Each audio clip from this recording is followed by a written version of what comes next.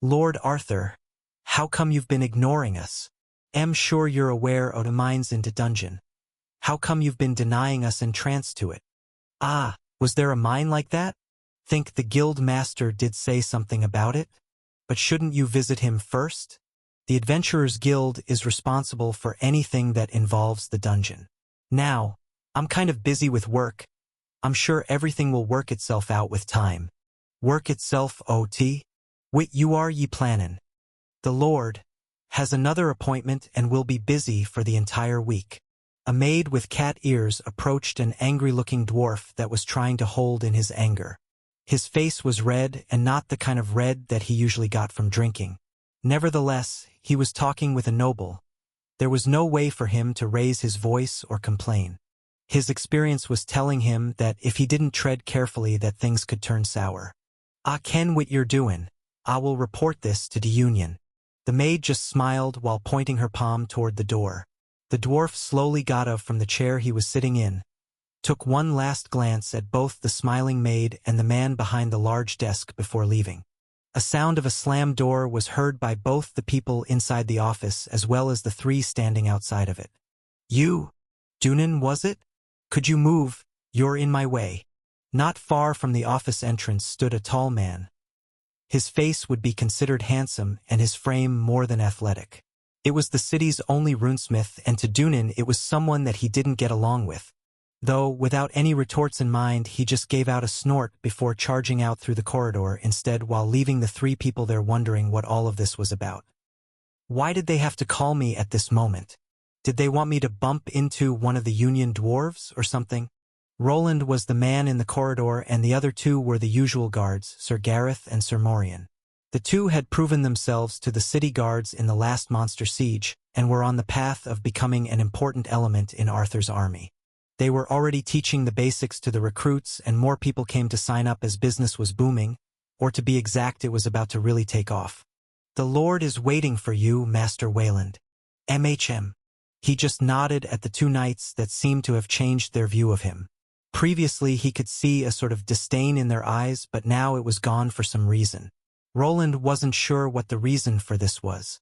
Perhaps after killing the Lich he had gained some respect. The two actually knew that he slew it himself without help from any outside sources. His potential of becoming someone influential and powerful was steadily increasing. It didn't happen often, but other people had managed to defeat Tier 3 monsters while a tier lower. It wasn't bad to assume that such a person was on the way up, and holding someone like that in contempt was never a good idea. "I guess I'll have to get used to this newfound respect, Master Wayland."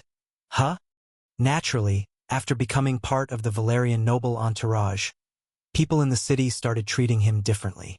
Even though from the outside he was nothing more than a servant, he was still a servant to someone that carried a noble title. It was even scarier when that title belonged to the Valerian house that ruled this island. They were the law, and everyone knew that they took their name very seriously. Even going against a servant wouldn't be taken lightly, as from the noble's perspective, it was going against their brand. If it isn't Master Wayland, I'm sure you've already seen the angry dwarf from the Union when leaving. "Yes, I did, but won't they become even more suspicious of us if they see me?" "Suspicious? We are past that part." Arthur shrugged while smiling. Roland wasn't sure how to reply while taking a seat before the large desk. On it he could see various documents and contracts, some new and ready to be signed by some merchants. It was clear to him from glancing that Arthur was busy in preparing his shipping enterprise. He needed to sign contracts with merchants, and now, while the dungeon's worth was underplayed, was the best time to do so. Isn't this like playing on the stock market with insider information? The dwarves knew that the mine existed there but had no idea of the bigger picture, the dungeon with Tier 3 monsters in it. Along with others, they decided to wait while the dungeons was being cleared out, otherwise, they would probably already be preparing for the major influx of business. When a dungeon with Tier 3 monsters and materials was revealed, the status of this area would skyrocket. Many people would kill for a chance to have an early start in such a region, and Arthur knew this. Before more eyes were placed on Albrook, he needed to close all possible deals. Roland knew by now that Arthur wasn't just interested in managing this city like a normal noble. He could just get the usual taxes and let the place grow by itself while he relaxed. This was, however, not his main goal. The young man was interested in gaining power and prestige. For this, he needed more capital than taxing the city, and in this case, trading was the way to go. Massive amounts of resources would be moved from the dungeon in the form of monster parts and minerals from the mine. He was the city lord and could make things a lot easier or harder for any merchant company. Roland wasn't sure if he would go with a more symbiotic approach or if he forced bribes from them. Either way had its pros and cons, but money would be gained eventually. What he was more interested in was not how Arthur would be gaining his riches, but on what he would be spending them on. To this day he had no idea what the noble was after. It didn't seem that he was that interested in competing with the other heirs to the Valerian household, but perhaps with this lucky break, he was finally ready to get his hands dirty? For Roland, that had signed a contract, this wasn't that welcome of a revelation, as he could end up against some influential opponents. "I see that you have been busy." "Haha. Probably not as busy as you, Master Wayland. I've gotten a report from the adventurers, but I would also like to hear it from you. How does it look down there?" Nevertheless, he was only a runesmith and not something like a knight or even a butler. Perhaps those 2 knights and the maid would be considered problematic by his siblings, but he was only a craftsman. At most he could see Arthur getting replaced by someone while he just switched to another boss. However, the further their cooperation continued, the tougher it would be to break those bonds that were forged. "That dungeon is a lot larger than I've expected. Please look at this." "Is this a map?" "Yes, they have managed to fully explore 3 floors for now, and there are more of them, but I think you probably received a copy of the map?" "Indeed, but it wasn't as detailed as this one. Could you make me a copy?" "I've already made one here." Arthur nodded while smiling as if he expected to receive this parchment. On it were 3 dungeon levels that the team of 5 platinum adventurers had explored within a week of being inside of the dungeon. They had decided to retreat afterward as they had not prepared for anything longer. So correct me if I'm wrong, but it seems that the upper floors contain easier monsters. Yes, the monster levels were lower and so were their numbers. Each floor had 1 chest being guarded by a smaller group of them. After exploring 2 of the upper levels, they had attempted the lower floor and found the levels of the monsters going past 160. Yes, this makes sense. Both of the men nodded. This dungeon was structured in a similar fashion as the starting area of the lesser one. The upper levels were easier, while the lower a person traveled it became harder. Probably at the end, a boss chamber waited for them and perhaps a path toward a new, more difficult section. Is it an open dungeon or... Arthur started pondering this fact while looking at Roland. He had kind of thought through the fact and came to his own conclusion. "If I may, please speak out." "Thank you.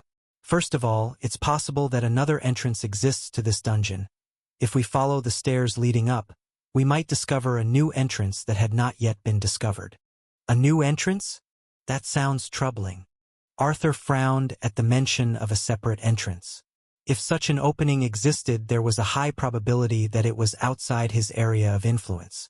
It would be possible for someone else to claim the rights to this dungeon or at least siphon away a large chunk of its resources that he would not be able to tax. However, the entrance might not exist. "Do you mean?" "Yes, if it's connected to the super dungeon, then it would make sense, but we won't truly know until we explore everything. That's why I would propose exploring the upper floors first to see where the dungeon ends." I'll consider your words when I talk to the adventurers, but perhaps it would be better if the guild master took care of that part. Roland raised his eyebrow a bit as he noticed something off in Arthur's tone. He didn't seem that cheery when talking about the group. Perhaps they weren't inclined to follow his orders, as he was still a kid with no actual power. It wouldn't be strange if they refused his proposal and just continued at their own pace. Having a fellow Tier 3 class holder talk to them instead was probably a better choice. The guild master was invested in this new venture and would probably do his utmost to make it work. With a staggering amount of money on the line and his propensity for greed, Roland wasn't worried. "It seems that everything is progressing well, but you must hurry. The dungeon can't remain closed for too long. I can probably give you another week before we have to open it up." "A week?" "Yes, but even if the dungeon is open, it doesn't mean that people will reach that area, so you will have some time to explore it. However, I'm sure many eyes will be on you, and sooner or later someone might discover our little secret. Roland nodded and was sure that the Union dwarves would probably begin their search for the mine that Arthur was trying to deny. It wouldn't be strange if they acquired some runic devices for this purpose. His involvement was already identified, and hidden chambers behind runic doors wasn't anything new. There were already ways of getting in, and hiring another runesmith or rune mage for such a task was costly but not out of the question. So, they didn't lie at least. I'll have to look through these maps and will inform the guild master about exploring the upper floors first. Is there anything more? Yes. I wanted to bring up one more project. A project? He nodded while moving a hand into his pocket to take out a round object. It looked like a marble with some faint runic traces and symbols over them. This is. I call it a sensor. A sensor? Does it have anything to do with those magical maps? Yes. I was thinking of using them in the dungeon on a larger scale. Well, he was at least interested in my idea, but first we have to get the dungeon sorted out. Between his thumb and index finger was the same sensor that he showed Arthur.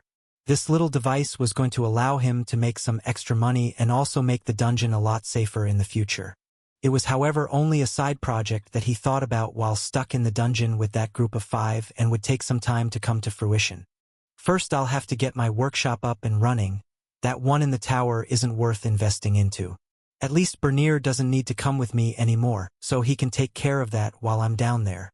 Roland still needed to go down there together with the group of 5 for at least another week. After that, the dungeon would be opened up and people would probably be following after him. It wouldn't be strange if the dwarves were already spending money to hire some competent personnel. Luckily, they would only spend enough for a mine's worth and not realize that a potential A-rank dungeon was waiting down there. I don't have much time and nothing else to do down there anyway. Soon he arrived at his destroyed home, where he was greeted by a loud howl. The place had been worked on by his magic, but there was still a lot of work left to do. It was the middle of the day and he could hear some hammering. Bernier, along with his own little assistant, were busy repairing the shed that used to be a secondary workshop. His home's door had already been replaced, but there was still more work to do. For the time being, he decided to close the shop, but this didn't stop Elodia from showing up and helping them tidy up the place. The sight of her raking the rubble towards another area just brought a little smile on his face. Luckily, soon some hired workers would show up to get things done faster. His mind wasn't on the repairs, though, as another quick expedition into the dungeon awaited him, and this time around his focus would be different. Well then, Master Wayland, we will be off. Have a safe trip. Roland waited for the group of 5 to disappear into one of the tunnels before moving toward his own backpack. On the surface, it looked like he was stuck opening the magical corridors for this group, but in reality, he had his own motives. If he wanted, it wouldn't be hard to design a device to do it for him, but instead he wanted to be here. Luckily, it wasn't that hard to restore. From the large spatial bag, he pulled out 2 items. One looked like a large cannon with some cables connected to it, and the other was a spider drone. He had used his free time to assemble a working model from the parts available at his workshop.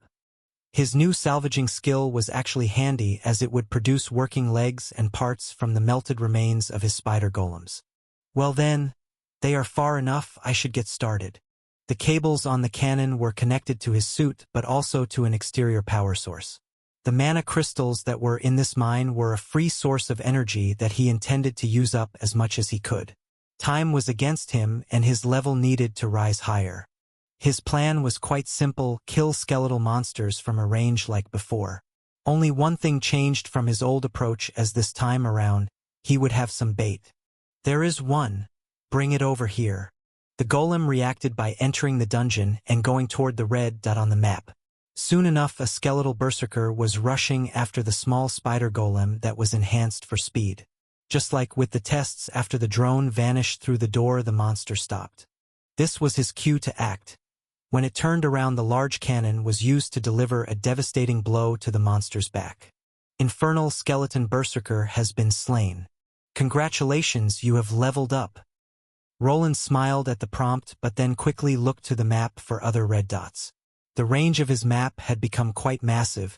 He could see the entire floor and every monster that was on it. With the help of his drone that would lure them here, he intended to grind them out for all they were worth. While the group of 5 were gone, he would use his time here well. There they go. A large group of people pushed towards the dungeon entrance as if there had never been a Tier 3 monster there. Roland was looking at the people pushing each other out of the way in an almost frantic frenzy. Arthur and Orden ran out of excuses to make the people wait. There was also the problem of many adventurers running out of money along with people in the city. No one could afford to let the dungeon sit there without adventurers in it. The whole city depended on the materials coming from it. At least they won't allow everyone to enter into the lower levels. For now, this will keep the city afloat and give us more time. But it won't take long for people to find out. His gaze was drawn to a dwarf that he remembered. It was Wedemir, the party member that he encountered along with Armand during the Lich Crisis. He was the one that probably spilled the beans about the hidden mining area. Together with him, he could see many other dwarves. One, in particular, was the enchantsmith belonging to the Union. If he was there, then they were probably attempting to find the hidden entrance. Considering that Roland found the entrance as a runesmith, bringing an enchantsmith along wasn't a bad idea. I'm not sure about enchantsmith. He shouldn't be able to get through runes, but the class isn't that much different. If he can actually see the traces of the runes will be enough for them to figure it out. While the dwarf there would probably not be able to open up the runic passages, he might be able to pinpoint where they were. Afterward, it would be as simple as bringing a proper runesmith over to do the work for them. It wouldn't be strange for them to have already called for backup from their Union headquarters branch. One such existed in the main city on this large volcanic island. They might even have other means of getting in there that I'm not aware of. I can't rule out that possibility. Roland turned away from the swarm of people entering the dungeon as he had just come out of it a few hours ago. The day that he had to give up the mine was something he had come to terms with. His plan was to turn it over to the authorities after reaching Tier 3, but he wasn't that far off now. There was still some time left for his grind. Before the announcement was made official, he had some more time. Things are going to get bothersome from now on, but I need to continue. It will become a lot harder after other Tier 3 adventurers come to the city. At the time, the most danger found in the dungeon were the Tier 3 skeletons. However, without being able to pass through the opening he created, killing them was rather easy. This would change after people capable of slaying them started arriving in the city. The monsters inside the dungeon were easy to predict. This wasn't the same for actual people who could stab him in the back. When they formed a group of Tier 3 adventurers, the danger became very real. At the time being, he was a big fish in a small pond, but soon things might change. Before the city was overrun by these powerful individuals, he needed to become one of them. It was something required for his own survival. It wasn't strange for people to vanish from dungeons, it was quite common. He had first-hand experience with this as he had left the fencer to be absorbed by the dungeon all those years ago. It was the perfect spot to clear out old grudges. Table border equals 1. Name: Roland Arden L169. TD Rospan equals 5. Classes: T2 Runesmith Lord L50. Secondary: T2 Runic Engineer L44. Primary: T1 Mage L25. Tertiary: T1 Runic Mana Scribe L25X. T1 Runic Blacksmith L25X. Just 6 more levels. I really hope that last skill is worth it. One of the reasons he was waiting to max out his Tier 2 Runic Engineer class was to get the last skill. At the moment he had actually gotten some handy class-specific skills. Some were better than others. The Regen skill, for instance, was quite handy and did point him toward one specific battle path. If he could control multiple machines from a range, he might as well create some minions to aid him in battle.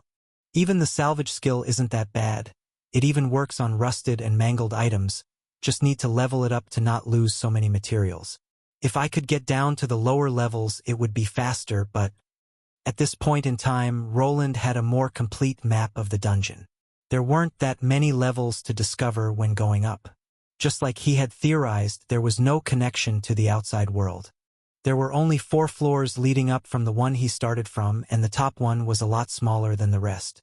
So this confirms it then?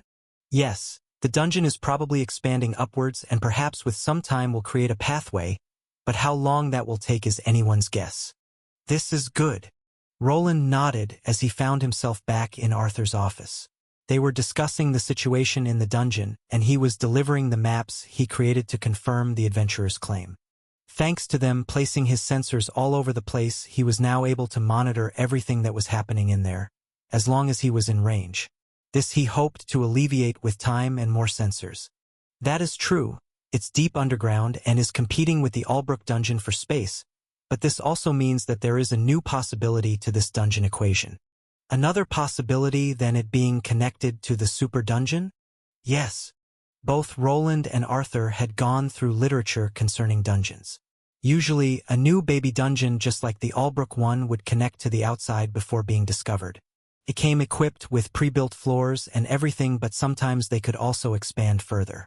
In this case, it seemed that this dungeon was expanding upwards. More floors were being built, and if it continued to go up, it could have a similar structure to the Albrook one. What they could have encountered was an incomplete dungeon that was still in the process of growing. The harder monsters were closer to its core and end, while the weaker ones would spread to the upper floors. In both cases, this isn't bad news. At least it will take some time until it can expand upwards, or it might never actually do it. We need to focus on exploring the lower floors, but regretfully our friends need to return. Yes, their weapons weren't looking that great after 2 weeks. Those monsters at the lower floors aren't a joke. After the party of 5 reached a dead end on the upper floors, they quickly began going down.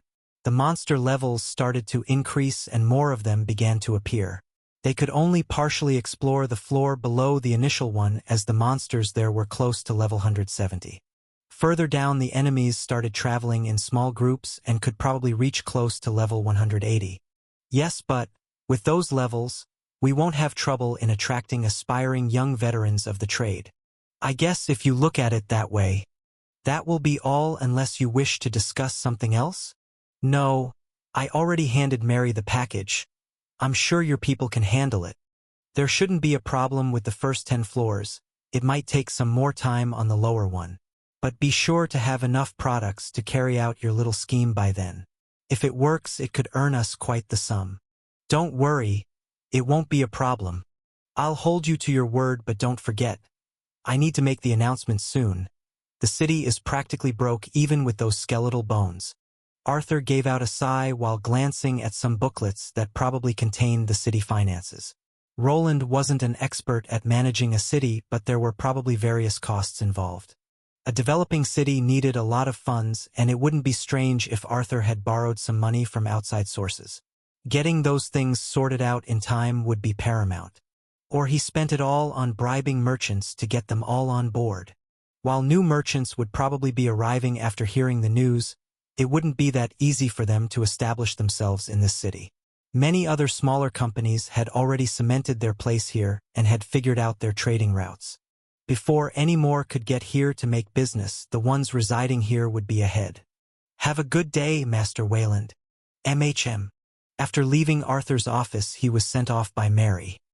He noticed some bags under the young woman's eyes as well as under her boss's. Both of them were working tirelessly through these weeks. He wasn't doing better either, as he spent over 2 weeks down in the dungeon with tiny amounts of sleep just killing monsters. Will I be able to do it at this pace? Time was running out and his leveling drive was stagnating. This had all to do with the 25 levels that he needed to go over. The monsters he was fighting were between levels 150 and 160. With the ever-increasing demand for more experience points, monsters that were more than 10 levels below weren't cutting it.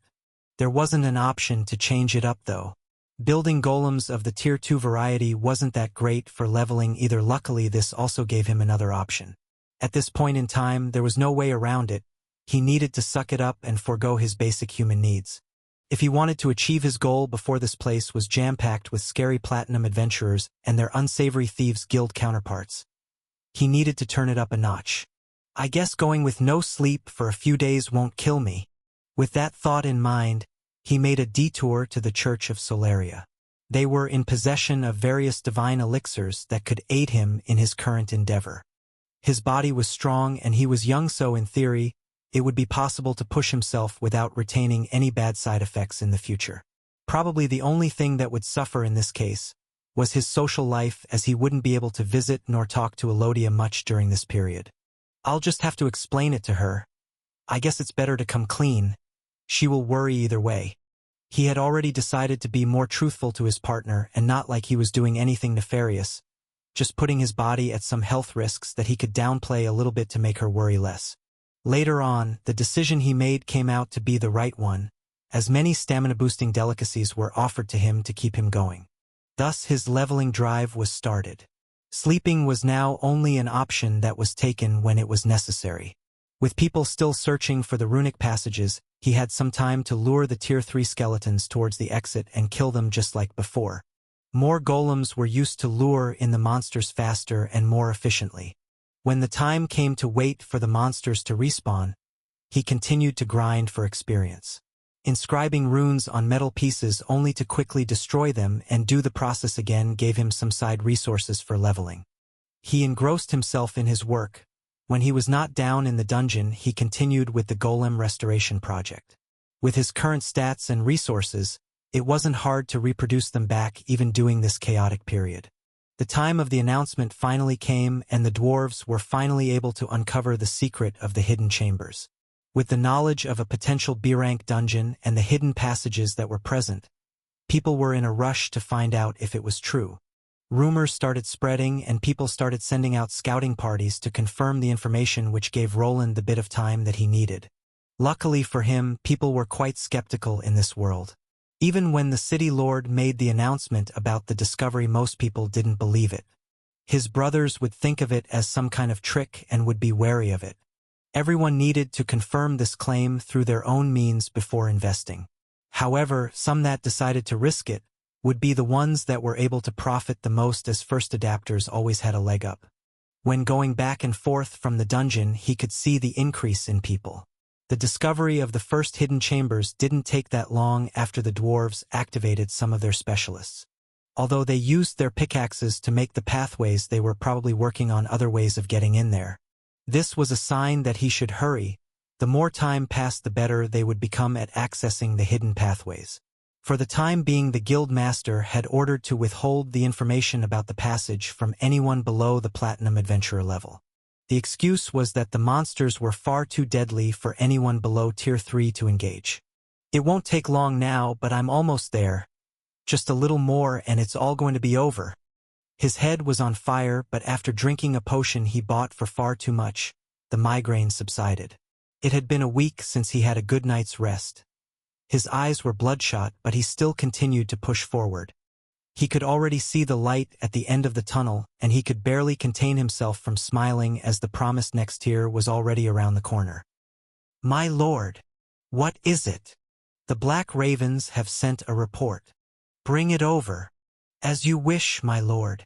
A nicely dressed old man walked into a room that was dimly illuminated by the light of a fireplace. His gaze landed on a man sitting by a lone lamp that didn't do a good job of showing the content of the papers he was going through. From his hand, a gray envelope appeared, donning a black seal with a depiction of a black bird on it. The man behind the desk looked at the envelope. Before picking it up, he stretched his hand out. A matching ring with an identical bird on it was on his middle finger. The moment this accessory came close to the seal, both the ring and it began to flash. Within a matter of seconds, the wax melted away to reveal the contents of this message. Is this from the Fallen region? Alright, it was that bastard's territory, almost forgot about it. Is this true? A B-rank dungeon? The Ravens have confirmed it, so the information must be correct. This complicates things, but not like that idiot will be able to profit from it. Send one of the hunting dogs to check it out. We can't be too careful at a time like this. After dear brother Ivan's demise, the path forward had become clear. I bet my dear brothers will send out their dogs as well. As you wish, my lord. But this is still only the bastard that we are talking about. Don't overdo it. Our resources are limited. Send one of the puppies. They should be more than enough to handle it. Yes, my lord. Good, now go. Report to me after it's done. The old man quickly left the room while the envelope was disposed of in the fireplace. On the other side, he was greeted by the sound of clunky metal as the two knights saluted him. Soon the man vanished into the corridor illuminated by various torches to carry out the order he was given by his lord. The mission was simple and didn't seem like a problem, but it was still up to him to pick the right people for the job. That young captain's group should be a good fit. With a name on his mind and the details of the mission already laid out, he continued towards his next destination. More and more soldiers in full plate armor appeared before him, which signaled that he was closer to his goal. Finally, after a good 10 minutes of walking, he arrived at a door with a shiny new plaque on it. It contained the name of a man and his title, which the butler was quick to call out after a knock. Knight Commander Emerson, I would like to have a word with you. This wall, it opens up. Use tis device. Click. Tis opening up. This smell, it mistbeat in minds we did it. A wall was slowly sliding open to reveal a large cavern. There was no sun above them as they were deep underground, but the place was brightly illuminated by various sources. One was the lava pit in the middle, while many other glowing crystals in the walls added the rest. The group of 7 dwarven adventurers started rushing through, their eyes almost turning into golden coins as they gaped at everything in there. Greetings. Took you long enough to get here. Suddenly their bright grins started turning sour as they saw that there was already a person inside. It was just one person wearing silvery armor covered in various runic inscriptions that were glowing. At the moment he was walking through a passage and dragging something behind him. This caused everyone to pay attention and go for their weapons as the thing being dragged looked to be a skeletal monster. Don't worry, it's dead, but if I were you, I wouldn't set foot in that dungeon. The monsters inside it aren't a joke. With your levels, you'll not be able to last a minute in there. EY. Isn't that human runesmith? Aye, that's him. Wits in that bag. Are ye mining to resources there? Do ye know that they belong to Union? Oh, they do now? Regretfully, news doesn't reach all the way down here. Plus, I think you are lying. So, finders keepers. 6 of the 7 dwarves raised their weapons while looking at the armored man that was in the process of putting the skeletal remains into a large backpack. He was alone here and there were 7 of them. In their eyes, they could beat him. While he was a high-level runesmith, it didn't mean that he was a capable fighter. They were all warriors hired by the Union. If they managed to get the human runesmith that their bosses disliked, then they would surely be given a reward. Oh, are you sure about this? I'm a bit tired, so I'm not sure I'll be able to pull my punches if you continue. The runes on Waylon's armor started glowing brighter, which made these men curious. They knew that he was wearing some type of magical armor, but surely it wouldn't pose a problem for them. In a flash, they could surround him and beat him down. Whitter ye idiots dayin, pat doon your weapons if eel wanna live. Wedamir. Do it now and step to decide. Let him through to. But. Shot yer trap. You're the dwarf from that time. You've made a wise decision. The man in armor commented while the brightness of the runes subsided. The dwarves that had been gathered here were quick to notice that their comrade was sweating. It was instantly clear to them that he was afraid of the human runesmith and that perhaps the rumors about him lying about his level weren't exaggerated. They had also seen him drag away a Tier 3 monster from a hidden chamber. Everything added up and suddenly they all started to back away. I guess that's it for my monster farm. They took some time to get here. Soon this place will be crowded. Might as well finish up away from all this trouble. Roland peeked behind his shoulder as he looked at the panicked dwarves. They were all high-level Tier 2 class holders. For a moment he thought that he would have more blood on his hands, but luckily one of the people here was an acquaintance. Wedamir was the dwarf that he rescued from the Lich, and during the escape, he had seen him perform some feats. Thanks to this, he was able to avoid a struggle with the 7 individuals that he wasn't actually sure if he would win that easily. While his level had gone over 170, he had spent a lot of time here without sleeping or resting. His mana reserves were low and his armor had thinned out. It was better to not push his luck.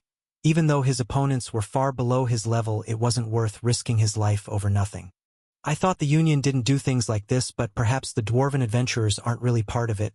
They are just hired swords. Maybe they thought they would get a raise if they dealt with the human runesmith? While speculating, he increased his pace and continued to look at his runic map. He had already seen the dwarves approach this location several hours ago. The dead Tier 3 skeletal berserker was left there on standby. He wanted to use it as a deterrent, but his little bluff didn't seem to work. Luckily, Wedemir was there to pick up the slack. Roland could already see multiple green dots outside of the secret chamber before they arrived and prepared accordingly. His range extended further away, so he also noticed other details that pushed him into not engaging with the dwarven adventurers. Thus, he picked up the pace and continued walking through the now emptied-out corridors. He quickly arrived at the lava lake where the exit was. The dwarves had constructed a magical device to get through, which meant that the chamber didn't become flooded by lava. However, it looked a bit different, which made him come to the conclusion that they attempted that approach. His assumption was that they probably placed some explosives in the area the entrance was. Perhaps they even rushed inside and had run away from the lava that flooded in. Probably in time, this lava would be removed by the dungeon itself and give them some time to examine the magical door. I wonder if anyone died here. He could not spot any bones or remains of dead dwarves or any other people, but it wouldn't be strange that someone had to pay the ultimate price. The Union was dead set on getting to the secret mining spot before anyone else. Roland wouldn't be surprised if they tried going in through the chasm in some way. Perhaps it would be possible to build some kind of platform that worked like an elevator there. It was possible to go straight down and arrive at the other entrance where he caught Armand and his party. Maybe a pulley system could work there, but the problem of getting attacked by worms was still there. They wouldn't be able to put enough workers there along with guards to make such a construction possible. However, in the future, if they spend enough time and money, it could become a reality. I don't think I can sneak past them anymore. Hey, I see movement. Are they coming out? No. There was no one wearing armor like that with them. Who is it? Could it be a monster? After the lake started parting, Roland decided to pop his head out. This time around there were a lot of people gathered here. He could even see flame-resistant tents set up close to the lake on both sides. The 7 dwarves that went in were just the first, but more adventurers were waiting here. They weren't only of the dwarven variety either. So did they send the dwarven unit that is on the Union side first while these guys keep anyone from going in? Both sides of the lake had people guarding it. They were probably keeping all the other adventurers away from snooping on their expedition. Nothing out of the ordinary, but now he was placed in another situation. What if they thought that he had killed their comrades and started attacking? Hey, that's no monster. That's just Wayland. The runesmith? Now that you mention it, I can see some runes on that armor. Luck was on his side today, as his favorite martial artist was in the small crowd of people. He was on the side of the lake that he was going towards and continued to wave at him as he was getting out of the hidden chamber. Now that he got a better look at the people there, they were all various adventurers that he had seen before. Some of them were even using weapons from his store. But what happened to the dwarves? We were supposed to wait for them? Asked one of the adventurers in the group as Roland arrived at the shore. Why don't we just ask Wayland here? Use your brain for once. Armand laughed at another adventurer that Roland wasn't that familiar with. The man looked to be in his early 30s and was around level 100. All of the people here were around the same number and were gold rank adventurers. They weren't a tight-knit group though, so escaping them wouldn't be a problem if he had to. Those 7 are fine. They arrived at the mine. Wait, 7? I'm sure there were 8 of them. One of them died in the boss chamber. Roland had seen 8 dots approach the room with the dinosaur boss, but only 7 left it. The monster was still over level 120 and powerful. Even 8 people had some trouble with it. The lack of information was also part of the untimely demise, and during the escape, the boss room had been already cleared out, so Wedemir had no information on it either. Hey, are we going to believe him? What if he killed all of them? So? As one of the adventurers commented about the possibility of murder, a familiar woman's voice emerged from behind a large rock. Soon a silhouette of an elven adventurer he knew appeared. What if he killed them? Do you want us to go against someone that could kill those 8 and walk out without any injuries? It was the second person from the duo Lobelia. It seemed that she and Armand were here to pick up some easy change. This was just the job they loved to take. Flexing their muscles and scaring off other adventurers was easier than battling monsters. The other people that were here were similar and started backing away at the thought of having to fight someone that strong. There were around 10 of them here, but there was also a possibility of sides being switched. Lobelia and Armand were known to have ties with the city runesmith and would surely take his side if something transpired. Even now the two were slowly placing themselves behind Roland as if they were trying to protect his flanks.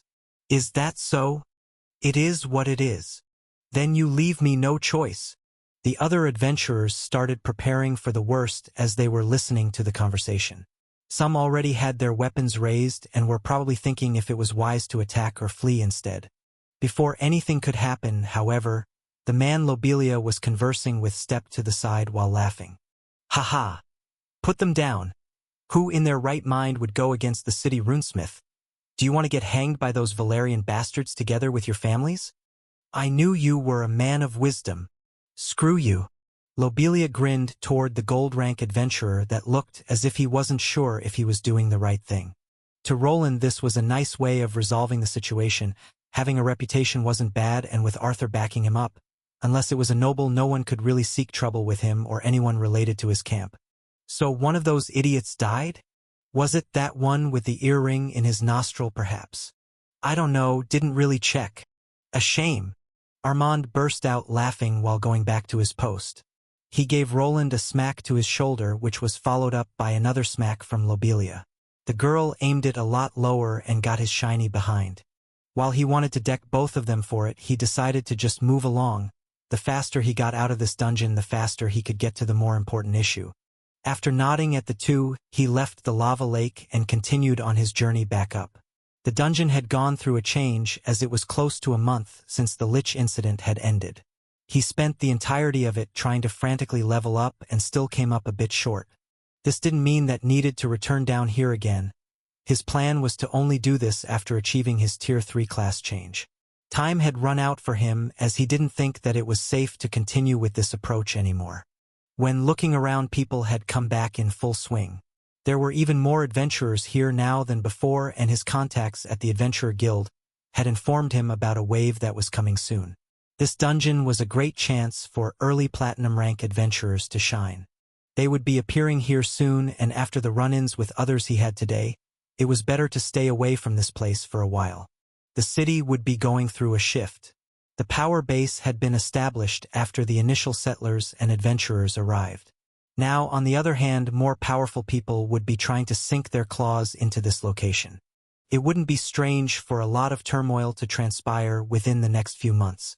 I don't think the veterans will make a move.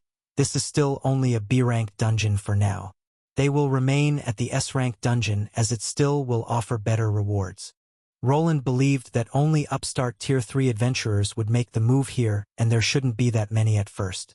This place was still a backwater city that lacked any facilities that platinum rank adventurers liked. The stores needed to be updated with better weapons and materials for them to use. As it stood, the city wasn't equipped to support a higher-level dungeon. Just like the party that was mapping out the new dungeon, they would be forced to travel to another location to repair their gear. What was important for him was to quickly reach Tier 3 and prepare his own shop for the influx in the future. Things like this did take time, but sooner or later the Union would move some of their assets here, and before that happened he needed to expand his repertoire. Now that they confirmed the mine and the skeletal monsters, they will finally start making their move. Though convincing high-level smiths to change locations won't be that easy, so it will give me some time. The tunnel that he made to sneak into the dungeon was not discovered, but the chamber it led into was. For the time being, he wouldn't be able to use it, as anyone that entered it would be able to see the path leading to his workshop. Without any magical signs on the walls, it had not been discovered, and the lack of anything worthwhile inside didn't really make it worthwhile to use the pricey magical items required to enter it. This didn't stop him from filling out the passage with rocks to keep people from discovering the pathway if they decided to dig into the walls even more. Soon he made his way back to his home, which was quite busy. Some people lowered their heads at him, as he was a known magical craftsman. In their hands, he spotted some runic items and even bags that had his little copyrighted symbol. Business was booming, and he was quickly making back the money that he had lost from his home being destroyed by the lich. Bernier and his little assistant had managed to repair the walls as well as the structures inside the compound. All the wind generators had been destroyed and everything had been patched out within the month of the Lich's demise. Life returned to normal, but this was no time to rest. Even when Elodia and Bernier were urging him to take sleep, he could not stop yet. Go to bed. I will, soon. Did anything arrive for me? I don't believe you. Here. One of those green birds left it. Thank you. Elodia grumbled after handing Roland a tiny piece of parchment that was attached to a magical bird's leg. This he did not open until he found himself back in his office. His clothes were changed into something more casual and less metallic. While his eyes were quite bloodshot, he decided to infuse his mana into the tiny scroll to unveil his next plan. The moment the blue energy from his finger connected with the magical paper, it started to grow. From a little scroll, it turned into something that was larger than an encyclopedia tome. When opening up the seal, he could see various runic structures. Good, he sent them over. If I can debug these faulty runes into something workable, I'll be able to level up without fighting those monsters. It was the last part of his plan, runic scrolls containing various runic spells.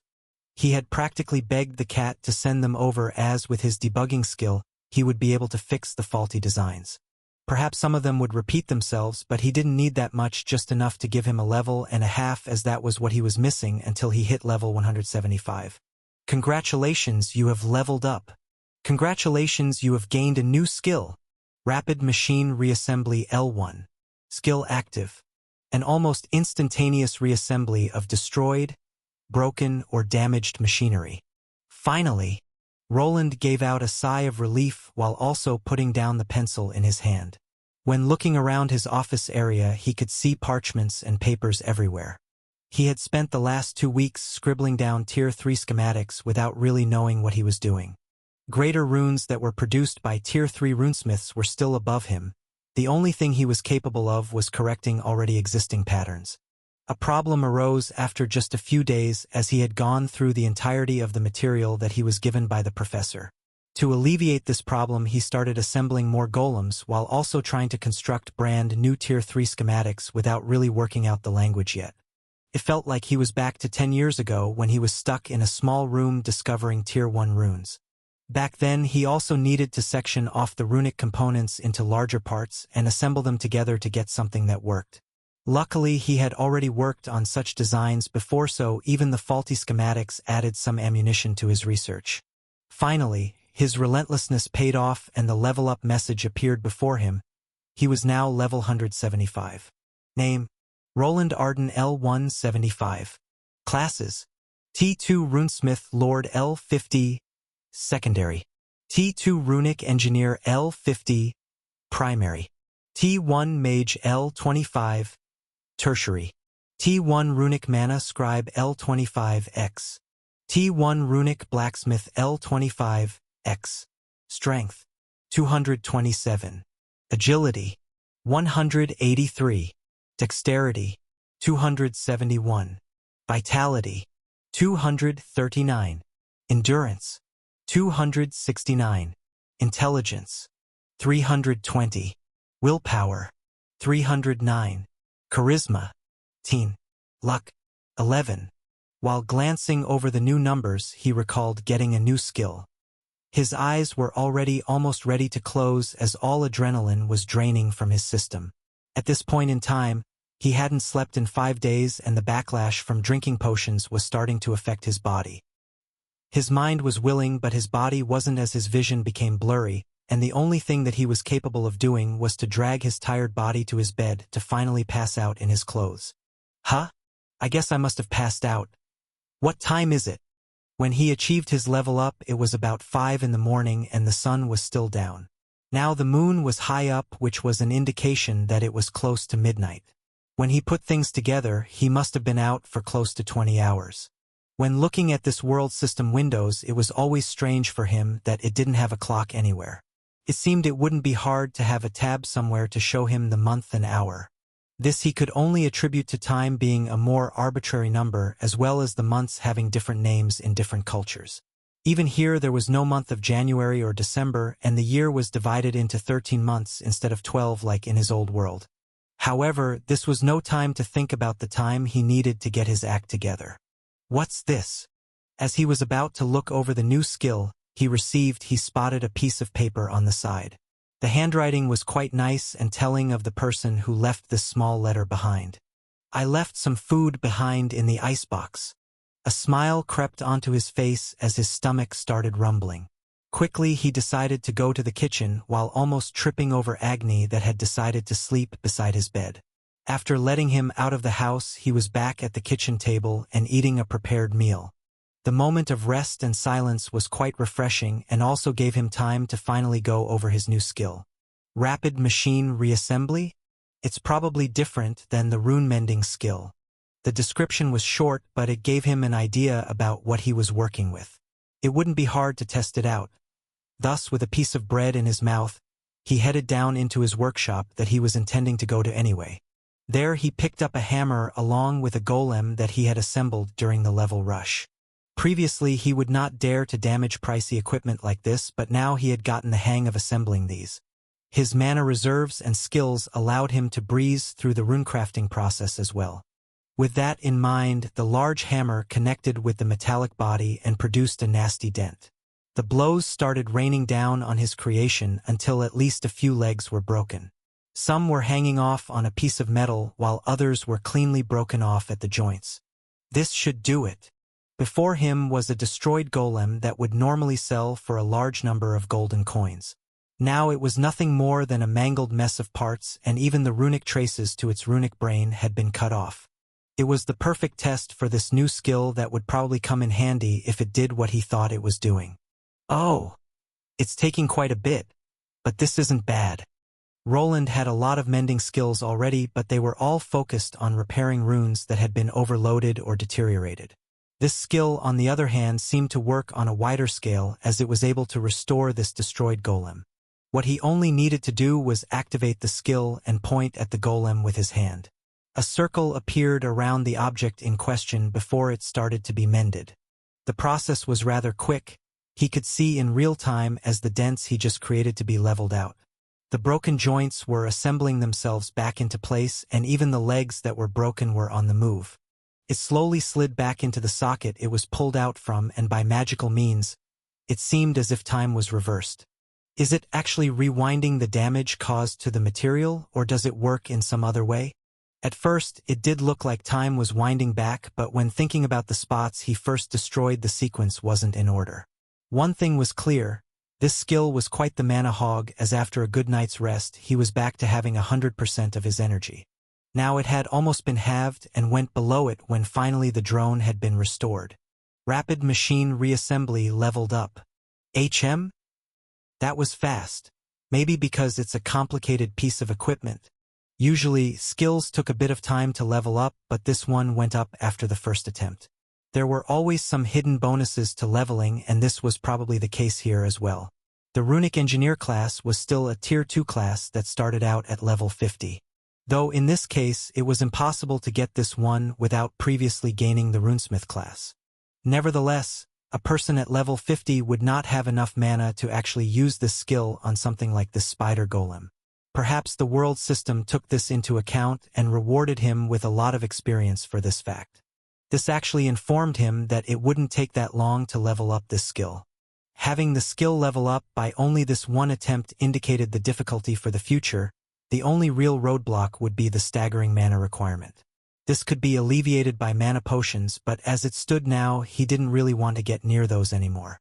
After his recent leveling drive, he had been drinking more potions than he did water. If he didn't get the recent rest, he would probably not have enough energy to activate this skill at its full capacity. I can decide if it's worth leveling up this skill after I see the classes. The most important fact was that his Runic Eye of Truth skill had reached level 9. It was probably the most important skill that he had and perhaps would help him unlock the Tier 3 version of his Runesmith Lord class. This was what he was going for, a prestigious version of this class. The stat multiplier it gave him put him in a league above regular people, and if he could achieve the same for Tier 3, then he would be set for life. The regular multiplier is 3, Perhaps I could get a 4-time multiplier this time around. This was his main wish, but he wouldn't really know if it was possible until he received his new class. The world only gave him hints in the class names or in the tiny sprites on the PC screen he could see. This would be a decision that he couldn't go back on. A Tier 3 class went up to 100 levels and couldn't be changed until a person gained 50 levels in it. Leveling past this point would become even harder than before and would either require risking his life or spending time working on runic equipment for more than 10 hours each day. A blunder here would set him back for years and would severely impact his future prospect. However, he still had some time to think things over. There was no rush when it came to money, but for some reason, he had a bad premonition. Things were progressing fast, and with the arrival of various other players in the city, his standing was shaky. While Arthur Valerian's name offered him a semblance of protection, it wouldn't protect him from his siblings. Now that the word of the B-rank dungeon was out, they would certainly start making moves. He was one of his people and would be an easy target to send a message. That one brother is the closest, so he might try something first. Roland had done his homework on the other brothers before, and was sure that they would at least try to make Arthur part of their retainers. He didn't actually care which brother became the next duke, nor was he interested in gaining more prestige or money. If there was a peaceful resolution to their fight, then he would urge Arthur to take it. He could only hope that the young man would know his place and made a deal instead of trying to fight. Well, I'll worry about that when the time arrives. I can only get this out of the way and prepare as much as I can. Before anything happened, spies and scouts would probably be sent to prod for all possibilities. Then some time would be wasted trying to make some kind of deal. Perhaps Arthur already had the plan to be taken under the wing of one of his brothers, and this was just something to make himself worthy of their help. They still are brothers. Maybe their relations aren't all that bad. The face of his own older brother popped into his head. While their relationship when they were younger was bumpy, they had managed to squash it. Now he could even contact his brother from time to time and have him fill him in on his father's whereabouts. Due to some tensions at the borders, he was usually forced to be stationed there, and this was perhaps part of the reason that he wasn't found yet. Though at this point Roland was convinced that he was nothing more than an afterthought in his family's mind. It functions, but some of the parts weren't fully restored. The spider drone was ordered to perform a few movements. It could move and operate at about 80% capacity. The dents that looked to be smoothed out weren't quite as smooth as previously. There were some cracks here and there which indicated that the skill needed more levels. After performing a few more tests, he came to another conclusion. He could not activate this skill on multiple targets at once. This would be a lot more useful if it had a wider range, but it did increase after the level up. In his mind, he could see the skill being quite handy in a pinch. The scenario he was thinking about involved multiple battle golems. When one went down, he could just restore them without even having to be involved in the battle. With this skill involved, he could see a change to his battle repertoire that could change him into a one-man army. That is, if he could ever get the mana usage down. As it stood now, he would pass out after restoring 2 Tier 2 spider drones. I guess this is it. Finally, after the testing of the new skill was done, he decided to give the Ascension ritual a go. The previous ones he had stored for this occasion had been destroyed during the Lich incident, so he had to go get some new ones from the church. Luckily, they had a few lying around that he could procure, but he also needed to pay a little extra. With the crystal in his hand, he decided to sit down near his workbench. There was no need to go up into his office or check up on Agni. Even when he spent months in the previous trial, only a few seconds passed in the real world. Thus, finally, after all these years, the journey he set on was coming to an end. He had left on a mission to join the upper echelons of power, and with this step, he would finally have his foot past the door. There he was again, in his old apartment. At the time, he was looking in the mirror that was in his old toilet. Even some of the dust was there that he was either too tired or too lazy to clean up in his previous life. After looking at his face, he was having a hard time remembering the one that he used to wear. While his intelligence rating should have given him impeccable memory, for some reason he was slowly forgetting his previous life and the people he left behind. It would be funny if this is all some kind of dream, and I'll just eventually wake up from a coma after being hit by that truck. But anyway, He slapped his face with both his hands and the pain was very real. This strange place lowered his stats as he felt more like a regular human here than a superhuman runesmith in the real world. Soon enough he was sitting at the screen and going over the sprites and possible classes. To no surprise of his, there were actually more options than the last time he came here. 25 levels ago when he hit level 150, he glanced over all the options and now there was a lot more to go through. Let's see. Master Runic Engineer, that one is new. And what is this one, Runic Machinist? A strange class appeared on his screen which was closely related to the Master Runic Engineer. While the Engineer one was easy to decipher, this one was a bit more unique. He noticed that the 2D sprite was holding something that looked like a handgun in one hand while a wrench in the other. Perhaps blasting all those Tier 3 monsters with ranged weaponry was some kind of way of unlocking this class as he had never heard of it before. Interesting. Judging by the name, he expected it to be something that helped construct machineries like golems or flying ships. On the other hand, the gun on the sprite indicated that it would get some perks with ranged weaponry. Perhaps it would give his cannons, even the one he mounted on his armor's shoulder, more perks. It could increase their damage and perhaps even allow him to auto-aim with them through the use of skills. There existed ones that archers used that allowed their projectiles to always hit a target. Where is the runesmith tree? It should be somewhere there. While the class was intriguing, it wasn't really something that he was interested in at the moment. Maybe it would be a good secondary choice in the future if he decided to focus on the power of cannon fire. Next in line were the runesmith variants, Advanced Runesmith followed by Master Runesmith, and then something that he was looking for. Master Runesmith High Lord, huh? There it was, an advanced version of the Runesmith Lord class, a High Lord variant. It was probably what he was looking for and almost had him clicking the sprite instantly. However, he managed to stop himself as there was something else there. A class on the same side of the tree but one that was slightly ahead of the High Lord one. Huh, what is this one? Runesmith Overlord. Runesmith Overlord? Is this because I defeated that lich? But it doesn't look that insidious. Also, what is with this naming sense again, Master Runesmith High Lord? Roland was stuck looking at the sprite that was ahead of the lengthily named Master Runesmith High Lord class. Though it made sense that if the Master Runesmith was the base class, then the Prestige variant had to keep the Master part of the name.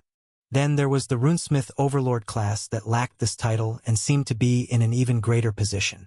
There were creatures that were called Overlords in this world. They were high-level Tier 4 undead that towered over their own kind. The lich that he faced came from the same family of monsters and could evolve into an Overlord. An Overlord was a high-tier undead that could actually summon other liches to do their bidding. If a lich was a city-level threat, then an Overlord would be a kingdom-level threat. The number of undead soldiers he and his minions could produce was staggering.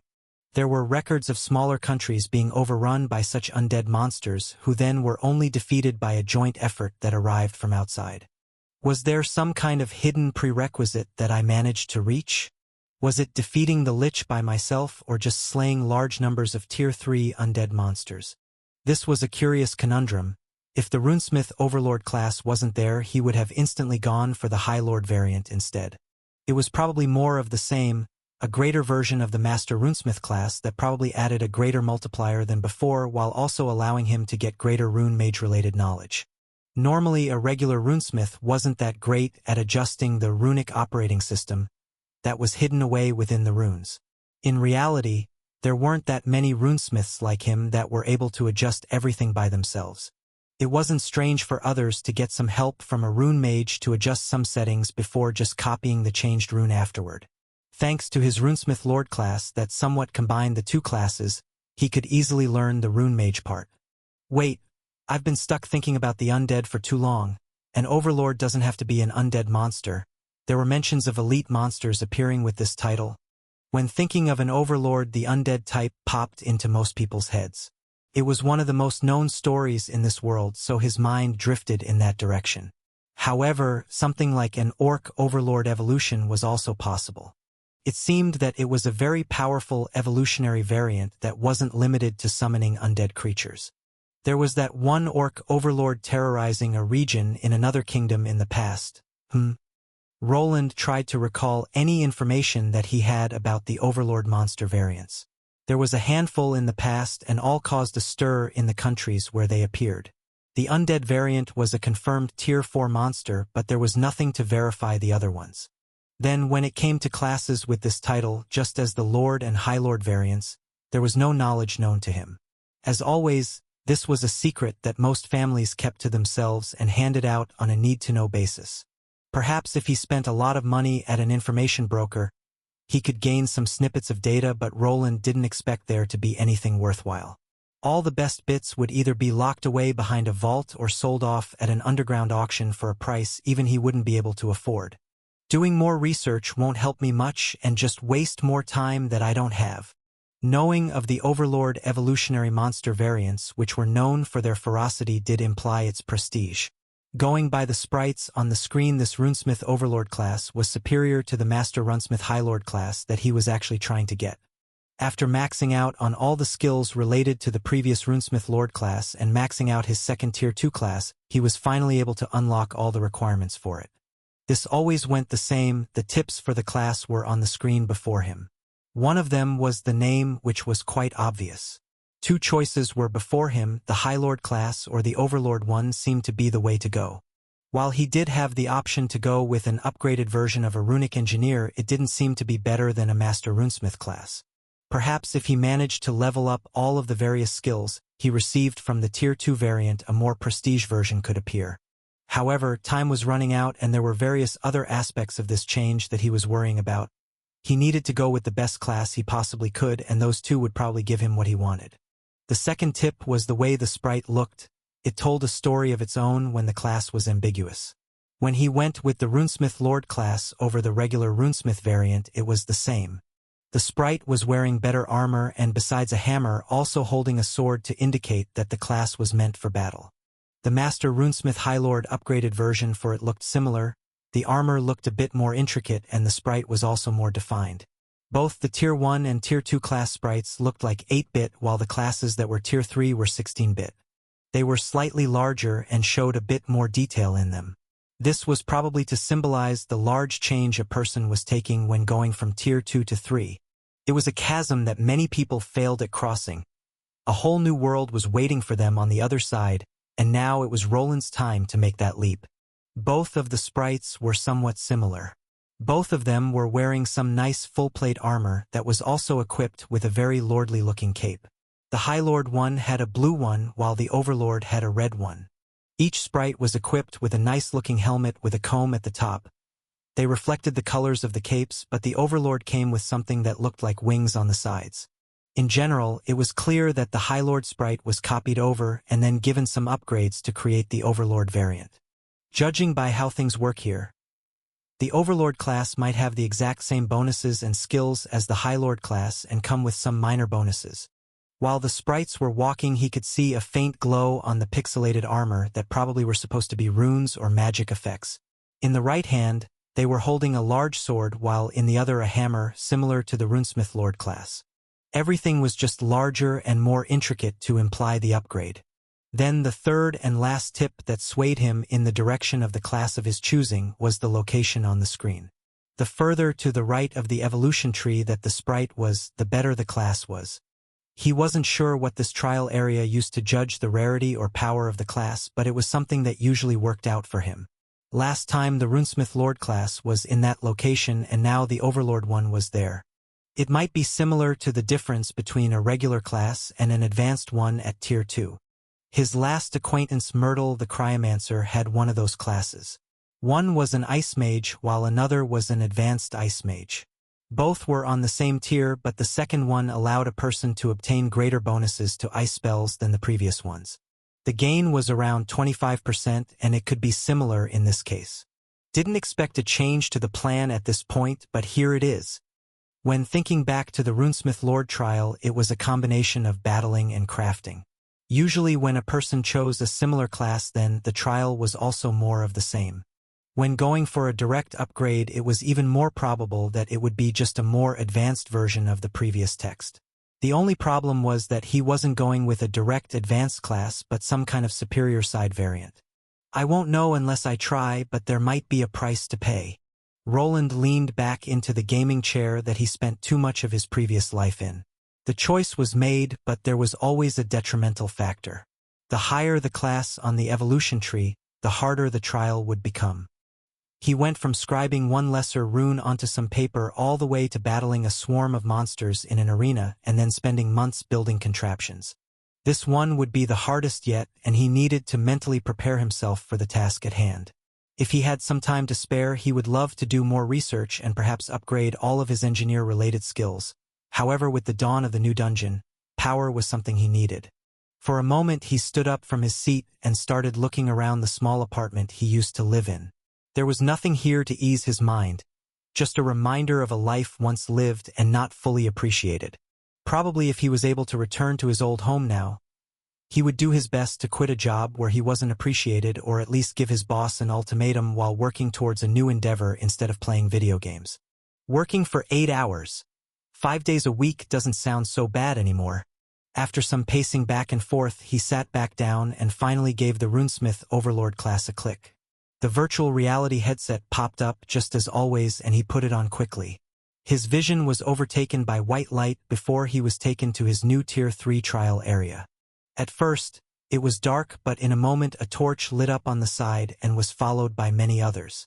What is this? An underground warehouse? Torches on the walls started to illuminate the place. He found himself in to reveal some items he was familiar with, like iron spears and swords. Their quality wasn't all that great though, and after taking one of the swords, he could feel the dullness of the blade by just touching it. It's too small to be a warehouse. Looks like an old garage where someone dumped off some unnecessary stuff. Besides the weapons, there were some old leather robes, boots, and various other low-quality items that would be seen used by bronze adventurers. Could the trial be to restore these items to be graded?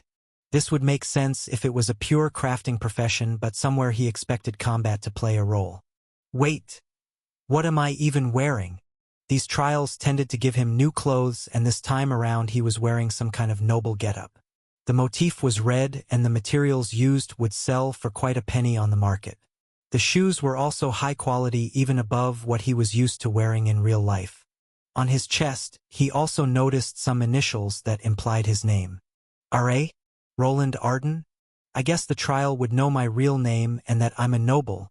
Perhaps only a noble could even get this far. This world was quite unfair as it segregated people into castes even when it came to trials like this. It made things easier for the rich that had their forefathers pave the way for them, while making it a lot harder for any upstarts. It's not strange for nobles to have their initials embroiled into their clothes, but what is this for? After looking over this limited space, he finally decided to go towards the thick wooden door at the end. There didn't seem to be any type of locking mechanism or keyhole that he could look through. Roland wasn't the most trusting person around, so after grabbing the least dull sword around, he injected it with his mana. This place lacked any sort of smithing tools to help him out, but this didn't mean that he couldn't inscribe some runes on this piece of metal. His level was quite high, and so was his mana output. Depending on the material, producing runes became easier. While iron was one of the worst when it came to retaining runes, it was easy to work with. This wasn't all, some knives and daggers were also here. With the help of his rune copy skill, they quickly turned into throwable bombs. If any monsters waited for him outside, he would at least have something to fight them with. Normally, he wouldn't be this cautious before a trial had started, but this was a Tier 3 test. From what he heard, these were a lot more serious than the previous one. He had read of some people failing within the first few minutes because they walked into some type of trap. Not all trials gave specific instructions, and sometimes a person needed to find it out the hard way. Thus, when going towards the door that didn't possess any locking mechanism or a keyhole, he kept his distance. One of the spears was used to pry the door open just enough so he could peek to the other side. From the angle he was standing, he only saw a corridor that began lighting up with torches. There didn't seem to be any traps there, and even when he threw one of the daggers to see if something was activated, there was no reaction. There was nothing there to kill him, and his debugging skill didn't show any hidden runic traps either. Without dropping his guard, he went into the corridor only to realize that it was incredibly short and narrow. Within a few steps, he arrived at a row of stairs that were leading up to another door. This one made his eyebrow go up as he noticed some light going through its cracks. Is that daylight? There was a stark difference between light from a torch and from the sun.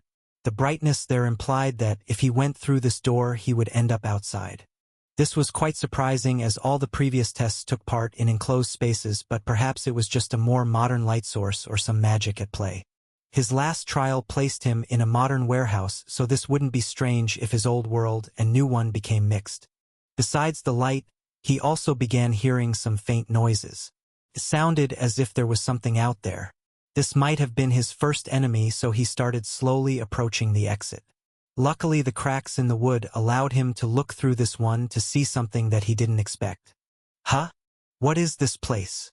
At first, he was stunned to see the scenery before him.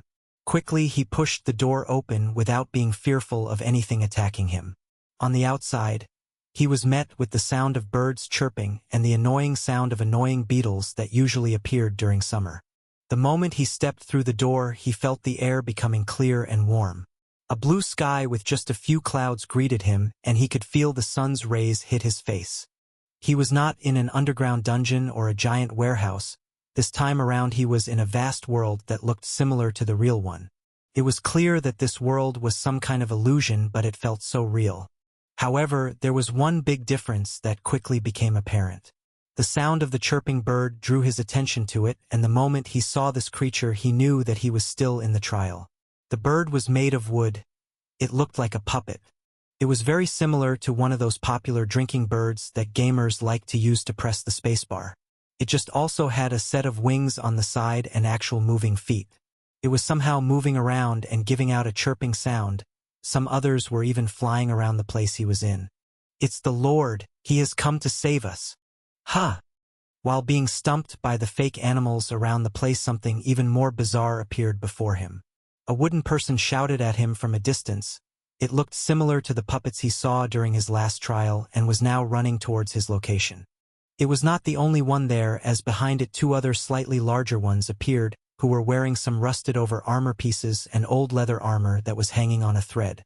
What this was about he wasn't sure, but after looking around the place he found himself in, he was quickly getting an idea about what his task would be. My liege, you have finally arrived. Thank the gods. You are our only hope. Roland was still processing the thing that he was seeing. He had found himself in some kind of wooden fort. He came out on a slightly elevated spot and was surrounded by a wooden wall. From here he could see down towards a bailey. It seemed he was in some kind of old fort on top of a motte. It was an outdated design even in this world and would usually be used only in some villages that didn't have enough money to create stone walls. This was not the only problem, as the strange 3 puppets that were coming his way were a lot more eye-catching. First of all, the one that was shouting was dressed in a nice tunic and actually had a whole wooden face. The mouth could only move up and down like on ventriloquist puppets, but its eyes and eyebrows were shifting around as well. Then there were 2 larger ones behind it that were wearing old decrepit armor. In their hands, they were holding wooden spears with iron tips, just like the ones he found in the room he appeared in. Besides that, the lack of any moving facial features was apparent. All they had was a drawn-in face that made it look very uncanny, quite similar to a nutcracker wooden doll that Roland was familiar with. When using his identification skill on the puppets, he was actually able to gain some information about them. Name: Wooden Soldier L35. Classes: Wooden Warrior L25. Wooden Soldier L10. Name: Wooden Lord's Aid L25. Classes: Lord's Aid L25. This was sort of strange, as these puppets were clearly not real people. Instead of getting their levels and classes, he should have gotten the materials they were made from. These should be more similar to golems, which didn't possess any classes when made by him. Monster golems, on the other hand, were identified with levels for some reason. This didn't mean that all constructs made by craftsmen weren't assigned levels. It was possible to create a golem with a level assigned to it, similar to a monster construct. Roland didn't know the process behind this and was hoping to learn it when getting through this Tier 3. This was the moment craftsmen were rumored to be able to create these more advanced variants that were accepted by this world's leveling system. He theorized that it had probably something to do with the golem core and how it was created. Perhaps he needed to make his own from scratch without using monster cores that he erased. It could also require more intricate artificial intelligence to be made, as the monster versions tended to be a bit more advanced than the spider drones that could only carry out simple tasks. My lord, there is no time to waste. We must prepare. Prepare? Prepare for what exactly? After seeing the puppets coming his way and identifying their levels, he started relaxing. At this point in time, a slap from him would turn them into splinters. There was no danger in interacting with them. The moment they arrived at his side, the two wooden soldiers went down to their knees while the Lord's aide just gave him a bow. It didn't take a genius to figure out that they were part of the new trial, and this aide here would probably explain everything to him. I heard that Tier 3 trials could be quite complicated and sometimes take place at huge locations. This is probably similar. Before attempting this Tier 3 trial, he had read up on other high-tier trials like this one. There were many rumors and hearsays, but the more information he gained, the better of an idea he could form. Most of the time these tests wouldn't be that complex. For instance, a shield masterclass would need to fend off monsters while protecting something inside their trial space. Most of the time they seemed to have to defend a passage, but sometimes it became more detailed. A guardian was a Tier 3 class that required a person to possess similar classes to that of a shield master but also have a knight class. One recorded trial had the future guardian protect a group of NPCs that acted like people. It was recorded that they repeated a few sentences and reacted to some prompts and orders. The person needed to protect this group through a dangerous path that went through a dark forest, then a narrow bridge at a chasm, then through a mountain range, and finally arrive at a safe spot at the end. It wasn't said that the whole illusory world was real. Perhaps straying from the path would take them to an invisible wall, just like in the fake apartment complex his trials started at. Other records were similar. One particular assassination class had its test takers sneak around a whole small city and a castle. They needed to sneak into the sleeping chambers of the city lord and perform an assassination while evading the guards. It was possible to create various scenarios in these places and pit people against intelligent beings and not only mindless enraged monsters. Even when it came to crafting classes, he had read up on tournaments inside the trial grounds. They were placed against NPC competition that they could even sabotage if they were able to get away with it. It gave people a lot of wiggle room to be creative in passing, and underhanded methods were allowed. There were no morals in these fake words. If a person could achieve victory, they would pass. If these worlds can create human-like NPCs with intelligence, why do I get wooden puppets? Roland wasn't sure why the wooden people had appeared again.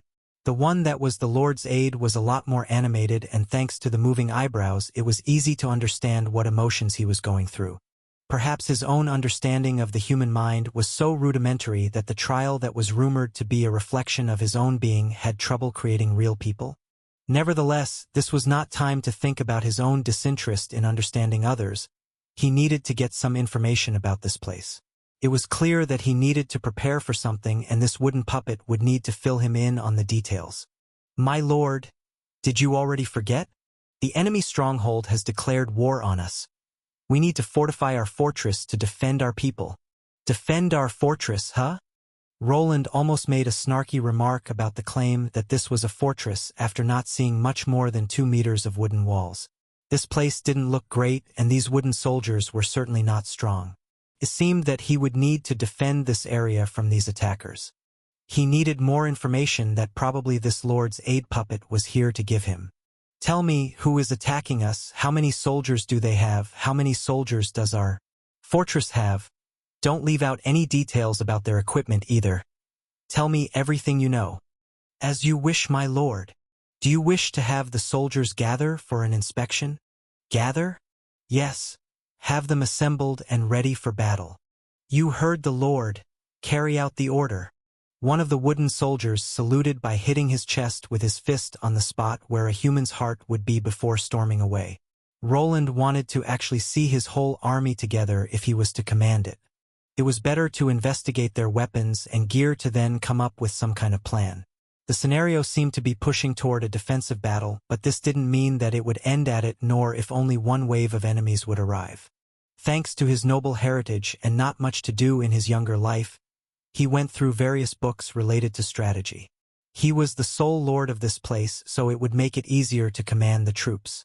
There were ways of defending a castle or a fortress that he was knowledgeable about. First, he needed to learn about the topography of this location. If this fortress was built into a mountain, it would have made defending it a lot easier for him. This isn't that good. There are multiple places that we can get attacked from. The wooden puppet stuck close to him while he went around the whole compound. Everything looked like this place was stuck in the iron era of metallurgy. All that they had to work with was pig iron, which was used for tools, and regular iron they outfitted their army with. Though Roland wasn't sure if he could call the wooden puppets he had an army yet. This area had no real natural fortifications. The only thing keeping the invaders out would be the waist-deep moat and the 2-meter or so wall that was made from logs that were tied together with some low-quality rope. If he gave it a punch with his current stats, he would probably be able to make a hole in the wood or just directly push it down with one hard charge. There was a lot of wiggle room in this place as it was quite spacious. Many empty plots of land stood everywhere as if waiting to be built. For the time being, there was a handful of buildings that he had access to. First off, there was a town center that, as the name implied, was placed in the middle of the city fort. Inside, there was even a wooden villager that was just mindlessly standing around without doing anything interesting. There was something that looked like a market, but only a single wooden merchant was there peddling some wares. When looking at the laid-out items, he spotted some crafting materials and even better weaponry. After approaching the merchant, a system prompt appeared before him, similar to the one that he was used to but with actual options that he could interact with. Aid. How much money do we have? 100 coins, my lord. I see. Can I purchase the items from this merchant? Certainly, my lord. I'm sure you'll make the right decision when investing our limited funds. It seemed that he had entered some type of strategy game this time around. He could see an icon of a sack filled with gold in the upper right screen when interacting with this merchant. There were items like longswords made from steel and iron here, and he could buy them in bulk. However, there were also crafting materials that, when put together, ended up being cheaper than buying a fully made weapon. Let's go to the blacksmith. Besides the town center and the market, there were the barracks where all the soldiers were stationed. It was the only military building in this place that he would be visiting at the end to check up on his soldiers.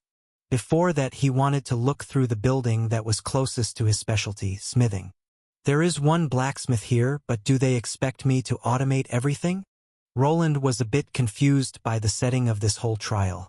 It was as if the overlord part of the class was taking over the scenario here and left the runesmith in a ditch.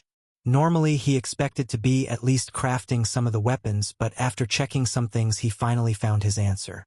I see. So that's how it is. The smithy had its own window where he could just tell the blacksmith to create weapons and armor. However, this wooden blacksmith was more like a factory robot. It only took an existing item designed and produced a copy of it. After fiddling around with the settings, he managed to discover that he could design his own weapons and armor. So, I can either automate this by buying steel weapons and resources from the merchant or create better weaponry myself. I bet everything I buy at the merchant will be of inferior quality to what I can make, or it will cost a lot more to manufacture a store-bought sword. The world ranked its items from lowest to highest. It even gave runes their own ranking from lesser to legendary. He was still a runesmith, and it didn't seem that this assistant blacksmith was capable of inscribing runes either. From his perspective, there were two ways he could go about this to achieve victory. Either he made all of it himself, or he automated part of the process while spending his time on other things instead. I guess this is the hard part. How should I spend the limited time I have here? It seemed that he would have to inscribe runes on any of the swords by himself before his army could use it. He could also do the same with the weapons, but it was clear that it was better to let the wooden blacksmith perform this task instead. It could copy a design he produced, and with his current smithing skills, he should be able to at least produce a high-quality sword from the materials that he could obtain. I won't be able to make anything more than steel weapons. Would it be possible to equip those wooden soldiers with runic wands? This reminded him of the first smithy that he was using after achieving his runic blacksmith class all those years ago. It wouldn't be hard to use the tools here, but before he got to work, he needed to take care of other things. The trial was forcing him on multiple fronts, and he would need to find out the best ratio for it. One was being the city lord here and taking a similar position to Arthur. Then he would need to craft the best possible weapons and armor for his troops if he had enough time. Finally, when the time to defend these walls came, he would probably also need to join the battle. The wooden soldiers that he saw were quite low-leveled and weak. It wouldn't be strange if they got instantly massacred by whatever attacked them. So this is it? Yes. The finest soldiers that the wooden stronghold can offer. Please give them your orders, my liege. He finally arrived at the barracks. Behind it, there was a large training ground where he could see some of the wooden soldiers training against dummies made of straw. It didn't look that great. There were 50 wooden soldiers on the field with only one of them over the level of 50. Name: Wooden Soldier Captain L55. Classes: Wooden Warrior L25. Wooden Soldier L25. Wooden Soldier Captain L5. Roland was also greeted by another window that presented him with the levels for his soldiers. There was no need to even use his identification skill when going through this transparent console. The soldiers varied in levels and experience. Some of them didn't even go through their second Tier 1 class. When scrolling through the various panels, he also noticed that he could assign them training. So I can choose their evolutionary path? To his surprise, there was one wooden warrior at level 25 that had a plus sign next to its name. After clicking on it, he was given an option to upgrade it into a wooden soldier. This wasn't all, as there were other options. Some were grayed out. One of them was a wooden sword soldier, and another was a spear soldier that probably specialized in those weapon types. Wait, there was a training window there. I can actually assign them a training regiment. Without asking for help from the aide, he managed to figure out what was going on here. All the wooden soldiers had their own skills and even talents. There was a sub-window that would show him their aptitude for certain weapons. At the moment, he could only see 3 variables: swords, spears, and bows, where the 3 things he was given and their aptitude were shown in letters. So F is probably the worst, and if it goes up it gets better, probably similar to dungeon ranks. Perhaps A or S is the best aptitude. I was never that good at strategy games. It became clear to him that this would not be an easy task. He was not someone that worked that well with others, and now he would have to become a commander of a fort. It was up to him to decide on the path his soldiers needed to take and also give them the best equipment for the job. What would be the best ratio of spearmen to bowmen? He wasn't sure, but he would need to decide before the enemy attackers got here. I still need to check out that wooden fort I came from. I think there was something like a lord's chamber. Perhaps there is something to tie all of these things together. If I have to walk between all of these areas on foot, it will take forever to get things done. Roland decided to postpone upgrading the one wooden warrior to another class. He needed more information about this system. Before leaving, he assigned training regiments to each soldier depending on the aptitude for each weapon. Time was of the essence, and he hadn't even fully explored this place yet. Becoming an overlord seemed like it would force him out of his comfort zone, but at this point in his life, he was used to it. So, is this supposed to be the Lord's throne room or something? Roland spoke to himself while entering the shoddy-looking fort. It was on a motte, which was a mound formed to house it. The elevation wasn't that high up, and the wooden walls consisted of the same sharpened logs tied together by rope. These fortifications wouldn't really stop anyone. Perhaps people below level 25 would have to scamper around him, but besides that, it would go down quickly. It was not much of a fort, as there weren't any watchtowers outside and only one building directly in the middle. The size of this building was comparable to a small house, but there was a lot of space around it. This wide open space gave him the impression that it was supposed to be filled out by something, and the answers he found on the inside. The inside of this almost hut was primarily empty. A long brown carpet made out of some sort of animal hide led up to a large chair, which was probably supposed to be his throne room. The position of the throne was slightly elevated, and on the sides there were several windows that let some sunlight in. Besides the large chair, there were also some torches that could probably be lit when the space needed to be used during the night. When entering this place, he had the Lord's aid puppet trailing behind him, but the moment he entered this area, the automaton stopped in place. It didn't seem that it wasn't able to enter the area by itself, but waited to be allowed inside instead. It seemed that the wooden people really saw him as their leader and would follow some rules concerning this role play here. Roland decided to go around this place, and after reaching the throne, his gaze landed on it. The thing was made all out of wood and lacked any type of soft cushioning for his behind. Perhaps he would need to use it for something later, but for now, he discovered a door to the side. When going through it, he was taken to what looked to be the Lord's bedchamber. A large bed with a mattress filled with something was there for his use. To the side, he also spotted a chair at a desk with some parchments and notebooks. Nothing to actually read, just empty pages to write things in. How long do they expect me to be in this trial? There was a quill along with some ink that he was very familiar with. It was just like the first one that he used when he went through his runic mana scribe phase. When looking at this place, he had a premonition that it could take a few months before he gets out. The pages here were probably to take notes and maybe to plan things out for the future. His first task was to defend this place, which he needed to prepare for. The 50 soldiers I have wouldn't pose much of a threat to the current me. The enemies are supposed to arrive in around a week's time. What should I do in the meantime? Is there anything in here that I can use? Roland had hoped to at least find a map of the area somewhere in here, but it wasn't there. Perhaps he would need to draw it up himself while exploring the areas around the castle.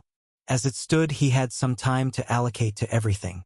The soldiers had their orders to train up as he had gone to the barracks, but he had yet to decide on the resource allocation. I just wanted to be a shop owner. This whole trial was making him want to cancel and go pick up the Master Runesmith pathway. While he was fine fighting monsters and crafting gear, leading troops wasn't something he was familiar with. When going down into dungeons, he was also a solo adventurer with only Agni being his only companion. When joining other groups, he was never really part of them and never cared about working as a team player. Now he needed to somehow lead these puppets to victory. Well, these automatons might be more like golems than people, so it will make things a lot easier. They also don't seem to question me in any way. While contemplating his next step and gathering more information, he finally decided to sit down on the throne made for him. It would be quite tiresome to go around this place on foot as it wasn't that small.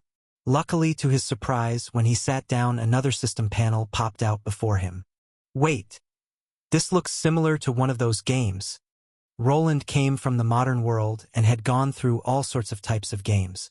Role-playing games and strategy games were some of the ones that he enjoyed. The interface before him was quite low on the graphical spectrum, but it was similar to some of the strategy games that he played. In the upper right corner, he could see the same gold icon that he witnessed when interacting with the merchant. To the right side of the icon was the number corresponding to his current gold level. When he tried tapping on the gold to get more information, he saw the letter 1 with a plus sign next to it. Huh! Could this be how much gold I gain per day? Or per hour?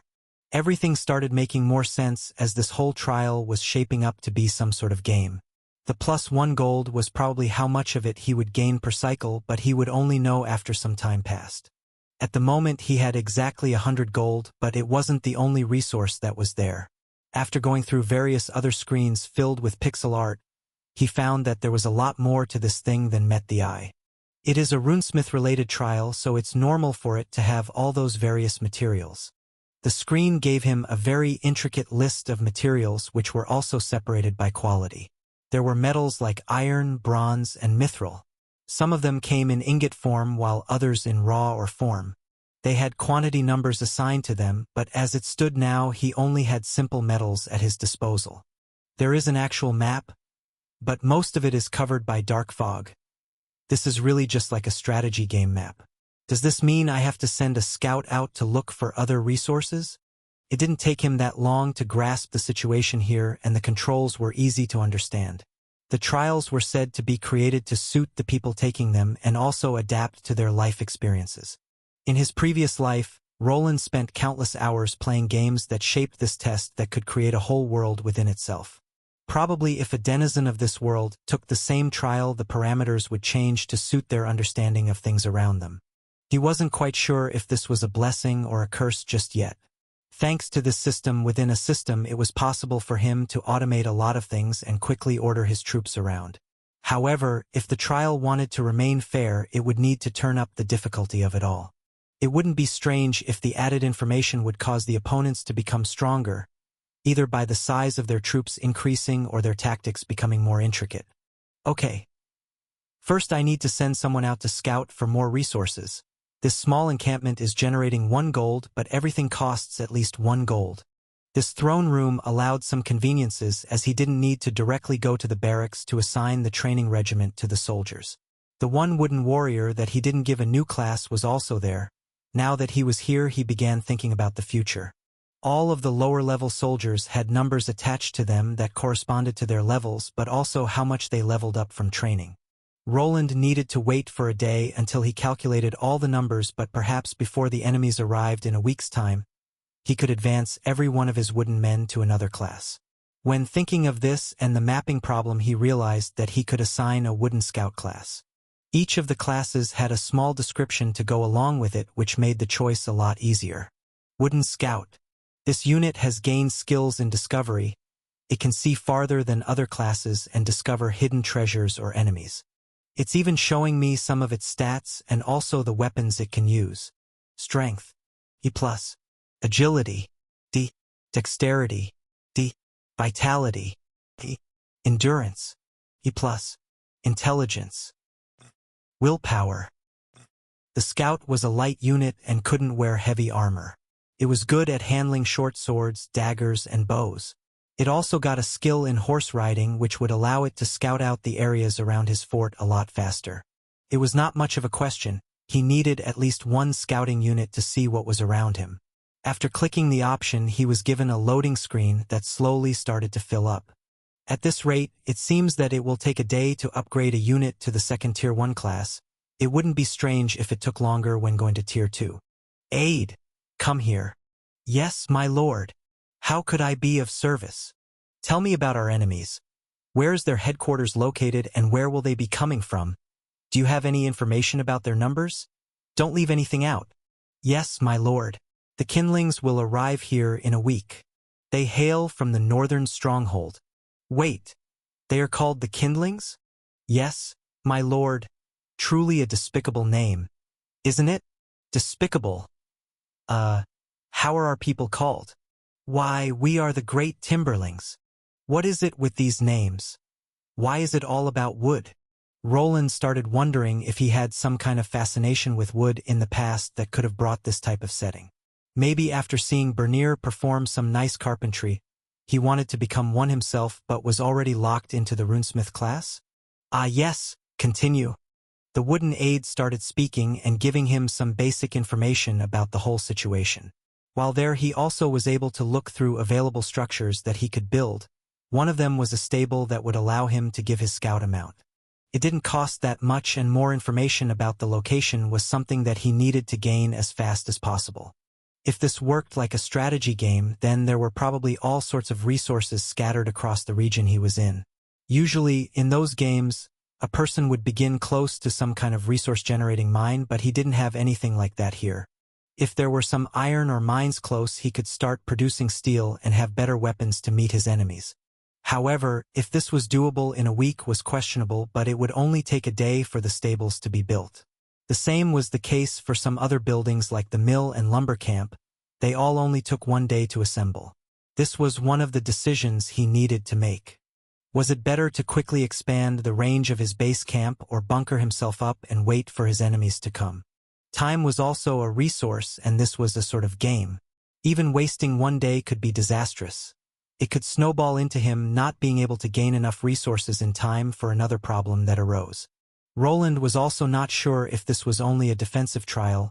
There were far too many red flags pointing to another option. An overlord seems like someone that wouldn't shy away from battle or conquering others. This throne allowed him to monitor his entire base of operations. With it, he could probably also manage other territories that he conquered.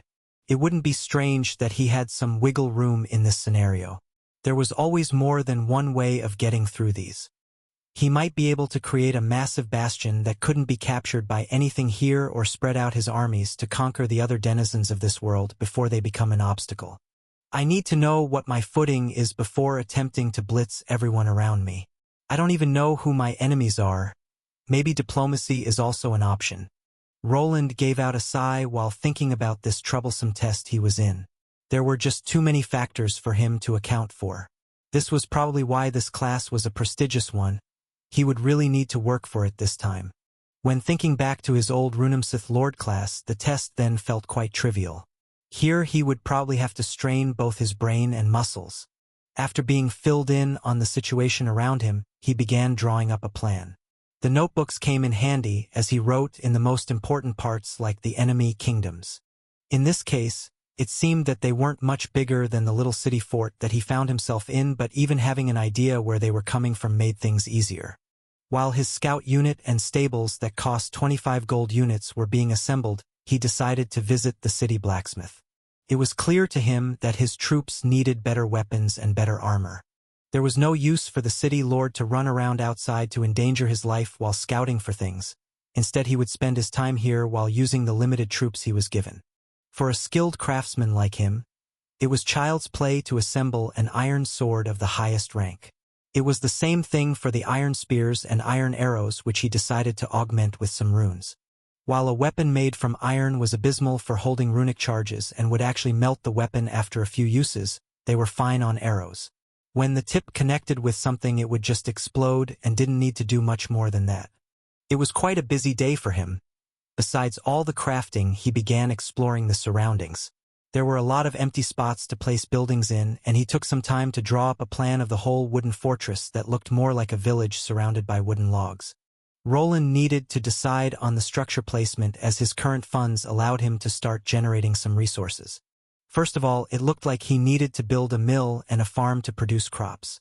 With farms up there, he would be given some villagers that would actually generate more gold, and the surplus of the produce they generated could be sold for profit or maybe even traded for something else. After going through all the various panels, Roland figured out the gameplay loop this place had. First of all, he needed to generate resources that could be used for various things, which culminated in upgrading the town center and his fort. The first upgrade required a set number of lumber and stones that he could gain by creating buildings like a quarry and lumber mill. There was a large forest right next to his fort, which would make it easy to generate lumber, and a good location was soon discovered by his scout not far from the forest. The nearby mountain area had a lot of stone and also iron ore that could be mined. Creating a mining camp would take care of both of those resources, but there was another loop to create workers. First, he needed to create some residential buildings for people to live in. Then he needed to assign jobs to them and also have enough food to keep them fed through their working days. Luckily, the croplands that were created by the farms produced wheat and then bread with the help of the mills rather quickly. All the components were there, but the trial world took some liberties with how things worked to hasten some of the activities that didn't seem to matter as much. Soon he had something that looked like an actual proper town as the week winded down. However, this was only the beginning, as the people from the opposing faction finally appeared. The way they looked was a bit surprising, but after getting used to his own citizens that were made of wood, the sight of wooden men with burning heads didn't move him anymore. "My lord, the enemies are here. We must defend the fort." A horn sounded to signal the appearance of an enemy faction that was dead set on taking over their lands and taking all of their resources. "They look really similar to the puppet soldiers on my side. It's like a palette swap in a game, or a rare skin." Roland was looking at the kindling forces that arrived from the north side where his fort was. Their appearance was close to the Timberling soldiers that were on his side, but with a few changes. The wood they were made of was a bit darker, and they had some flames coming out of their wooden heads. He was not sure if they were purely cosmetic or a source of some sort of magical attack, but this would become apparent in the coming battle. "My lord, the enemy numbers in the hundreds. What are your orders?" "Just stick to the plan for now. As expected, they have more soldiers than us, but it shouldn't be a problem if they stick to the route." His aide was standing right next to him and only was capable to give him an arbitrary number of the enemy forces. On the side of the Timberlings there were 50 soldiers, all of them able to gain their second Tier 1 class enhancement. Considering he took their talents into consideration, he ended up with 20 spearmen, 20 swordsmen, and 10 archers. Then within them, they had a subset of spearmen using shields with shorter spears while others used longer ones. From a glance, it seemed that the kindling forces had about 4 times as many people as they did. If they met each other on an open field, then the result would be an obvious loss of all his soldiers. However, this was a defensive battle, and even though the walls of the settlement weren't that high, they would still need to be destroyed before they were able to directly attack his forces. "The enemy is approaching. Archers, raise your bows." The wooden soldier captain that had leveled up to level 60 this week started giving out commands. The archers that were equipped with exploding arrows would be the center point of this defensive strategy. If they did their job well, then he expected the small enemy army to be eradicated before they reached the gateway inside. North was where his motte and bailey fort was facing and where the entrance gateway was built. It was slightly more robust than the walls on the sides, and a bridge made of logs could be extended over the moat. At this moment it had been pulled back inside the castle, so that the enemy forces would have to contend with the shallow waters and mud. Roland would have loved to have some time to expand his defenses, but he didn't have enough funds for it. After creating the bare-bones facilities for his villagers, he didn't have much to spend on the defenses. He was able to scrunch enough to build a wooden rampart for the 10 archers to stand on. From there they could use their ranged attacks against the opposition. Next to the 10 archers stood 10 shield swordsmen that would protect them from any enemy fire that was coming. Down on the ground, the spearmen waited. There were some small holes in the log walls that could be used by them. If the enemies arrived and tried scaling them, they would get poked to death. Roland wasn't sure if it would come to this part, though.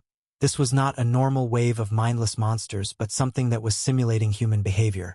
If everything went as he planned it out, then a huge blow would be dealt to the invaders. Normally, after suffering big losses, a commander should decide to pull out. Perhaps their forces would lose enough morale to even flee by themselves.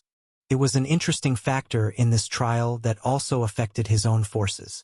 Back in the throne room where he could command everything, there was a morale counting for the army. The wooden captain would raise the stat of the troops that was giving them a buff to their numbers. The same was with him. He was considered a special unit, like a hero, and whenever he was close to his troops they would be stronger. Just standing here on the rampart with the archers would boost their stats by a few levels. "My lord, please take shelter in the fort and leave this to the soldiers. What if something happens to you?" "Nothing will happen to me. Now order the archers to begin." "Yes, lord." Roland also noticed that his role as the lord was somewhat special. While he was increasing the stats of his soldiers, when standing here the buff might be lost and turn into a debuff if he wasn't careful. When he actually engaged in battle and got injured himself, it would probably affect the soldiers in a negative way, just like in the real world. Most of the time nobles hung out behind strong defense lines where they continued to give orders. If they were killed or captured, the fighting was usually over. If he looked at it as a strategy game, then he was a special unit with unique abilities and worth. He could probably give out a moral boost that was of a higher degree than any of his commander units, but if he was defeated in battle or even injured, it could adversely affect his troops. This was the same for the opposition. If their leader was defeated, then if they didn't have anyone to take over, the battle would be over. Finally, the charge was started and signaled by a toot of a war horn. The enemy wooden soldiers started charging with spears raised. Their composition was very simple and consisted mostly of spearmen and archers. The only mounted unit was their leader that was giving out orders on top of a wooden horse, which made the whole scene quite bizarre to the only human here. Not much of a formation there. They are just diving towards the main gate where the archers are stationed. Is this because this is just the beginning of the trial, or because they are low-leveled and it limits their strategy? The enemy had the number advantage, which gave them the edge. The wooden walls made from logs wouldn't last for long, and from afar, he also spotted some wooden ladders being carried behind the troops that were charging. They intended to just scale the short walls and jump over before continuing with the assault.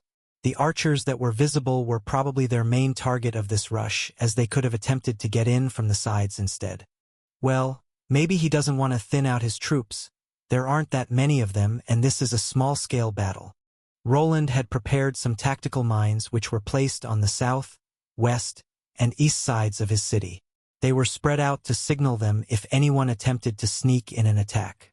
During this maddened rush, it would have been an opportunity to sneak in from the back or from the sides, but nothing went off. Neither did the scout unit that was hiding outside activate the specially made runic device. It was time to move into phase first of the plan that was hastily prepared by him and his one and only aide. The archers took aim and started attacking the troops on the outer edges. The arrows didn't even need to collide with their bodies, as connecting with the ground was enough to produce a magical explosion. Roland wanted to cry a bit on the inside after seeing the first arrow go up in smoke. There was not even a full week for him to prepare the ammunition as the blacksmith NPC couldn't copy his runic designs. He was forced to inscribe each arrow tip by himself and without the possibility of drinking any mana potions. With the lack of any magical parchment at his disposal, he needed to use the little iron that was given to him.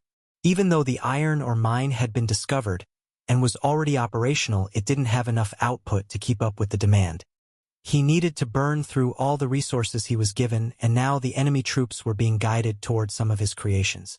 While the arrows packed a lot of power and were able to kill a wooden soldier in one hit, they weren't hitting the target constantly. They had a large assortment of ammunition that their glorious lord had stayed up almost the entire week making. Even though some of them missed, they did their job of funneling them toward a certain location. It's working. They are getting onto it. Roland had a lot of experience with explosives and earth magic. It wasn't a new tactic to lure opponents into a more favorable location while acting meek. The archers on top of the walls didn't look that strong, and the flimsy walls that could be easily broken down or scaled were just a distraction. The true force was packed underground in small pockets that wouldn't be discovered even by an experienced mage. The moment the wooden soldiers crossed a point, the trap started activating. It was set up on a delay so that there was enough time for each and every mine to go off while someone was in the vicinity. Only the set planted directly in front of their moat would explode instantly, and finally, the fireworks started. Boom! A group of wooden people was thrown into the air by an explosive rune. It was inscribed onto a thin plate made from pig iron and had enough power to produce a Tier 2 explosive spell. Soon, like dominoes, each and every magical explosive that was in the vicinity was going off. The troops' charge was halted, and they were all going up in flames without Roland needing to engage them in battle. Will they retreat or continue? More than half of the enemy forces had gone up in flames, and the ones that survived were starting to backpedal. They had lost their morale and started deserting. Even when their commander was there, a loss of more than half their troops in one go was devastating. Perhaps if their leader was better, he would be able to rally his men once again, but instead, he started attacking some of the retreating soldiers. This worked to an extent, as he was able to halt some from escaping, but several had scattered to the sides where he couldn't reach. From a force that numbered about 200 strong, they were now closer to his forces. They had not even been able to breach their walls or placed any of their ladders and temporary bridges to get through the moat. It didn't take a genius to realize that the battle was over and they wouldn't have enough troops to get inside. Cowards! All you can do is hide behind your walls and use vile magic. I challenge your leader to a duel. Does he dare to face me in single combat? To Roland's surprise, an unforeseen element emerged in the trial. His forces had managed to push back the enemy by just guiding them into a trap. He had lost none of his troops while the enemy had suffered a loss of 70%. Normally this would be enough to end this encounter, but this commander wanted to take him on as an individual. Interesting. Could this give me a better grade for the trial if I accept it, or will it worsen it? Roland had not forgotten that this place was only a trial. Everything here was fake and was made for a reason. This was just the first part of it, and even now he didn't ignore the possibility of there being levels to it. His choice of not entering the fray was also dependent on what he thought the trial expected from him. The basis for this conclusion was due to reading up on other Tier 3 trials. If it wasn't something plain like defeating monsters or gaining an item from a castle, it could have hidden checkpoints. Roland thought about what he was trying to be, an overlord, someone that was supposed to lead a city while also crafting up a storm. The latter part he performed by designing all the weapons for his army and also by making all the explosives. The first part was different. A lord couldn't just put himself in danger without a good cause, and his people depended on him to survive and perform his tasks. It wouldn't be hard for him to jump into the swarm of low-level puppets and kill them all himself. Putting himself in unnecessary danger if there were other ways to protect his lands would probably lower the hidden grade. If he was wrong, then it would be fine as well. The only thing that he would lose was some sleep, and all of his troops were still alive. How dare he call our liege a coward? Our lord is not scared of anyone. He is the strongest of all the lords. Not like yours that send out a foot soldier instead of coming to face us. Roland noticed that the aide that was with him started getting mad and slinging insults at the enemy commander. At first, He thought the wooden man would tell him to not engage with the enemy leader, but it didn't seem that way. During the shouting, it was becoming clear that he actually wanted him to see his lord battle this man on the horse. To simplify things even further, after stepping forward and meeting the gaze of the wooden commander, he was given a message. Will you accept the duel from the enemy commander? The trial was pushing him towards this confrontation. At the time he was given the option to refuse as his forces were winning, but perhaps this was something that he could use to his advantage later. It was also an opportunity to see where this went, and considering that his opponent wasn't that strong, there was no reason to refuse the challenge. I accept your challenge. The moment he spoke those words, a strange phenomenon started taking place. Outside his wooden fortress, a ring of around 30 meters in diameter started forming on the ground. Where before there were chunks of fallen wooden men, a flat surface was being formed. All the bodies and mangled weapons were pushed outside. The ring started flashing a bit, as if it was trying to send some kind of signal, and this prompted the enemy commander to move toward it and dismount. After grabbing his weapon of choice, which was a large halberd, he entered the ring, where he began standing without moving a muscle. I guess that's the battle arena. It doesn't look like the other soldiers will attack me while I'm in there. During this week, Roland had worked without rest to create a lesser version of his armor. There wasn't much to work with, as what he was left with was just a pair of steel gauntlets, reinforced steel boots, and an old iron breastplate that had already been there before. It allowed him to use some lesser spells, but should be more than enough for his coming battle. They all are acting a bit strange. His own forces opened up the gate for him without Roland even needing to order them. It was as if he was inside a cinematic that he couldn't interact with after accepting the challenge. The ring began to flash a bit faster, which made him believe that he only had limited time to get to it. Perhaps if he waited for too long, the duel would be halted, and it would look as if he got cold feet. Foolish lord, this will be your resting ground. Your head will be proof of my loyalty to the true lord of these lands. Ho, is that so? You really think you can beat me with those stats? Name: Wooden Commander L105. Classes: Wooden Warrior L25. Wooden Soldier L25. Wooden Soldier Captain L50. Wooden Commander L5. His opponent raised his large halberd and was ready to charge. Roland took a moment to look at the levels and realized that this would be the next upgrade to his own captain. The wooden puppet before him was close to his height and a lot more robust looking. He was even wearing a full set of half-plate armor made of steel. One of the reasons that he accepted this challenge was the gear this unit was wearing, which would let him enhance his fighting capabilities even further. Have it you. Become my stepping stone. Yes, yes. Roland pointed out with his hand at the large wooden soldier that started charging at him. Before he could come anywhere near the new lord of the fort, a blue bolt of energy shot forward, and even though a deflection was attempted with the large halberd, the weapon buckled under the pressure before being slammed back. It wasn't much of a battle, really. The level difference was too high, and Roland never intended to let the wooden puppet get near him. In a battle of brawn against magic, magic usually came out on top when a mage was able to cast their spell. In Roland's case, where he could circumvent chanting, this battle became target practice. In under a minute, the duel was over and the puppet's head exploded from a well-placed mana arrow to the face. Congratulations on your victory. The rewards will be presented to you now. Rewards. A pop-up message appeared before him out of nowhere. It looked similar to the usual world message, but the usual white text over the black bar was changed to a green bar. The moment it appeared, a strange occurrence took place. His opponent's body, which had been turned into wood chippings, started to flicker before vanishing. The ring of fire that had been around them was also gone, and the enemy army, which still had around 50 soldiers, started to run away. Apparently, without an officer or leader-type unit, they would lose all will to fight. In Roland's mind, this was something that would only work in a small-scale battle like this. Probably if there was another unit like the wooden commander present, then it would have taken over. Those tooltips did say something about the wooden captain being able to command a small force.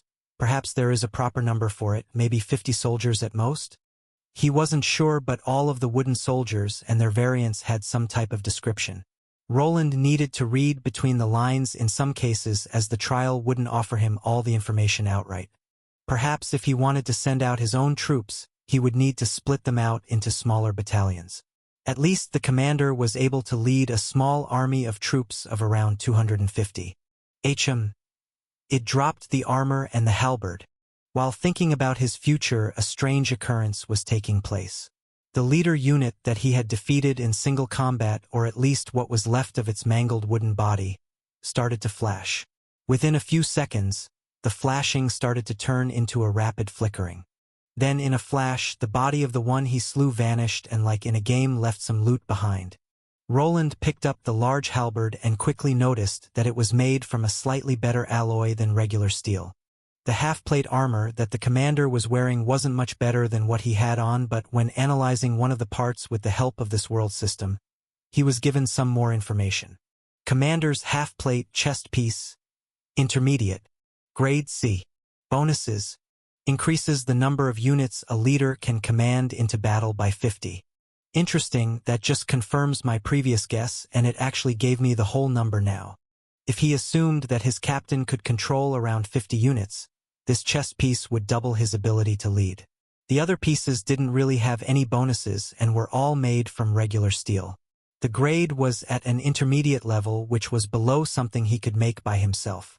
Normally he would replace the breastplate he made himself, but considering the bonuses, it would probably be better to give it to his captain unit. I'm probably seen as a special unit by the system controlling this trial. Wouldn't be strange if I was only limited by the number of units my settlements can contain. Usually, in strategy games, each base had a limit of residents that it could contain. This was usually a limitation brought by the game system itself, as there wouldn't be enough computing power to manage thousands or hundreds of thousands of moving components on a screen. He wasn't sure if the same thing could be said about this simulated world he was in now. My lord, the enemy is retreating. Should we pursue them? No, we don't have the manpower for that quite yet. Just have them take the weapons of the ones we managed to defeat. Of course, my lord. At first, it might have seemed that it would be a good thing to chase after them. They would not be able to gain that much from taking their equipment. After the battle was over, the bodies of the defeated soldiers started flashing just like the commander did. They had already enough that dropped here. There was no reason to endanger the troops or his encampment. This might be a lot more complicated than I assumed, but I also still need more information. Creating more scout units and establishing a proper army is my top priority now. After the battle was over, Roland was sitting in his throne room, which had slightly shifted to a more robust-looking one.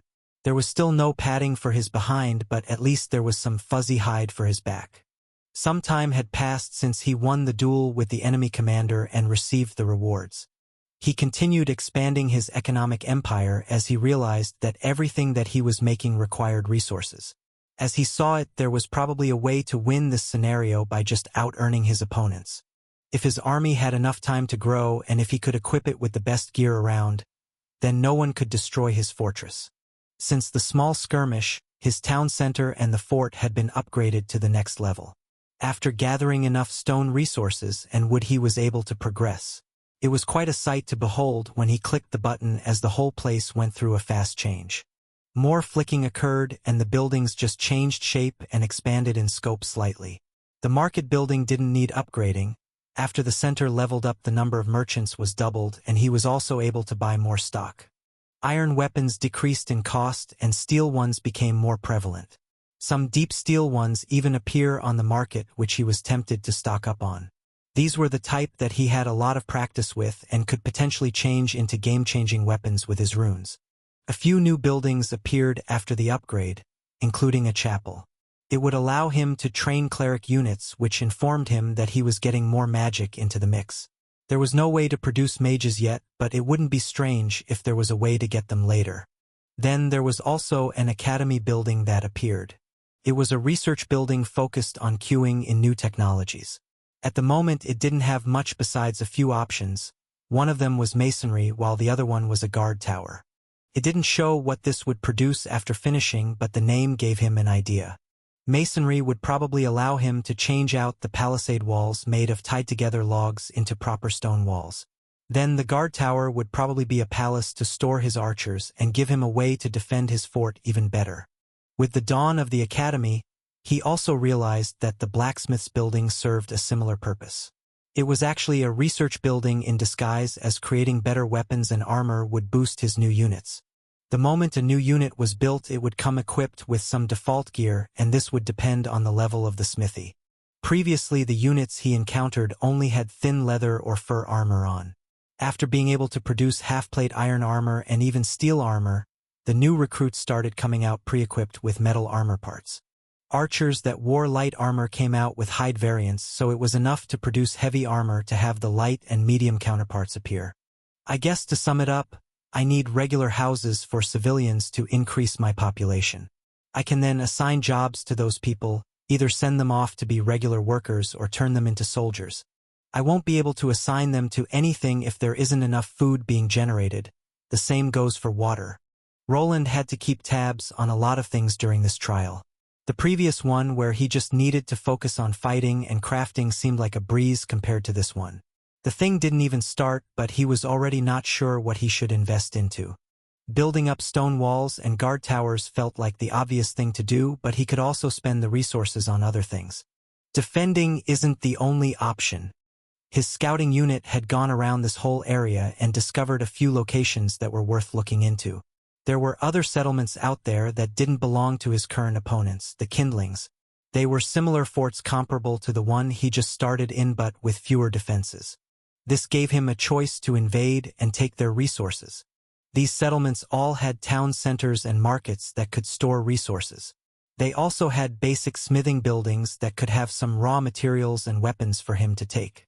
This gave him the choice to focus on building a strong army before the fortifications were up.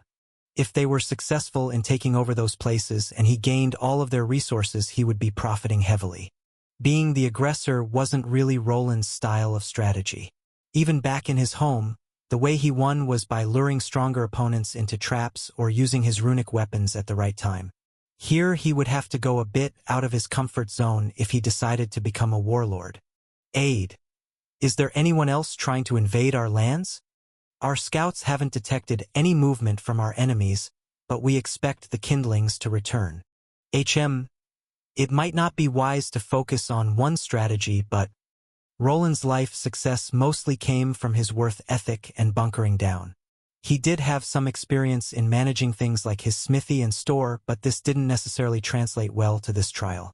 A choice had to be made. Would he go on the offensive and spread out his armies through these lands and perhaps even join them? Or was it better to do what he was good at, which was creating a fortress protected by mechanical golems and turrets? It's probably better to stick to my guns. Splitting his forces and resources was not the way to go.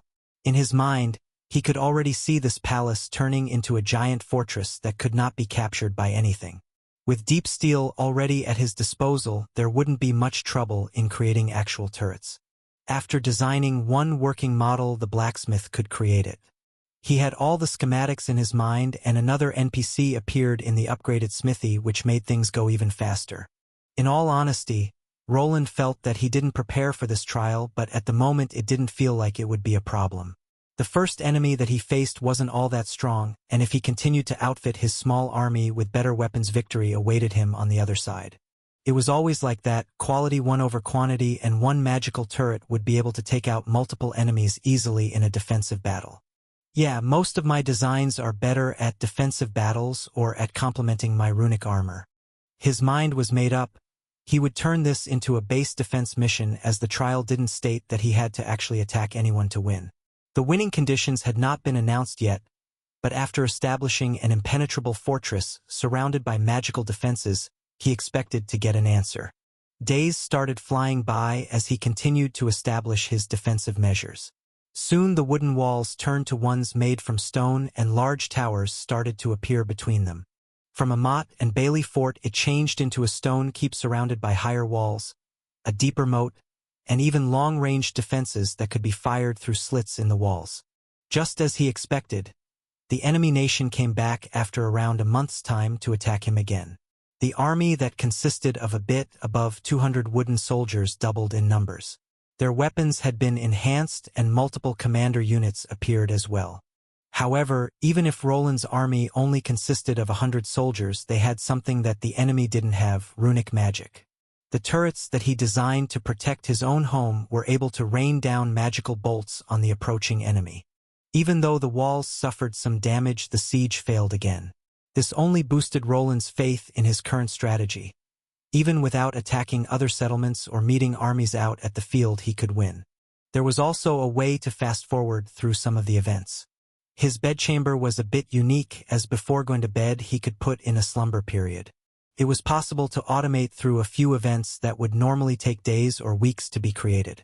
It was like hastening the speed in some games to have buildings be assembled faster, and he sometimes used the option for buildings to be assembled. The blacksmiths could copy his designs faster, but it also took some time, and thanks to this option he could hasten the time frame of this trial. Nevertheless, as time continued to tick down and weeks turned into months, he noticed that something was off. Even though his stone keeps turned into a concentric castle with 2 layers of defensive walls, there was no sign of the trial ending. The nation of Timberlings had actually fallen after a couple of months and was replaced by a stronger faction with actual siege weapons. Defending against them had become a lot harder, and even after assembling a full runic armor similar to his back home, he was starting to lose more. Usually, the weapons and armor that were gained from a victory could be sold on the market to gain better material. There was even an option to trade them out in bulk for something else, like deep steel or better materials to construct his defenses. Even though his units had gained special skills in handling his runic devices similar to the ones Bernier used, they were not able to hold on. This was not something that he could predict, as the trial didn't seem to have an end. It was not that his defenses were bad or that he was managing his castle badly, but due to it not being possible to complete this trial in this way. The moment he made the decision to turn this into solely a defensive game was the moment he lost it. There was no end to the waves of invaders, and he had quickly become surrounded by one large empire that conquered everything and everyone. So, this was not about defense but about defeating all of the other groups. Now that he was surrounded from all sides, it didn't really matter that his castle was an impervious fortress. He would not be able to continue this trial without defeating his opponent, and as it stood, his strategy wouldn't allow his forces to win. They had access to all the resources now and would slowly whittle him down. Even if he managed to continuously win over his enemies, without capturing all of their bases, there was no end to this. With how he had focused on defense, there was no room to switch. If he started assembling siege weapons, he would not have enough resources to repair the damaged walls, turrets, and golems that he assembled. Yet he couldn't just give up. It wasn't over yet. Perhaps there was a way to victory? Shit! What's that? The answer to his question came in the form of a massive army that was led by a strange-looking puppet. It was not made of wood, though. It was fully composed of some sort of metal and looked more human than any of the others. It stood like a last boss on top of the hill while his castle was being bombarded by catapults from all sides. It didn't offer him even an option of a duel, as it charged together with a bunch of heavy armored mounted units towards the main gate. I actually failed. Roland was jolted from the chair he sat on while remembering the metallic puppet's weapon smashing his head. A familiar ceiling and tools greeted him as he was now in his workshop, where he activated the class change crystal. The same crystal had now turned to powder right in his hand. The time he spent in that trial was longer than back when he was getting his engineering class, but in the real world only a few seconds had gone by.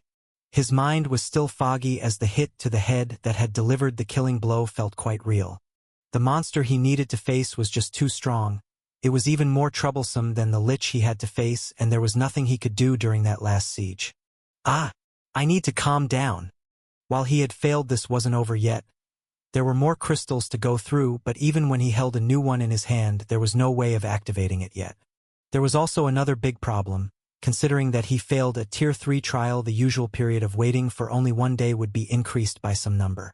Then, if he continued to fail his trial, it would keep increasing even further. It was possible for a person to continue failing these tests continuously until the period became so large that they wouldn't actually be able to retake the test ever again. To not allow something like this to happen again, Roland needed to decide on a new tactic and also put more thought into leading an army. Shit, what was it again? I can't remember. Is this ascension-induced amnesia? So that's how it feels like. Roland grasped his head while trying to remember some of the knowledge he gained related to his new class. There were holes in his memory whenever he tried to remember some of the specifics that transpired during the Ascension trial into the Overlord class. This was something that he expected after failing in his transformation, but it was still a strange feeling. First of all, he only remembered some parts, but mostly the beginning. It was kind of a blur after defeating the first commander unit and getting past the tutorial phase of the whole trial. After that, he couldn't really remember anything specific. The path that he took was defensive in nature, but he couldn't remember which specific upgrades he went with first. Everything specific that could be seen as an advantage was being forgotten, but some partial events were still there. This wasn't anything new to him, as he had read up on situations where people had failed their trials. In some situations, people would be left with nothing and could only recall activating a trial before appearing back in the real world with no recollection of anything. However, sometimes bits and pieces would be left behind, and some theories floated around proclaiming that a high enough resistance to mind-related effects could help alleviate this disadvantage. He could recall the monster that he was fighting and its huge mace going toward his head. It was like waking up from a nightmare, as he was also covered in a cold sweat. If he didn't have the crumbled pieces of the Ascension crystal in his hands, he could even believe that. Even though he had forgotten a lot, there was some information that would allow him to probably go into the next one with more preparation. I guess bunkering up in a fortress won't work. How much time did I even spend there? It's like a blur, but it must have been multiple months. Could it have been close to a year? Roland had lost his perception of time. It was like waking up from a fever dream. Luckily, he knew what to do to keep some of his memories intact. When straining his brain on the dreamlike experience, he could recall some of the key events that led to his downfall as an overlord. Through this method, he could collect bits and pieces of the puzzle which he could then try to assemble later. The main one was his decision to stick to his comfort zone. After managing to defend his own home through turrets, mines, and other traps, he tried to do the same. While it took less to defend a reinforced position like a castle, there was a limit. If the invading armies were too large in number or were equipped with state-of-the-art siege weaponry, there was no chance of him winning. I think I put on a good defense. I remember lasting out for a while. But that won't work if the victory conditions are different. Through his blunder, he recalled his worst mistake. There was no winning by only defending in this trial. It became clear that only by dominating everything would he gain the title of Overlord. Considering that this title presented itself as a lord towering over all the other lords, it was obvious that he needed to take them all out to achieve victory. Perhaps this is the difference between the two classes. While getting up from his chair, he recalled the High Lord variant of his class. It wouldn't be strange to assume that that class version would have a similar trial. It happened often when the classes came from the same source and had a similar naming scheme. Considering that his High Lord class was lower on the totem pole, it might have been more lenient with him, and his approach of defending could have garnered him a passing grade. Now, on the other hand, he was left wondering how much time he would lose due to his blunder. It was 24 hours for a regular class change, but considering that this was a special Tier 3 Ascension trial, this could take longer. This was something that Roland didn't want to happen. Failing a trial wasn't the end of the world, and it could be retaken later. However, there was one problem. There was always a waiting period that continuously grew the more a person failed. The time he entered the Ascension Zone when he hit level 150 didn't count, as he left before activating the test, but now he had actually gone through it all. The period usually doubles after each failure, but sometimes it could go over that. It will all depend on how much I have to wait now. There was no way for him to tell how long the cooldown for the crystal would take. There was no problem in getting new ones, and he had one already stashed away for this location. Resources weren't the problem.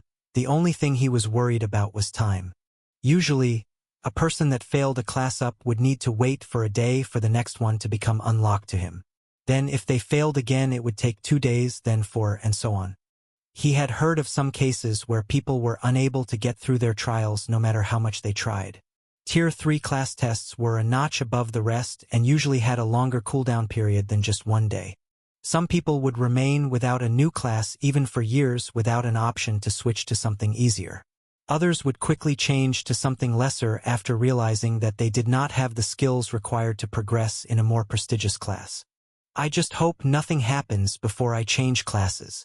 Roland had to take into consideration that he was ill-prepared to take the Overlord test. Perhaps even if the trial unlocked tomorrow, it would have been better to continue leveling the skills that weren't maxed. There was also an option to gain some new skills through skill books before the second or third attempt. While this was the better way to approach things, in his mind, there was no time. With the emergence of the higher-ranked dungeon, the place would start to swarm with people that could make life difficult for him. The reason he chose to come here was that the dungeon was a mid-rank dungeon that lacked anything to attract Tier 3 class holders. His only cover was his engagement with Arthur Valerian, which made him somewhat untouchable inside the city, that is if no other nobles were involved. Now that this place had become an investment opportunity, he wasn't sure if some troublesome people would arrive. What should I do to prepare? After cleaning up the crystal dust from the workbench and looking over the other class change crystal, he decided to return to his house. There he was greeted by Agni, who didn't really know why his master was in such a depressing mood. Maybe I didn't go through those strategy books thoroughly enough? Considering that when he was going through all the books at the Arden estate when he was a small child, it was already a wonder that he remembered this much. His intelligence value that allowed his memory to be boosted only started to really help after he gained his mage class. It wasn't strange that he wasn't able to read into the crux of the strategy from books. Gaining knowledge through books also had its limit, and he certainly did not have any teachers explaining anything. The only thing he gained from back then was basic battle training and an idea of how to survive in the world. The next years were mostly used to study his craft as a runic blacksmith and then runesmith. There was no time to waste on learning obscure war techniques that he had no use of. Even if he was sent off into war, his role would probably consist of making runic weapons and not directing troops or taking part in the battle. There was just no point in time that he would have required that data, and it was probably one of the reasons that he failed. Where could I get information on how to lead a fort or command troops? Wait, I think there were books about that in his office. Roland frowned a bit as he realized where his next destination was.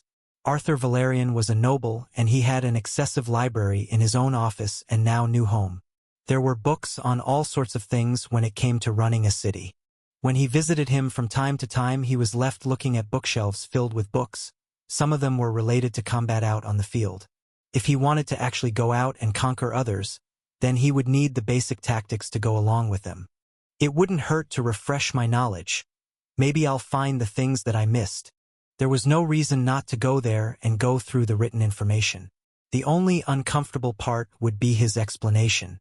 Arthur could start asking questions, and telling him the details of his Tier 3 class up test was off the table. They weren't really friends either, so perhaps a trade needed to be struck. There was also a library in the city that could have some historical records or tips. I guess I'll go to the library first, and then try to think of a way to get Arthur to lend me those books. After groaning a bit, he decided to return to his workshop.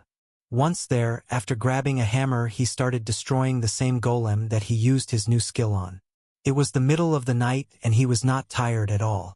Using this time to level up his skills was the best way to prepare. Once dawn came, he was quick to pack up and head to the library where some new knowledge could be gained. When he arrived at the building that he had never really visited before, he was greeted by an old lady inside. This reminded him of some places he used to study back in college. Compared to the modern library in his old world, this one was rather small. After asking for books about warfare or old records of battles, he was met with mostly silence. Considering that knowledge was power, nobles did their best at hiding things that could make the populace rowdy.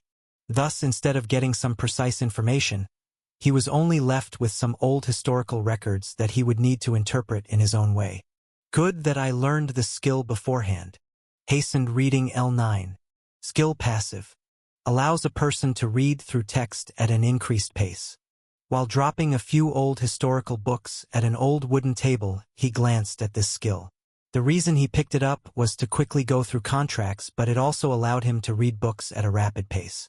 From the outside, it seemed like he was skimming through the pages, but in reality, he was able to remember and then recall everything he went through. This was the max-level version of the skill for Tier 2 class holders. It could be learned by anyone with a high enough intelligence rating, and it had no class restrictions. Thanks to him going through various runic books that he received from his friend at the academy, he was able to level the skill up rather fast. The harder the theme that a person was going through, the faster would the skill level up. Even with the skill working and his reading being quick, it would take some time to get through the books here. Considering that a lot of information here was things that he already knew, there was no use in spending more than a few hours going through it. Without anything specific, he could only take in old battle records that would require him to recreate the tactics himself. Thank you, please come again. Lending out books wasn't really a thing here, as no one had any time to monitor lent-out books.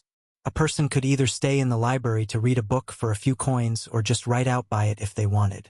With this just being a small-scale undertaking in a rather backwater city, it wasn't strange that it was mostly a waste of time. The things that were written down here weren't anything new, and thus his next stop would be at the Valerian Villa. Should I give them a heads up? This was actually the first time he was there without Arthur assigning some type of work to him. Usually, he would get a commission of some sort which he either delivered himself if there was something to explain or just gave it to one of the delivery boys. Roland was not one to ask for favors, so this encounter was becoming quite stressful. Should I just talk to Mary instead? Arthur does seem to suspect that I'm some kind of noble, though. He might be okay if I just ask him. It didn't go unnoticed that Arthur was very lenient with him. Other nobles would have probably reprimanded him whenever he used unflattering language or performed the usual greeting in the wrong fashion. This didn't help him with the problem at hand. How should he ask for the books without making it sound strange and suspicious? While he sent a quick message to the villa, he continued about a good way of bringing it up. Master Wayland, please come in. He nodded at the guards at the gate that let him through without complicating things. This time around it wasn't Mary but the butler that was once the mayor of the city that was the one greeting him. Considering that he was a competent craftsman with a lot of potentials, this was the proper way to handle him. Probably if Arthur knew that he was at the cusp of reaching Tier 3, he would have offered him a bigger greeting. Is Mary here? No. She has other things to tend to. Would you like me to pass a message to her, Master Wayland? No, that's fine. His first plan of having Mary go ask the question for him was shot down by the butler. He didn't know the man too well and felt more relaxed around the assassin maid. For some reason, he couldn't get himself to trust this man, so he would need to go with Plan B. Is Lord Arthur present? And if he is, would a meeting be possible? Yes. The Lord is in his office. Please wait a moment and I'll go ask. To his surprise, he wasn't rejected outright. Instead, the butler just told him to wait. After only 5 minutes of waiting, he was then asked to go to Arthur's office where the Lord was going through some papers. It seemed that Arthur had told his retainers and villa staff to treat him as a VIP. There were no roadblocks for him, and even without having made a proper appointment, he was greeted with open arms. Could he be aware of my true level? This would make more sense if his new partner knew of him being close to Tier 3. Perhaps the Platinum Party had given him a report on the situation in the dungeon where he was able to clear out some Tier 3 monsters without their help. This could have been enough for Arthur to assume that Roland was in fact stronger than he seemed. There were also no witnesses back at his home to recount how the Lich had died. It wouldn't be strange to assume that he was strong. Mr. Wayland, come in. You'll have to excuse me for this mess, but I didn't expect you to visit me today. I'll have to apologize for coming at a moment's notice. Soon he found himself walking into the office, which looked quite chaotic. Arthur's whole desk had a pile of books and papers on it, which allowed Roland to only see the top of his head. It was clear that he was busy with something which would perhaps make things easier to explain. No need to apologize, but what is the purpose of your visit today? I came to ask for a favor. For a favor? Arthur quickly replied while continuing to focus not on Roland but on the parchments in his hand. Yes, I've been working on a new runic operating system for a new golem design. If it wouldn't be a bother, could I borrow some books related to warfare? Warfare? Yes, I'm working on golems that could work together with soldiers out on the field, but I'm just a runesmith, so knowing about the tactics the current armies use would be a lot of help. It was the thing he came up with which was only partially a lie. In the trial area, he was building golems, and if he could program a few battle strategies into their operating systems, then it could help him. Yeah, sure, Ferdinand. Yes, my lord. Help Master Wayland get the research material that he needs, and oh right, There might be some books that catch his eye here, so help him out. Of course. To Roland's surprise, Arthur didn't mind him borrowing books, and he was actually quick to catch on. The books in his office were the usual ones that were printed at the Knight Academy, which some nobles frequented. It wasn't strange for Arthur to have them, and lending them out wouldn't be a problem, as most knights in commanding positions had gone through them, as well as other nobles. Why did he want those books? I wonder why. Did he figure something out? I'm not sure it's related. It might actually just be research material for a new golem design. Lord Arthur. Yes, we should not worry about Master Wayland. If he knew what was coming, he might have actually left the city. After Roland's visit, Mary and Arthur were the only two people left in his office. The untidy desk had been cleaned out by the maid, and both of them were looking at an opened letter. The crest of the Valerian household had been imprinted on the seal that was opened. They will arrive here in 2 weeks, and I'm not sure what my dear brother is planning to do. Have you found some capable allies? Regretfully, the team of adventurers we recently hired might not arrive in time again. They have been delayed, and I'm not sure if that guild master will be of much help either. Ha! No worries. We'll just have to hold up long enough for the cavalry to arrive. Both of them remained silent while looking at the opened letter. It wasn't something that they could ignore, nor did they know who the people arriving would be. They could only hope that the preparations that they went through would be enough, but as it stood now, things were looking bleak. Time continued to tick as Roland gathered all the books about warfare that he could find in the city. He had even made a trip to the black market and the auction house to see if there was something interesting to be gotten there. To no surprise, the only worthwhile material was at Arthur's mansion, and with his help, he was able to acquire all the basics and some more intricate books. There was a lot to go through, and not everything was correct. Even though something was made into a book, it didn't mean that no mistakes were made during its creation. When going through all this knowledge, he started recalling some strategies from the scriptures he unearthed in the old Arden Estate library. It wasn't that he had forgotten it all, he just needed a little jolt to help him gain it back. Even with the stress resistance skill, it wasn't that easy to recall what people before him went through. Now he felt slightly more confident in tackling the trial again. It's taking a while. It has already been more than a week. While sitting at his research table, he looked at the crystal in his hand. Even though he was ready to give it another try, it wasn't activating. This didn't bode well for him, as the longer the first reset period was, the harder it would become to retake the test again. To his knowledge, doubling the time between tries was what usually happened, but there were exceptions. It was possible for it to triple or perhaps even quadruple. This had already taken more than a week, 9 days to be precise. I can feel something. Wouldn't this make it 10 days on the clock? Roland finally noticed that the crystal was resonating with his touch. He had stayed up till late at night, as this was the exact same hour that he had come back from the trial space. This meant that it took precisely 240 hours for the reset to occur. So if it doubles for the next one, I'll have to wait for 20 days? If it triples for 40, and then... His mind was filled with a long time frame, a setback that he didn't want to imagine. It was possible that it could even take 1 or 2 months for his third try, or perhaps even longer. He wouldn't really know unless he tried, but it was clear that if he failed for the third time, the time frame would start to become troubling, and at that point, it wouldn't be strange to pick the lesser option, that was the High Lord class. This wasn't anything out of the ordinary. Most people that attempted Tier 3 class changes failed on the first attempt. They failed even with the easier classes, so Roland's first failure could be excused by his inexperience. Time was a resource that he had painfully learned in the current trial. If it continued for too long and he was unable to clear this hurdle, it would have been better to lower the difficulty. I'd have to take into account that the High Lord class could have an entirely different trial, and that I might also fail it at first. Roland wasn't sure what the cutoff point would be, but he needed to calculate everything. If the reset period started to turn into multiple months, it would get incredibly dangerous. Even though he wasn't focusing on it for now, there was something in the air. Arthur didn't say anything, but it was obvious that there was something happening in the background. It wouldn't be strange if he didn't have more than a month to perform this change if he wanted to safeguard this home that he built for himself. I just won't fail again. He was not really a stranger to failure. It actually happened on almost a daily basis. His craftsmanship was still not the best and he was still deficient in some segments of his craft. The situation he was in now was practically due to multiple deficiencies, one of the main ones being his propensity to run away when things started going wrong. It was a miracle that he was able to keep himself from leaving this place already. Without becoming used to the people around and growing some tighter bonds, he would have probably left a long time ago. In his right hand, he had the crystal that would let him back into the trial area.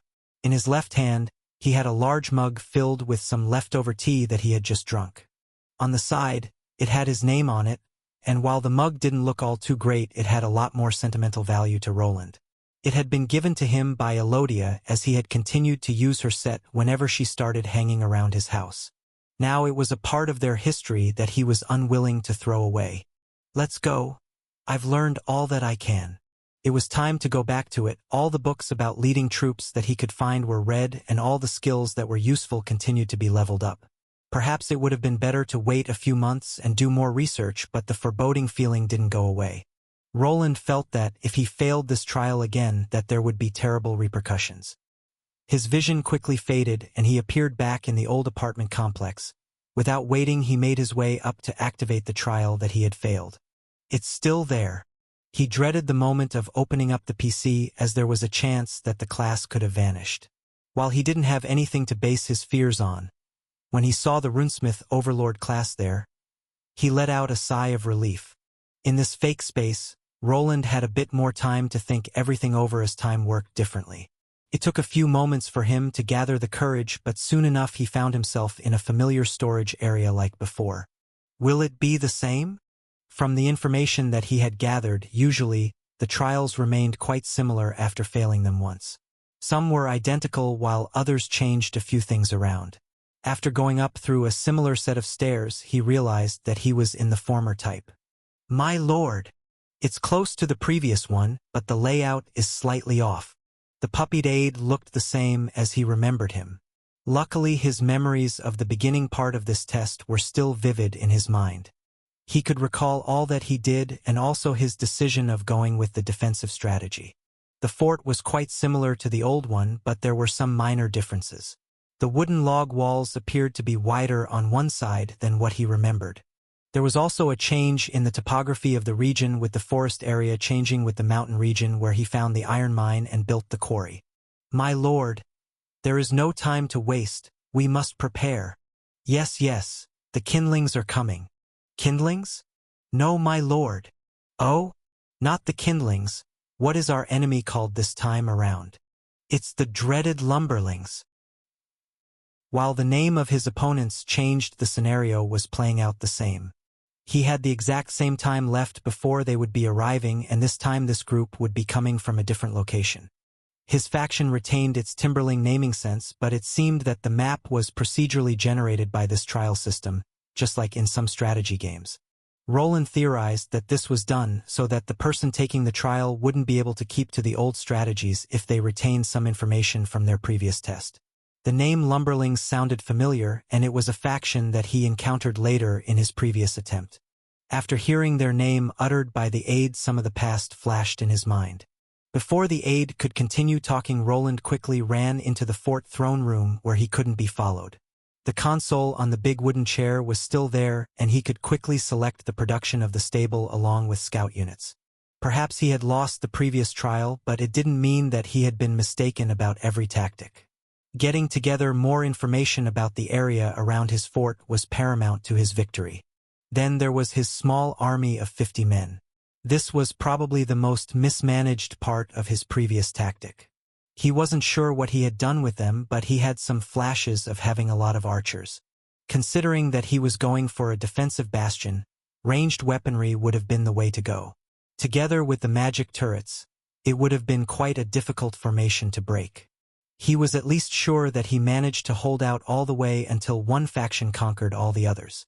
This was the crux of his failure and needed to be taken into consideration. First of all, he could not let his men remain stationary in this fort. The moment the scouting unit was made, they needed to be ready to move. At the start of this trial existed many smaller settlements with their own population and fortifications. They needed to be conquered by him in some way to not allow them to fall into the hands of the enemies. Sooner or later, one of his enemies would tip the scale and become undefeatable by the other NPCs. There were ways for tackling this issue. The basic one would be to just meet them in battle out on the field. If he managed to defeat their armies, then it would be over. However, the biggest issue with that plan was leaving himself up to being invaded by others. In his previous attempt, he overused all his defensive strategy knowledge and had been defeated. If he put everything into the offense this time around, failure would probably be right around the corner.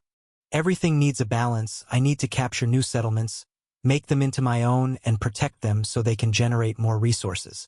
I just need to find a good balance between the two. This was the key to his victory: equilibrium. His first mission, which would be identical to the trial from beforehand, was a good example. He had used up a week's time just to walk all over the weak troops of the kindlings. There was no need for him to make all those explosive traps or that many runic arrow tips. There was so much more he could have done with that time instead, and this was his current objective: winning the first defensive battle with minimal effort and with a lesser engagement of his troops.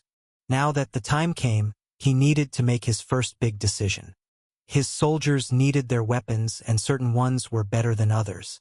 In this world where people could be divided by classes, a person obviously went for the weapon they had skills in. Giving spears to swordsmen would do them no good, but was a swordsman even a good class in a war setting? In Roland's opinion, there were a few types of soldiers that excelled in this type of setting, and they were ones proficient in using polearms. There were several types of pole weapons, like a poleaxe or the more famous halberd. However, in the current state of his army, he decided to go for something that was cheaper to manufacture, as it could be hammered out of just one piece of metal. His weapon of choice for his soldiers would be the geese arm or a billhook, which were similar to each other. It was possible to evolve his soldiers into polearm users that covered a plethora of these weapons that varied in shapes and sizes. It was possible to go with a specialized class like a geisarmier or halberdier, but they would become locked into these roles. These would be better suited for his commander units that would level up faster than the others. Polearms are better than swords in an open field and are easy to make. Great swords aren't bad either though, so I can equip a few swordsmen with those. After gaining enough resources, I can switch the bills into poleaxes, or what was that thing's name? Oh right, Bec de Corbin. Think they don't call it like this here though. Transporting them through the field won't be hard either. When I get enough resources, I can start making shields and bows too. While a lot of names aligned with the one back at his home, some didn't pass over. The Bec de Corbin was also a polearm, but could also work as a warhammer on one side. It could pierce through things like a spear, had a spike in the back and a hammer in the front, a true multi-purpose weapon that could go very well with his polearm regiment. It even came equipped with a disc guard that was quite good for defensive purposes. A polearm like a poleaxe was still designed to work along armor and against armor. In the beginning stages, perhaps going with something like a spear would have been better, as they were even easier to manufacture. Considering that he needed to plan for the future, it was better to invest in something that would elevate his soldiers in future fights. Considering later on it would become harder and harder to level the army, it was better to start out now while his enemies were still weak. The store and the blacksmith only offered very basic designs of the spear. This meant that Roland would have to use his time in fashioning the new weapon type by himself. Previously, he would have thrown the notion of making new weapons away quickly. Instead, he would create more mines or exploding arrows for the coming siege. This time around, he decided to focus on preparing some better weapons for the future. His soldiers could gain skills and levels in two ways. One was training at the barracks and the other going into battle. The former was the faster option, but it also carried a risk with it. The moment a unit died, it would never be recovered, and he would need to train a new soldier just like in real life. This was, however, when this shifted into a slightly more game-like system. If he met some conditions, he could train better soldiers to suit the new weapons. This was also one of the reasons he was going to make a billhook and other pole weapons. This I at least remember. After a while I should be able to train soldiers from level 50, and they will be able to use weapons that had been previously made. This trial really just sees the soldiers as another resource, and I guess to win this thing, I might have to do the same. A general couldn't fear losing his forces, and luckily for Roland, his people looked like wooden puppets. Perhaps if he had to send actual people to die for him, he would not be able to make the hard decisions. Luckily, in this kind of setting where the people were replaced by wooden men, he would not get any nightmares even if they got slaughtered by his enemies. Thus time continued to fly as he got to work. The scout was used to examine the surrounding lands around the wooden fort. As before, the quarry was established along with all the other basic buildings. The time that he had previously spent on making all the exploding arrows was minimized as he intended to deal with the attack in a different way. Most of the resources were instead pushed into equipping 40 of his soldiers. These were sent to the nearest settlement that was easy pickings. Roland had realized that the first tutorial siege was nothing more than a distraction. There was no need to over-prepare for it. Wasting time on making all those explosive arrows and mining the entire area could have been avoided. Making good use of the army he had was paramount and would help him achieve victory. He was the focus of the enemy invaders, and together with 10 archers, he was enough to defend against this cannon fodder army. Those lumberlings had a slightly different shade, but the composition of their forces is about the same. Good. My lord, please reconsider. It's fine, I'm more than enough to take them on. This will actually be quite educational. I have not faced so many enemies at once before. Just have the archers pick off the stragglers and leave the main gate to me. But my lord, the wooden aide was almost crying as Roland grabbed a shield and something that looked like a reinforced club. This was his current plan. With the difference in the levels of his opponents, there was no reason not to just battle them by himself. Even though it was 200 against 1, he was much stronger than his enemies, and besides his physical stats, there was also runic magic involved. I hope those guys will be enough to capture that settlement while I deal with these training dummies. It all starts now. They are susceptible to flames at least. Roland had decided to face the small army of lumberlings that had replaced the kindlings that were in the first trial. The only flames coming from these wooden puppets were the ones that he had fashioned himself. By foregoing the old strategy of placing mines everywhere and spending days crafting explosive arrows, he was able to be a boss-level threat out on the field. First of all, he saved a lot of time by not needing to bumble around the settlement and just staying in the throne chamber. There, like a proper lord, he could give out orders by clicking the interactive menu, while previously he even visited all the buildings to see what they were for. All the resources were now allocated and his city was growing just like before, but with his spare time, he was able to gather more iron and actually prepare a better set of armor for himself. Thanks to it, he was able to blast the approaching enemies with a cone of flames that were quite potent. This battle allowed him to confirm one theory: the enemies didn't really care that much about the base if he was out of it. The moment he went in front of the walls, the enemy switched their tactic. Instead of trying to conquer the fort, they decided to kill the lord first. These puppet soldiers were quite weak. The vast majority of them were on the levels of his own soldiers that were comparable to the level 9 or 10 monsters in the Albrook dungeon. Their approach also wasn't different, as they tried to swarm him from the front, and this was the worst possible tactic against a magic user like him. All of the attackers were blasted by AoE-type spells. Killing 10 of the puppets at once was as easy as throwing a flame blast into their group. With the difference in stats, there was no way of them surviving the spreading magical flames. However, they still posed a threat, considering that his armor was only made of steel. The more he used, the more the runes continued to deteriorate. Fighting out on an open field is different than in a dungeon, but it isn't necessarily more difficult. As a couple of arrows were bounced away by the magical shield that was around his body, another group of around 20 soldiers attacked him from all sides. Before they could get to him, however, the earth under their feet started becoming soft. The sprint was interrupted by an area of effect that turned everything around him into a pool of mud. With them all being stuck, he just needed to harden the ground back and blast away with a torrent of flames to finish them off. This was one of the bonuses of fighting alone. He did not need to worry about hitting his own men. The archers behind the fort gave him some support as well. Roland just needed to point out with his hand to generate a magical blast. The tight-knit formations were a detriment to fighting him, and it was impossible for them to get into close range. Fighting from outside was also not possible, as his mana shield could not be pierced by the flimsy arrows shot by low-tier 2 archers. Nevertheless, after getting rid of around 100 of the wooden soldiers, his armor started becoming undone. The metal that he made it from could not handle the constant use of spells and had burned right through it. Luckily, to counter this effect, he had one new very helpful skill. Rapid machine reassembly was activated on the armor he was wearing. The holes that had been created by the magical symbols started to get filled back by more steel. For some reason, this skill worked not only on golems but also on runic armor like this. He had no idea how it created more steel out of nothing, but it didn't matter.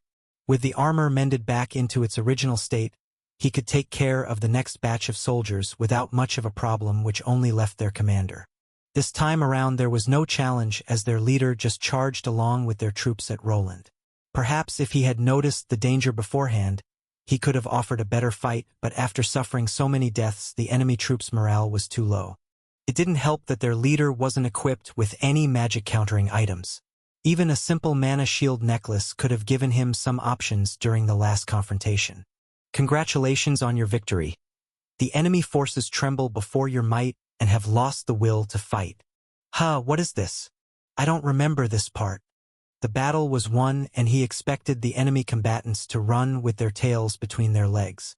Instead of running, they started dropping their weapons and looking in his direction. It seemed if the enemy troops were overwhelmed, they would just toss their weapons and give up. This wasn't all, however, as they just remained there without moving. Are they waiting for something? Could it be possible? An idea popped into his head after seeing the demoralized troops of the lumberlings. This trial was similar to a strategy game, and it could also have a diplomacy mechanic behind it. Perhaps it was possible to convert the units of the opposition to his own side. This happened in real life. After the enemy leaders were dealt with, a takeover took place. Some madmen did kill all opposition without taking any prisoners, but usually, a lot of people would be spared and then used as a resource. Think they are waiting for me to say something? What would a lord say in a time like this? Roland was aiming to become an overlord, but he had not really gone through any proper noble training.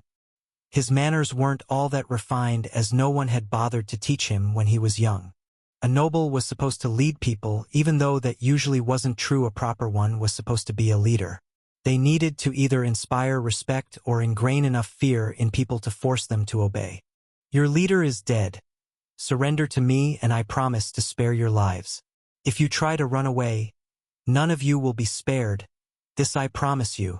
After picking up the large halberd that the enemy commander dropped, he pointed at the enemy troops. When he raised his voice, he could actually see the wooden soldiers trembling out of fright. Then, after a moment, they started dropping down to their knees in defeat. No one actually dared to make a run for it. There were about 30 of them left on the battlefield. If they spread in all directions, even Roland wouldn't be able to get to all of them in time. You have successfully dominated the demoralized lumberling troops, but they are not yet ready to join your faction. Roland noticed a new message pop up before him. By the looks of it, there was a possibility of turning the opposing soldiers into his own. The hidden requirements weren't met though, but this gave him a few tips toward them. First of all, the key element was the lack of morale and any leader unit present on the battlefield. This sounds about right. Usually, soldiers would need to go through some kind of re-educating process or even get tortured to renounce their pledge to the old leader. Wait, could there be an option for this? Previously, he bunkered up in a fortress and didn't really take into consideration that there were other choices to gain power. If it was possible to take over other settlements, it wasn't strange that he would gain their resources, and the wooden people were also part of them. This could save him a lot of gold that he would need to spend on training soldiers, but first he needed to go check back in his throne room for any new options that appeared. It wasn't strange for options to be hidden in tests like this, and it wouldn't be strange if new ones appeared in the research building. First, I need to do something with these soldiers. I don't think they'll just wait out here and wait for me. The enemy soldiers were down on their knees and not moving. They were probably affected by something like a hidden leader's aura. It would of course vanish the moment he removed himself from the battlefield, and they could potentially start fleeing.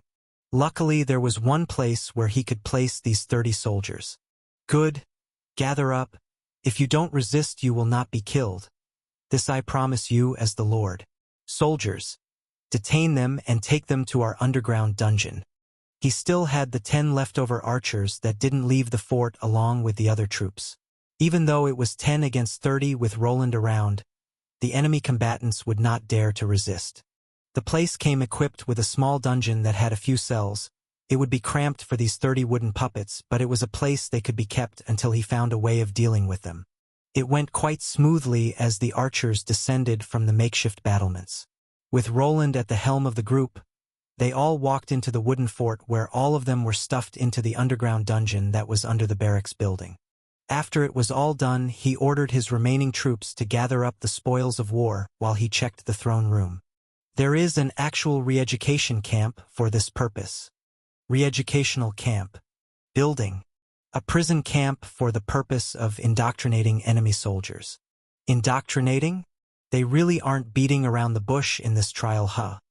But when speaking about indoctrination, Roland had unlocked the chapel building and he knew that religion was a big part of indoctrinating people in the real world. If what he assumed was correct, then perhaps a new unit besides a battle cleric was possible. To no surprise, an option appeared that required its own research to unlock. Clergyman, civilian unit, can convert others to your religion and heal units inside temple buildings. Can be placed in the re-educational camp to speed up the indoctrination process. It can't be used outside of the city, which is a shame, but I can use it to convert enemy units. Perhaps there will be a better unit that will be able to convert units out on the field? This was a possibility that couldn't be discounted. Religion was a thing that brought people together, and after building his first chapel, he established his own. There had to be some common ground when trying to team up with old enemies, and religion was one of them. After seeing the new options popping up, Roland also realized that this was probably one of the big reasons that the Solarian Church had such power in the whole kingdom. Even though they could perhaps be a danger to the king's rule, they were necessary to hold the reins on the citizens in the kingdom. Something needed to connect people that were living together. In the beginning, it was easy as tribes stayed relatively small, but the more everything grew, those close ties began to matter more and more. He wasn't sure if this trial would have anything similar, but at least the option to convert others to his side was there. If used right, it could save him a lot of military costs. It might have been good that I couldn't just convert them instantly onto the battlefield. I don't think my current settlement can even support those 30 soldiers. Right next to the gold counter was the population number. While in strategy games it was impossible to go over this number, it wasn't the same here. It was slightly more intricate, as he would suffer a debuff if the number went into the red. Starvation didn't happen in just one day, so this could also be used to his advantage. Even if he went over the threshold, he would have some time to work things out before a serious problem arose. Did they capture that settlement? While setting up his educational system, he noticed that the number representing his current population shot up. It wasn't just that the limit went up, he had also gained more people in general. This could only mean one thing: his attacking force had managed to capture the nearest fort to his own. To his surprise, there was an update to the system window. Only after a few seconds the population cap increased. Instead of the white text on a black screen that he was used to, he was taken to some kind of graphical interface. There he could see a map of the area that looked like a generic overworld minimap in some games he used to play. He could see his main settlement that was in the middle, and in the northeast region the new one he acquired. The population limit on his current fort was 100 people. When counting in the 50 or so soldiers and over 40 civilians and workers, he had been almost at the limit. This new one had added a further 50 to the cap, and it was also possible to build more village buildings and farms there. That settlement is behind mine, and they only had around 20 combatants without a captain unit around. I lost 3 from the 40 soldiers that went there. After going through the console again, he managed to find a recap of the battle. It really was like in a game, as he saw a small recap of what had happened. The soldiers that died were the first ones that scaled the wooden fortification, but soon after the whole place was overrun and victory was achieved. No one had surrendered, and the faction that was placed there had disappeared from the map entirely. What are the losing conditions, to be exact? Roland wasn't sure what he needed to watch out for yet. Considering that he was playing the role of a noble leader, he needed to survive. Last time his head was turned into paste by some type of enemy that he couldn't really remember well. What made up a lord were his subjects and his territory. Probably if he lost all his strongholds, then it would be over. Without an army and followers, there was nothing to lord over.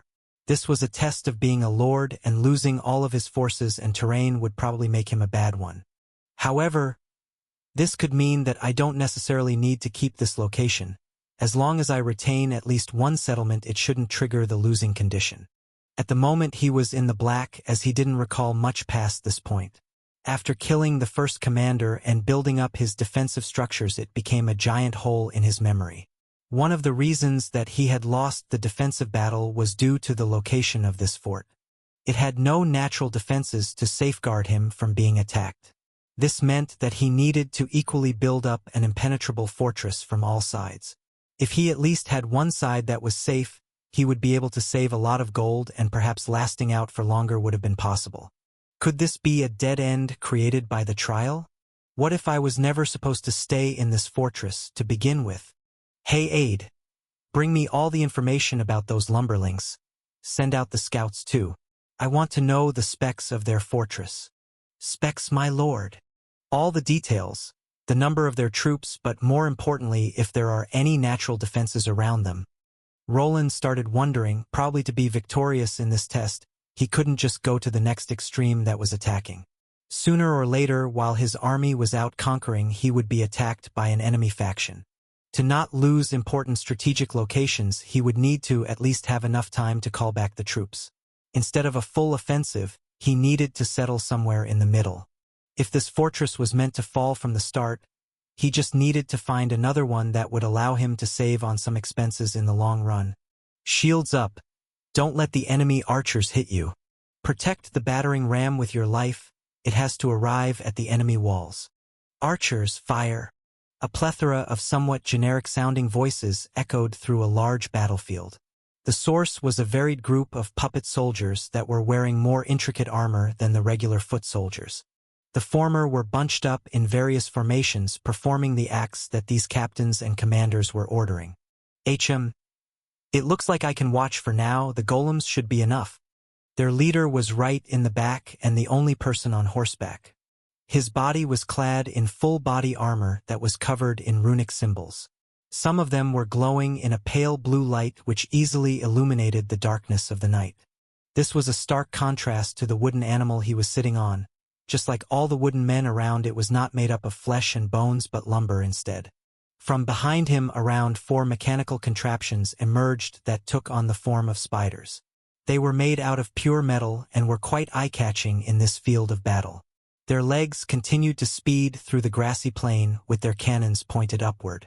Just like their creator, they possessed a plethora of runic symbols on their metallic bodies. Each time they activated their cannons that were attached to their abdomens, they would glow in a similar pale blue hue.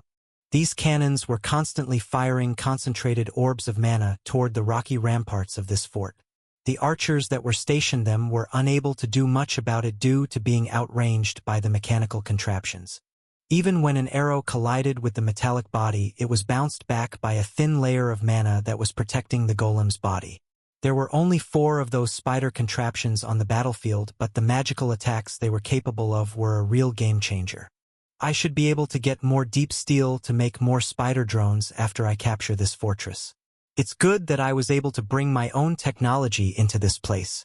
While the siege continued, Roland, who was sitting on the strange-looking wooden horse, thought back to the time he drove the lumberlings back. These were the same ones he was sieging now after he was able to recreate the spider drones that he had grown accustomed to. It took some time, but he was able to recreate, which might have been the most important component of winning this trial. A month earlier. It's all fine and dandy that I have decided to put more resources into conquering, but how will I get an edge against the enemy encampments? Can I really win against someone that was put in a location with a strategic advantage over me just with lousy war tactics? A somewhat annoyed Roland was sitting on his throne while looking through all the various window screens. On one he could see his new encampment that had been conquered by his forces. Even though he had gained a new one, it came at the price of a few soldiers and the need of leaving a small force behind for its protection. Currently with himself in this fort, he didn't really need protection for it, but in the future this would change. His next point of interest was gaining a new safer location to spread his influence on.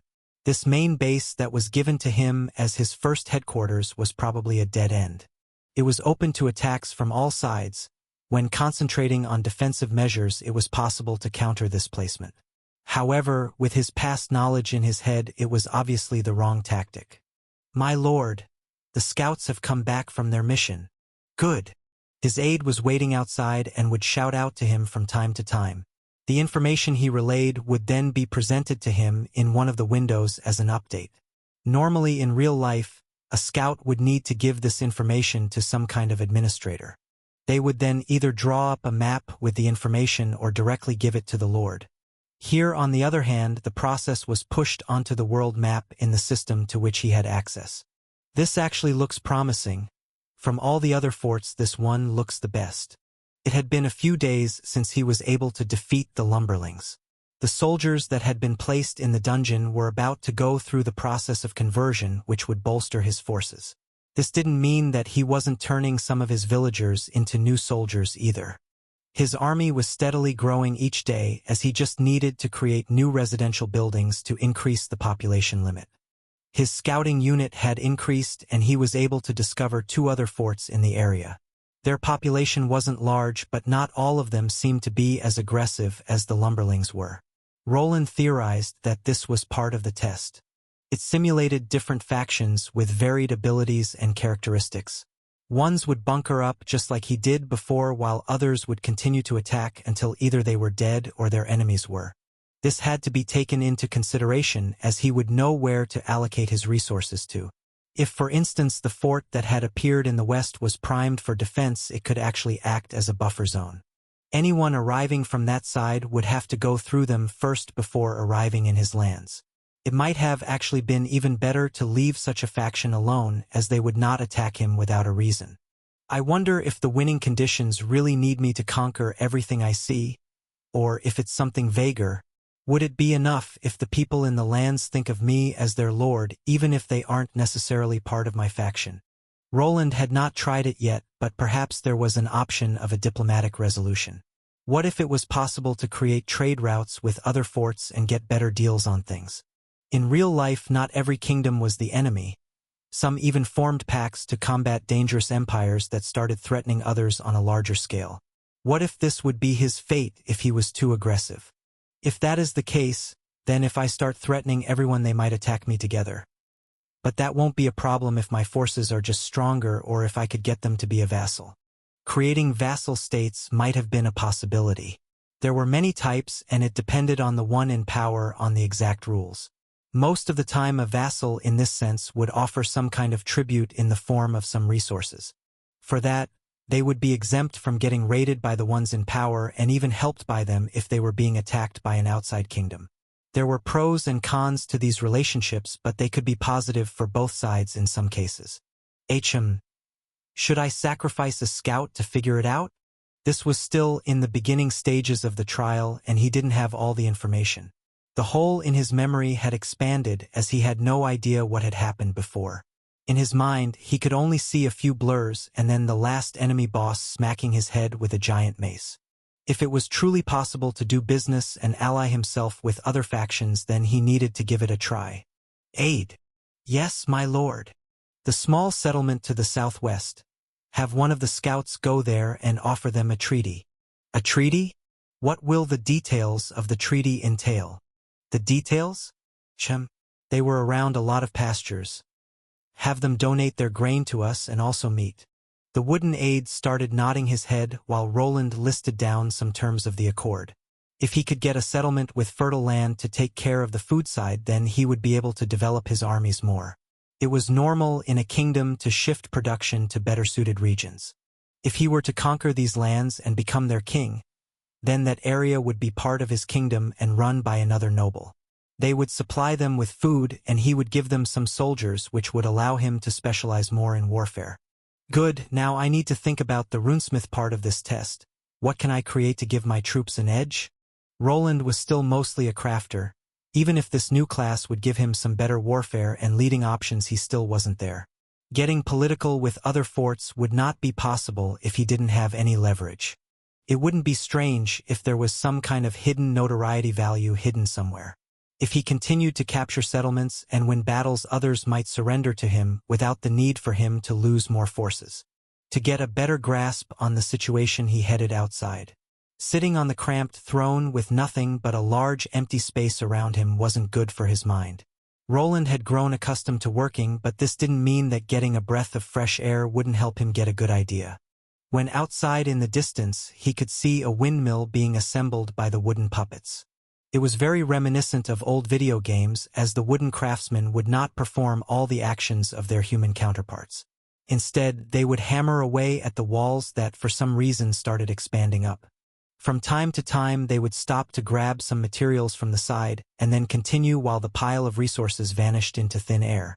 While this phenomenon was interesting, he wasn't really looking at it. Instead, he was focusing on the large blades meant to be pushed by wind. The main source of food in this place was grain that was made into flour and then bread. To make flour, people needed to grind the grain, and that was done by large windmills. The models that he was using were wind ones, but it was also possible to create them next to running water and use that to turn the wheel. Why didn't I think of that yet? I must have been too busy thinking about the tactics. Wind power was his bread and butter, but for some reason, this left his mind as he was focused on battle tactics and expanding his fort. Now that he had some time, it was obvious to him what he should build next. What he was missing was the energy required to run his creations. Normally, other craftsmen would need to use mana fluid as fuel. This was a resource also found in this world, but for that, he would either need to get lucky, spend a lot of money to import it, or capture a place that had it as a resource. Roland didn't really need that. Everything that was here would be enough to generate power. It wouldn't be hard to create a generator inside of the windmill that was only using its huge wings to grind down grains for flour. It was also possible to use them to pump water or even cut wood after probably advancing further with his progression tree. I need to make a generator and runic batteries. With those around, I'll be able to power golems. This old hack that he created still didn't truly make sense to him. For some reason, this world identified electricity as a higher type of mana with the lightning attribute. It was something that only people of Tier 2 and up could produce. With a full-blown wind turbine, it had enough charge to support multiple defensive turrets. The excess could also be stored in batteries that were cheap to manufacture. Did the trial block out this idea because I used it in the old defensive strategy? Or was I too focused on the army side of things this time? Roland asked himself this question as he found it hard to believe that he would forget about his wind generators. They had helped him through most of his struggles and were probably something he would reach to for help. It wouldn't be strange that during his first trial attempt, he created the generators to power all the runic torrents. It was also possible that the trial-imposed amnesia had interfered in some way. Could this be a side effect of remembering some other parts? Maybe it balances out the test by making people forget some things when they focus on others. This was a nice theory, but he didn't have time to confirm any of this. Instead, he needed to head to the already created windmills to get some measurements. In short, a windmill's blades pushed something similar to a large cogwheel that then transferred the rotation force to more moving parts. He would just need to produce something to catch all that force with a gearbox and then let it move the generator. A bit loud in here. When he got inside and climbed up, he could see a large cogwheel turning and transferring power to a vertical axis in the middle of the mill. When looking at this huge spinning log in the middle, he knew that attaching another large wooden wheel to power a generator would be possible without interrupting the flour-making process. Generating electricity would be more of a side effect that he could use to protect this city from invaders. Now, will I have to make these separately each time, or is there a way to create a modified building instead? Making even one generator and then magical turrets would take some time. This trial was still a war against time. The more he focused on one thing too much, the more likely he would be deficient in another. First, he needed to try. If some luck was on his side, then he would be able to automate some of the processes. After going back to an older generator design, he had everything ready. Attaching it to the windmill went smoothly, and to his joy, there was a possibility of modifying the whole building setup. It can copy the schematic, but it still can't copy the runes. Either I need to upgrade the blacksmith building into a runesmith's building, or the trial wants me to make everything that concerns runes myself. Perhaps just like it went with classes, there were some hidden options when it came to research. The moment he created the generator at the smithy, it was possible for the wooden blacksmith there to create it himself. Then he was able to create an updated version of the windmill with the generator in it. After bumbling around some more, he realized that he could introduce schematics into the system where buildings were concerned. What he needed to do was to have his aide bring him the original plan that he could then copy and add changes to. This was not something that was specific to his class, but after working with Bernier on his house, he had taken some lessons related to carpentry and architecture. Is this really something that a lord should do? He wasn't sure if becoming an overlord had anything to do with being a good architect, but it probably didn't hurt for the leader to be aware of the stronghold's layout. To him, it might have been a shortcut to victory, as he only needed to inscribe runes on the runic generators while his wooden puppets created the parts for him instead. Just like before, making the original was the only thing he needed to worry about. Thus, after allocating some time to the runic generators, he was able to create some batteries. These made their way into 4 new golemic units that would later be used for siege purposes. They came equipped with the usual runic cannons and focused on only ranged spells. While his plans to take over the Lumberling territory were being created, he also made sure to prepare some defensive turrets. With the windmill generators in his main city, they would bolster his defensive capabilities by quite a bit. This would give him some wiggle room with the troops that needed to stay at his main base during his first major attack that came after preparing. Within a month's time, he had a small force of around 150 men at his disposal. Together with them, they had managed to scrunch for some siege machines like the large battering ram that was with them. To his surprise, the Lumberling fortress was not in possession of a moat. Instead, all they did was focus on maintaining a larger army and soldier production. This would allow them to push in even through the side walls where the defenses were thin and the archers were far away. Everyone, move out. Yes, my lord. After giving his order, his first major battle would be underway. Even though this was just a test with something that looked like crash test dummies on his side, it was still nerve-wracking. This was all not in his comfort zone. Usually defense and running away were his main 2 tactics. Going for the first strike where he wasn't sure if any traps awaited him wasn't his thing, but he needed to push through this part of himself if he ever hoped to become a lord that towered over the other lords. Name: Wooden Lord Commander L140. Classes: Wooden Warrior L25. Wooden Soldier L25. Wooden Soldier Captain L50. Wooden Lord Commander L40. So this is their leader. Doesn't look too tough. Do you dare accept my... Yeah. Let us get this over with. Get into the glowy circle, Pinocchio. I don't have the whole day. Roland was the one to initiate the challenge this time around in a similar fashion as the wooden commander he faced during his first trial attempt. This time around he was challenging the lord of this fort that he had bashed through the side wall. Even though this place looked a bit closer to a stone keep, it wasn't finished. It was easy to move from one side that didn't have as many towers and archers protecting it. To do this, he used an old siege ram design. It was a mobile frame with a reinforced wooden roof made of several layers of planks. The iron arrows were not able to pierce through it, and after coating it with some special concoction, it wouldn't catch on fire. It had 3 large wheels on each side, and on the inside, there were several wooden soldiers pushing it. In the middle was the main piece, which was a huge log with a large metallic ram head at the end. Normally he would have given it a more basic shape, but this item could be bought from the market to hasten the process of his first siege. Thanks to this faction not having a moat, he could use this old tool to bust down their wall. Soon after, his soldiers with him in the front were able to just push inside. He made sure to give them the order to leave the civilians alone and not chase after other soldiers that decided to flee. This was about to become his new base of operations, so he needed to keep the damages to a minimum. Challenging the enemy leader to single combat was a bit part of this plan. The man in question was a high-level Tier 2 wooden puppet made of pale wood. It had a special class that might have been similar to his runesmith lord one. This could indicate the same multiplier of 2 instead of the regular 1 that Tier 2 classes had. Nevertheless, he wasn't that fearful.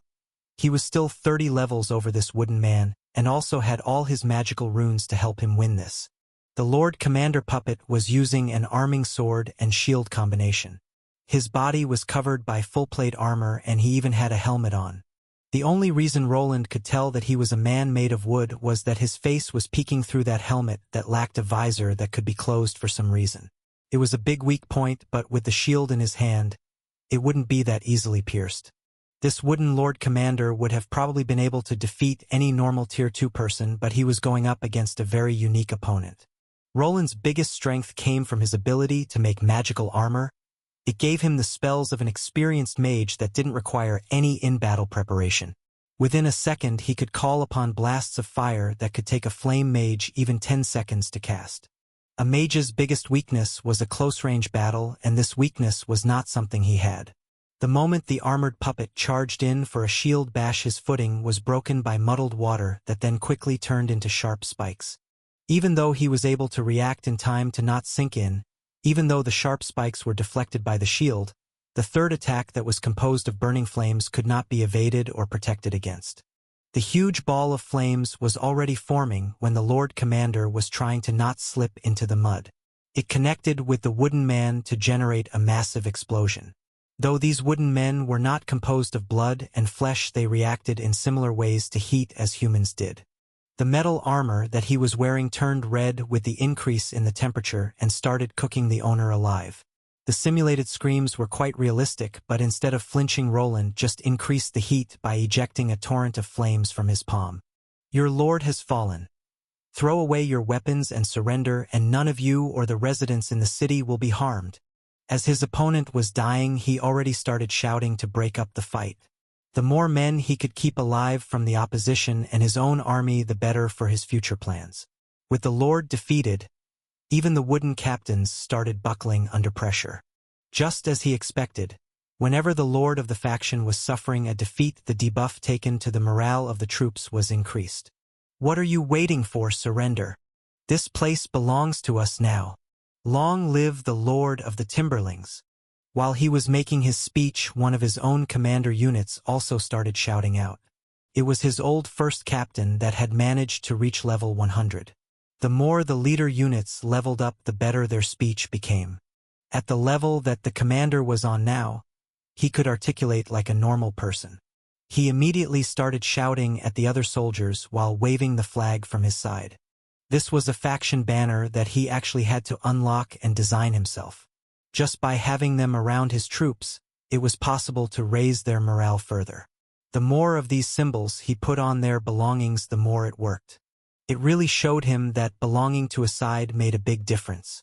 Now that his enemies had nowhere that they belonged to, their fate was to either fight until they all died or to become slaves. What will they do? Probably depending on their loyalty to their old leader, this could go both ways. He tried thinking back to some real-life examples of taking over strongholds and other kingdoms. If an area had a grand leader that they were all behind, it was always hard to integrate such lands. The people living there would give up on the surface, but behind the kingdom's backs, they would start plotting. If a chance arose that they could take back the power, then they would. On the other hand, if the leader was a tyrant, then the people living there would welcome them with open arms.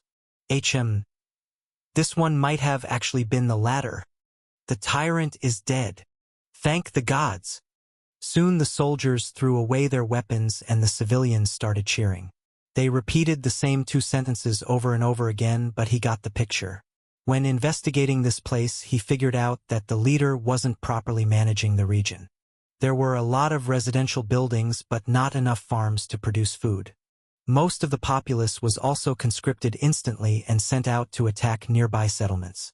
This was a good example of someone that was too focused on the offensive and not on the defensive aspects of their army. Their main fort didn't even have a moat, and the walls weren't in good shape either. Congratulations on capturing a stronghold and defeating the Lumberling faction.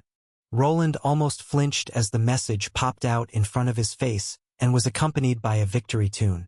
The moment all the flags and banners that belonged to the Lumberlings started changing into his own. He had not been able to design the crest for his forces. Instead, it was a pre-made image of a bundle of logs next to a fireplace. In comparison, the Lumberlings had logs stacked next to what looked like a sawmill. Maybe I should cut down the forest around my home after this. The more he stayed in this place, the more he started to dislike anything related to wood. This was to the point of him wanting to reconstruct his entire home into one made from stone and metal. While these thoughts flooded his mind, he walked over to the new throne room. Compared to his old one, this had a lot more things going for them. It was still made from wood, but at least had a large pillow where he could sit. Let's see. This isn't the only place I was able to get. If you defeat the Lord and the main fortress, you get all of their lands. Oh, there is a condition, it seems. This Lord Commander managed to capture a port city and a few smaller settlements that weren't all that great. From how things looked, they had been raided by bandits. This simulation didn't only give him other faction leaders and armies to worry about. There was random monster spawning, and sometimes they attacked the villages. To combat this, he could establish an adventurer guild that also required a tavern to lure in the sellswords. Things like dungeons also existed, but it was impossible to get into them. Some things could only be executed by simulation. The adventurers would leave the city and vanish into the dungeons. They would have a hidden chance of coming out alive and bringing back materials that could be sold. Their main purpose was to keep monsters away from smaller villages and to generate tax revenue. Over a month had passed since he arrived in this trial, and now he had won his first siege. During this time, he had done his utmost to organize his kingdom in a proper fashion. It wasn't that easy, but he was managing to keep the populace happy, while still being able to contend with unwanted advances from enemy encampments. After capturing this stone keep, he had become the most significant force in the area, and it wouldn't take much longer to make all the settlements his. The more my fame grows, the more likely it is for the small outpost to surrender without fighting. I just wanted to conserve the life of my soldiers and other potential soldiers, but it had a nice side effect. Due to his propensity to spare enemy combatants and civilians, he became famous as a benevolent and just leader. This title he could see in the system window or confirm with one of his aides that had multiplied since his first appearance here. There wasn't a proper explanation, but he theorized that this gave him a hidden buff to negotiating after a battle was won and even before it. It made sense, knowing the opposing leaders were more likely to join up if they knew that they wouldn't be slaughtered. Perhaps if he was more forceful, he would be given a different hidden buff. It wouldn't be strange if fear was also an option here. The leaders would abandon their posts and flee instead of joining his forces, or instead crumble on the battlefield. Has its pros and cons. If they flee, I can't integrate them into my forces, but also don't need to spend money on schools, churches, and indoctrination programs. Roland could see both processes being similar in the long run. If he had to choose, he would rather walk the path of someone benevolent. The people on the other side were usually in cahoots with forces that he had butted heads with. Becoming more aggressive and downright evil would be more aligned with something like the abyssal cult he had a falling out with. This didn't mean that he would be soft on his enemies, just that he wasn't really interested in performing vile acts or slaughtering people to get his way. I guess as a benevolent leader, I need to get this shit taken care of. This guy really didn't put any effort into managing his food. Luckily, the farms that I have at the old place will be enough to cover it all. That is, if they won't get captured. I need to start covering the borders with my troops. It seemed that the first part of this trial was coming to an end. He had captured one of the largest regions and driven his rivals out. With them gone, he would have time to take over all the smaller settlements that weren't too far from his main cities. This one he was in would become his new capital city, while the old fort would become the secondary stronghold. It was already equipped with some runic turrets and wind generators. While it would be nowhere near as potent as the old defensive structure he had, it didn't have to. His enemies would most likely focus their actions on his current position. The way to win this game was by defeating all the lords on the battle map. From the way it looked, there were still 4 other large domains that were still taking form. Thanks to his fast push, he was able to keep himself half a step in front of his enemies. First of all, I need to build a moat around this keep and finish those towers. A few archers and turrets should do the trick. I need to check out that port town, but considering the map range, naval battles won't be possible in this trial. It was possible to trade with others through the port. After taking it, he had been given access to a lot of exotic resources. Some were better metals that he would use to create a new runic armor that could carry him through the rest of this trial. Just like with the dungeons, trading with ships was a simulated process that was on a timer. After going through the console, he became aware that he couldn't build any warships. This meant that while he wouldn't be attacked by a naval force from outside, he could not transport his troops to a more favorable location either. Should I try forming a diplomatic agreement with one of the weaker sides? At the moment he had some general idea of who he was dealing with. The biggest problem and perhaps his last opponent would be the Woodlanders. They seemed to possess one of the best territories with a plethora of natural resources. Their borders were also surrounded by a natural barrier made up of mountains. To attack them he would first need to scout out the area for any hidden passages, as going through the middle where a fortress was being built was not an option. Maybe if I had an overwhelming supply of forces then I could get in, but they will probably conquer the nation right next to them and make it more difficult. The Woodlanders were to the northeast while he was across from them to the southwest. Between them were two other nations that were slowly being created. Then to his east side was another one, and the last one was to the west of the Woodlanders. There were things outside of these 5 locations, but it was also outside the boundaries of this trial. He had confirmed this by trying to send his scouts in the other direction, but he was unable to cross through some mountains before coming back. His foes would probably take over the developing nation that was to their west side before moving down south towards the other regions. He wasn't sure if they would be the final opponent, but thanks to the natural defenses they would at least be hard to conquer. Perhaps luring their leader out of their zone would be the appropriate tactic instead of forcing it through the mountain range. I don't think they would give me a trial that I can't pass. There might be some kind of passage through there that could work, and if there isn't one, then perhaps I could make one for myself. After clicking through the console and giving out various orders, Roland decided to walk out to his new stronghold. This one had a large mountain range from one side that wouldn't allow anyone to attack him from the other factions. They would need to go around and then go through the border region where he was already sending out troops and resources to reinforce. Things were moving along, but he had already spent over a month here. Even though he could fast forward through a lot of events, if he did then he would lose precious time. Due to his first failure with his class ascension, he had become even more paranoid about the future. Each time when going to bed he could only think about that large mace coming for his face. Sleeping more than 2 or 3 hours per day was already a miracle. Only thanks to his zombie-like fortitude was he able to keep his facilities together. This might take a while. Half a year at least. Maybe even more. His sigh was heard by one of the guards next to him. The wooden man didn't move, nor did he have a facial expression he could relate to. Roland could see the walls already being worked on by his men. Not to lose out, he decided to head to the city smithy to see how far this blacksmith was compared to the one he started with. Before his enemies could arrive he needed to create more golems and perhaps other types of weapons that with the dawn of the wind generators were a valid choice.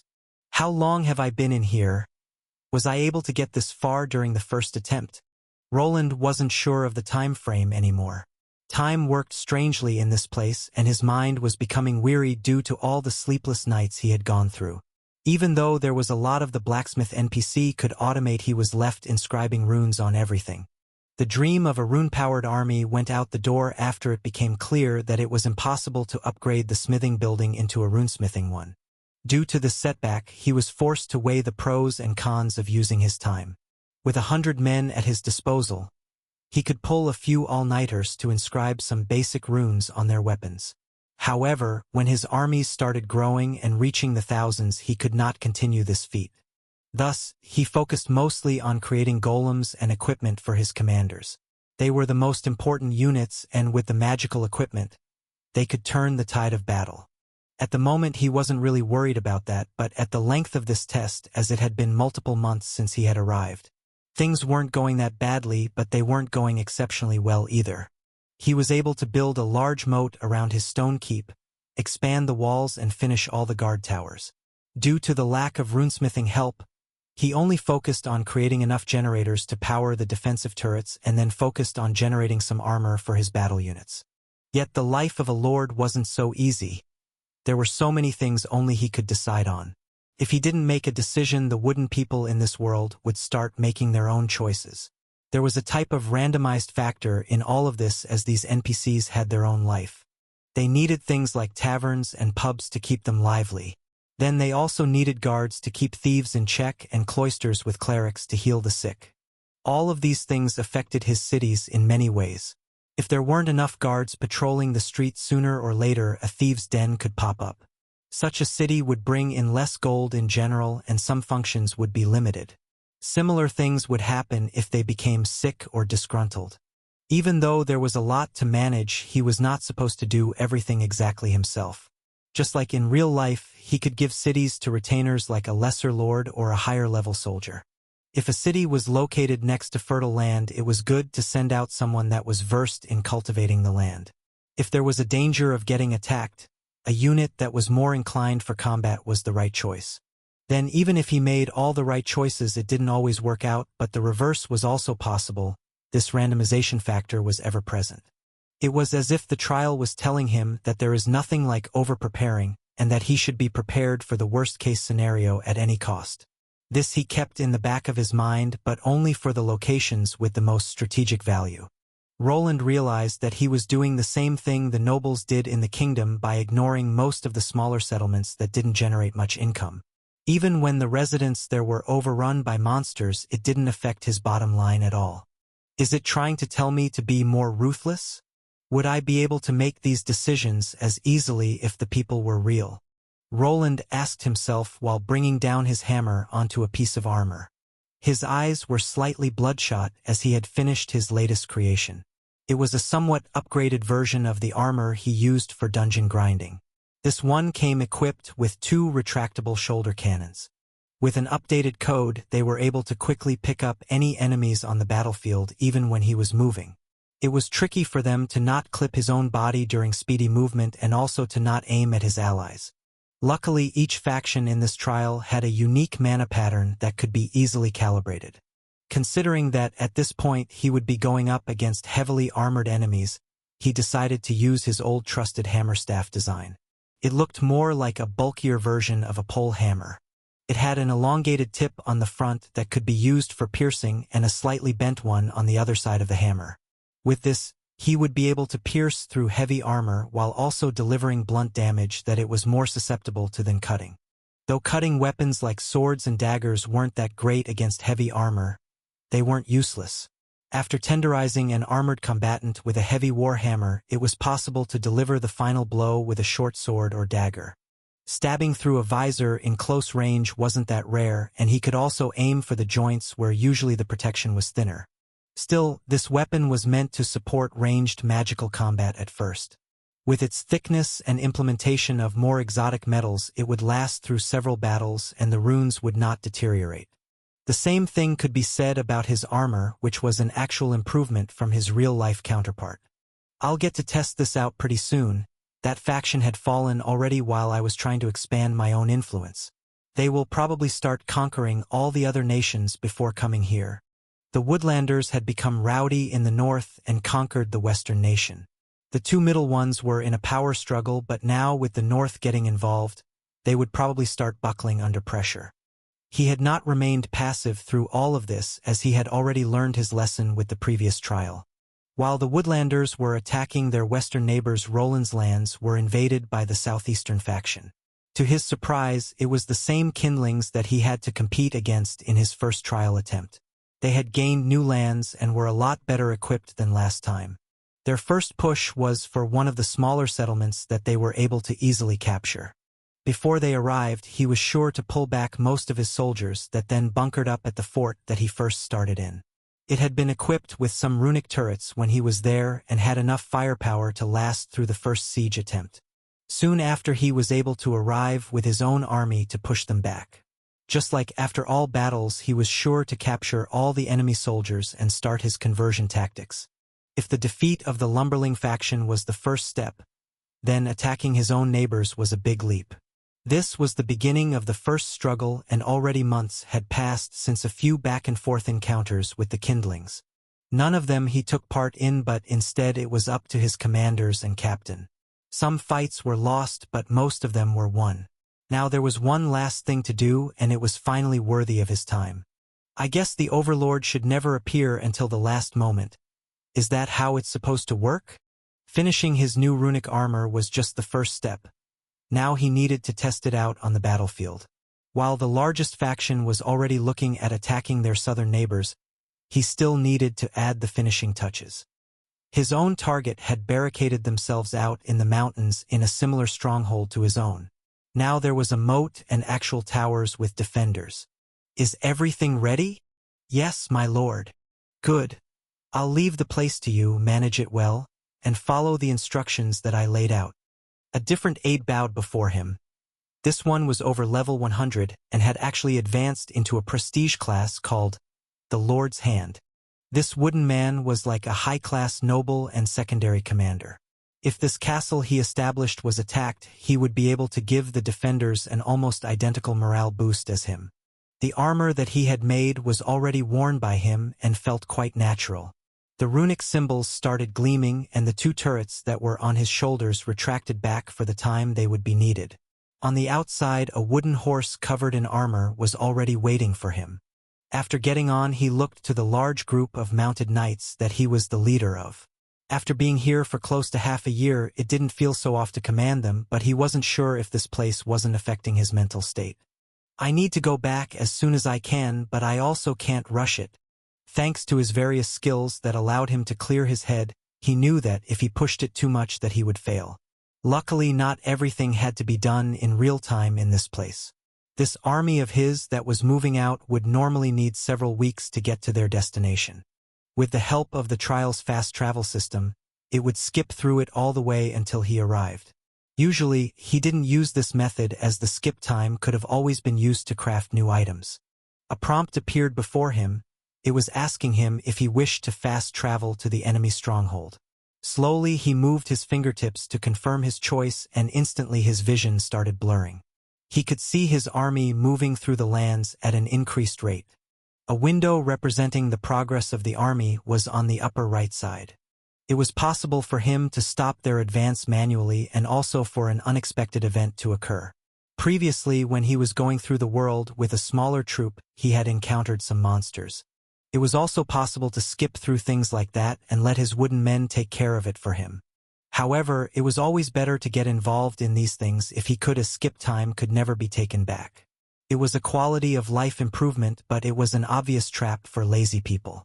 No one that skipped through all the hard work could ever hope to become an overlord, and using this function for fast traveling was the only good thing about it. So we are here. Looks a bit gloomy. The scenery stopped moving rapidly past him, and a large black castle on top of a small mountain appeared. The sun had just gone down, so the whole thing was illuminated by torches. Compared to the first stone keep he attacked, this one would be a tougher nut to crack. First of all, there would not be a possibility of him pushing down the walls with a battering ram. A large moat was blocking the way, and the bridge to the main gate was a type that could be raised. There aren't any infiltration units in this trial. The best move would be to have an assassin get in and lower the bridge during the siege. He wasn't sure why his scouts couldn't evolve into those sorts of units, but it seemed that this place didn't want him to use underhanded methods. Instead, only strategic approaches or pure might was allowed. In his case, he was trying to mix both together. His class was poised for intelligence, but thanks to his crafting skills, he was able to make up for his deficiencies during combat. Usually, without battle skills and passives upgrading all those, it was impossible for a crafter to last out. At first, the higher multiplier might have seemed like a game changer, but it had its limits. In a battle of strength, he could potentially win against someone that possessed a warrior class, but if that class had any skills to enhance their power, then it would be impossible. This chasm of skills that had hidden multipliers that could go against the tiers could only be scaled thanks to his runes. With his armor on, he could mimic buffing spells and also produce magical attacks that were on, if not over the level of proper skills. Then, if coupled with exterior factors like runic batteries and golems, he could potentially become a one-man army. These golems were already getting ready for some action. Even though it was a grueling grind to achieve, he was able to enlarge the chassis of his spider drones. Instead of being the size of a middle-sized dog, these were closer to a horse. They weren't as mobile as their smaller counterparts, but their cannons were much bigger. Their job was not to dodge but to damage, and soon they would be used to conquer this keep. Normally, what he would have to do would be to create multiple catapults or trebuchets to get those walls down. That is, if this was just a regular world with normal rules. With magic being part of it, there was no reason to produce huge siege weaponry when he could just use something different. In this case, the enlarged spider golems would use their cannons and the reservoir of runic batteries to do the trick. Roland was doing most things by the book. In this case, there was no reason not to. First, he made sure to stay out of range of the archers and ballistas. The spider golems were automatons with a program to make their own measurements. They didn't require test fires and could quickly place themselves in the best spot for continuous fire. In a way, they were like mini tanks that could fire various magical projectiles. For the time being, he just needed to wait in the back while his army got ready. The enemy commander certainly didn't expect the large golems to be part of the siege. They had barricaded themselves inside due to losing multiple skirmishes with Roland's wooden forces. On the surface, the two wooden kingdoms were about equal in most regards. The only variable was their leader. Thanks to the various golems and magical weaponry that was powered with runic batteries, most battles could be quickly shifted in his favor. This didn't mean that such things would last forever. The enemies he was facing had around 1,000 soldiers, and he was the same. If the war continued and the number of troops kept increasing, keeping up with the runic weapons would become quite strenuous. At the moment, a few spider cannoneers were enough to get through a castle's walls, but this would not be enough when going against 10 times the troops. They really have nothing to defend against these. Good that I kept them hidden away. Keeping an ace up a sleeve was something a good leader needed to have. This trial was changing with each day, and sometimes he would find the enemy commanders performing smart tricks. In the future, it wouldn't be strange if a way to counter his spider troops was discovered. From the information that his scouts started gathering, the woodlanders were in possession of some magical troops. If these kindlings had something like a magical shield to enhance their walls, the magical cannon fire would have been severely diminished. It would be even possible for them to launch a counterattack. As it stood now, it was becoming a slaughter. His faction had just advanced too quickly. They are certainly stuck in the old era of weaponry. They should have invested more into magic than only physical troops. It was obvious that his enemies had a lot of troops and the walls were quite sturdy. Their setup was robust, but it was also outdated. After the bulky spiders had dug into the ground, they commenced with the bombardment. It was quite a one-sided show, as the enemy archers were sent flying all over the place by various magical explosions. Crimson flames filled the guard towers that were meant to fire large ballista bolts and arrows from afar. The walls were starting to buckle under the pressure after they were bombarded by heavy rocks made from earth magic. There was no reason to move, no reason to push until all of the defenses had been destroyed. Only after his golems blew a large enough hole in the wall would he decide to risk his troops. It's working, but these golems use up a lot of mana. If the walls were much thicker or had a second layer on the inside. While the siege had only begun, Roland was already thinking about the next big move. The damage to the castle and the troops inside would be best kept to a minimum, as he needed those soldiers for the coming battles. After field testing the golems, he could finally decide to produce more units for future confrontations with his real opponent in the north. This was only a little side quest to get more leverage for the future encounters that would decide on the test results that he could not afford to fail. Please show mercy. I surrender. Well, this was unexpected. It's deviating from the last scenario. Roland looked at the Lord Commander of this castle that was standing kneeling down. It would be as easy as taking candy from a child to deliver the killing blow to this enemy, but he was asking to spare his life. The duel between the faction leaders had started just like last time, but the opponent capitulated without them even going through one exchange of blows. Could this be due to the power differential or something else? The siege of the stone castle was now over. His heavy spiders were able to blast a hole in the wall, while also keeping the archers and enemy ballistas at bay. Soon after, his army was able to rush inside with him right behind it. Inside, they witnessed a moderate amount of resistance, but not as much as he expected. Now, instead of having a duel with the master of this castle, he was being surrendered to. Do you accept the surrender of the kindling faction? He was given an option without much of an explanation. There was no way of knowing what would happen after he agreed. There were two possible events that could unfold if he agreed here. Either this whole place would just become his and join his side along with the NPCs, or they would become his vassals. Roland was more inclined to believe the latter to happen. Even when soldiers surrendered and were without a leader, they needed to go through indoctrination camps. If he killed this Lord Commander of theirs while he was kneeling, there was also a possibility of infamy. After staying here for a while, he was convinced that there was some type of hidden renown system in the background. Considering that he never had anyone from the Lord surrender to him, perhaps he would be considered a warmonger if he just beheaded him in this situation. But then, if he left him alive, would this wooden lord truly listen to his orders? It was like taking another kingdom while leaving their old king some autonomy to direct it. Scenarios did play out like this, but it was always a risk to leave an old monarch in power. Usually, the old king and his line would be asked to step down. Then they would be replaced by another noble that had closer ties to whoever conquered the lands. This could be a noble from the faction that was conquered that had aided in the conquest, or a noble from the invader's side. Should I take him up on the offer and replace him with one of the Lord's aides? But the support for a member of my court would probably be lower than the original monarch. There were a lot of pros and cons to each decision. Considering this test didn't like when he focused on one side too much, being too lenient wouldn't be a great idea. There was no reason for him to trust in the words of their leader. It wouldn't be strange that when the time came he would be the first one to sink a dagger into his back. They capitulated due to the power difference. The moment I'm out of these lands, they might quickly revert to their old ways, or even worse. When the time to fight the Woodlanders comes and I start losing, they might just desert instantly. So, you wish to surrender? Yes, I do. I will allow it, but you shall no longer be the lord of these lands. You will need to relinquish your title to a person of my choosing, and will be banished from these lands, but you may leave. Do you accept these terms? You want me to go into banishment? Yes. Accept these terms and you may leave. I will also promise not to harm your citizens or your soldiers.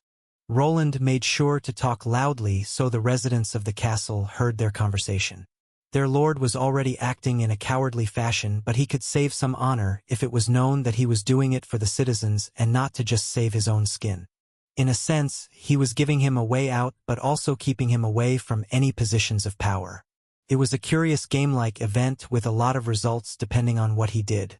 Considering that his aim was the conservation of resources, then it wasn't such a bad decision. I accept. The Lord has fallen. While the conversation was happening, he made sure to aim the runic shoulder cannons at his enemy for intimidation purposes. For a moment it sounded like he would fight back, but when his magical force was ramped up, the wooden man lost all semblance of resisting. To his surprise, the surrender was not the only boon from this confrontation, as he had gained a new skill too. You have gained a new skill, Runic Suppression. Runic Suppression skill allows the user to infuse their runic creations with a menacing aura that can intimidate lesser opponents. What's the skill? Menacing aura? Is this producing some type of killing intent or something?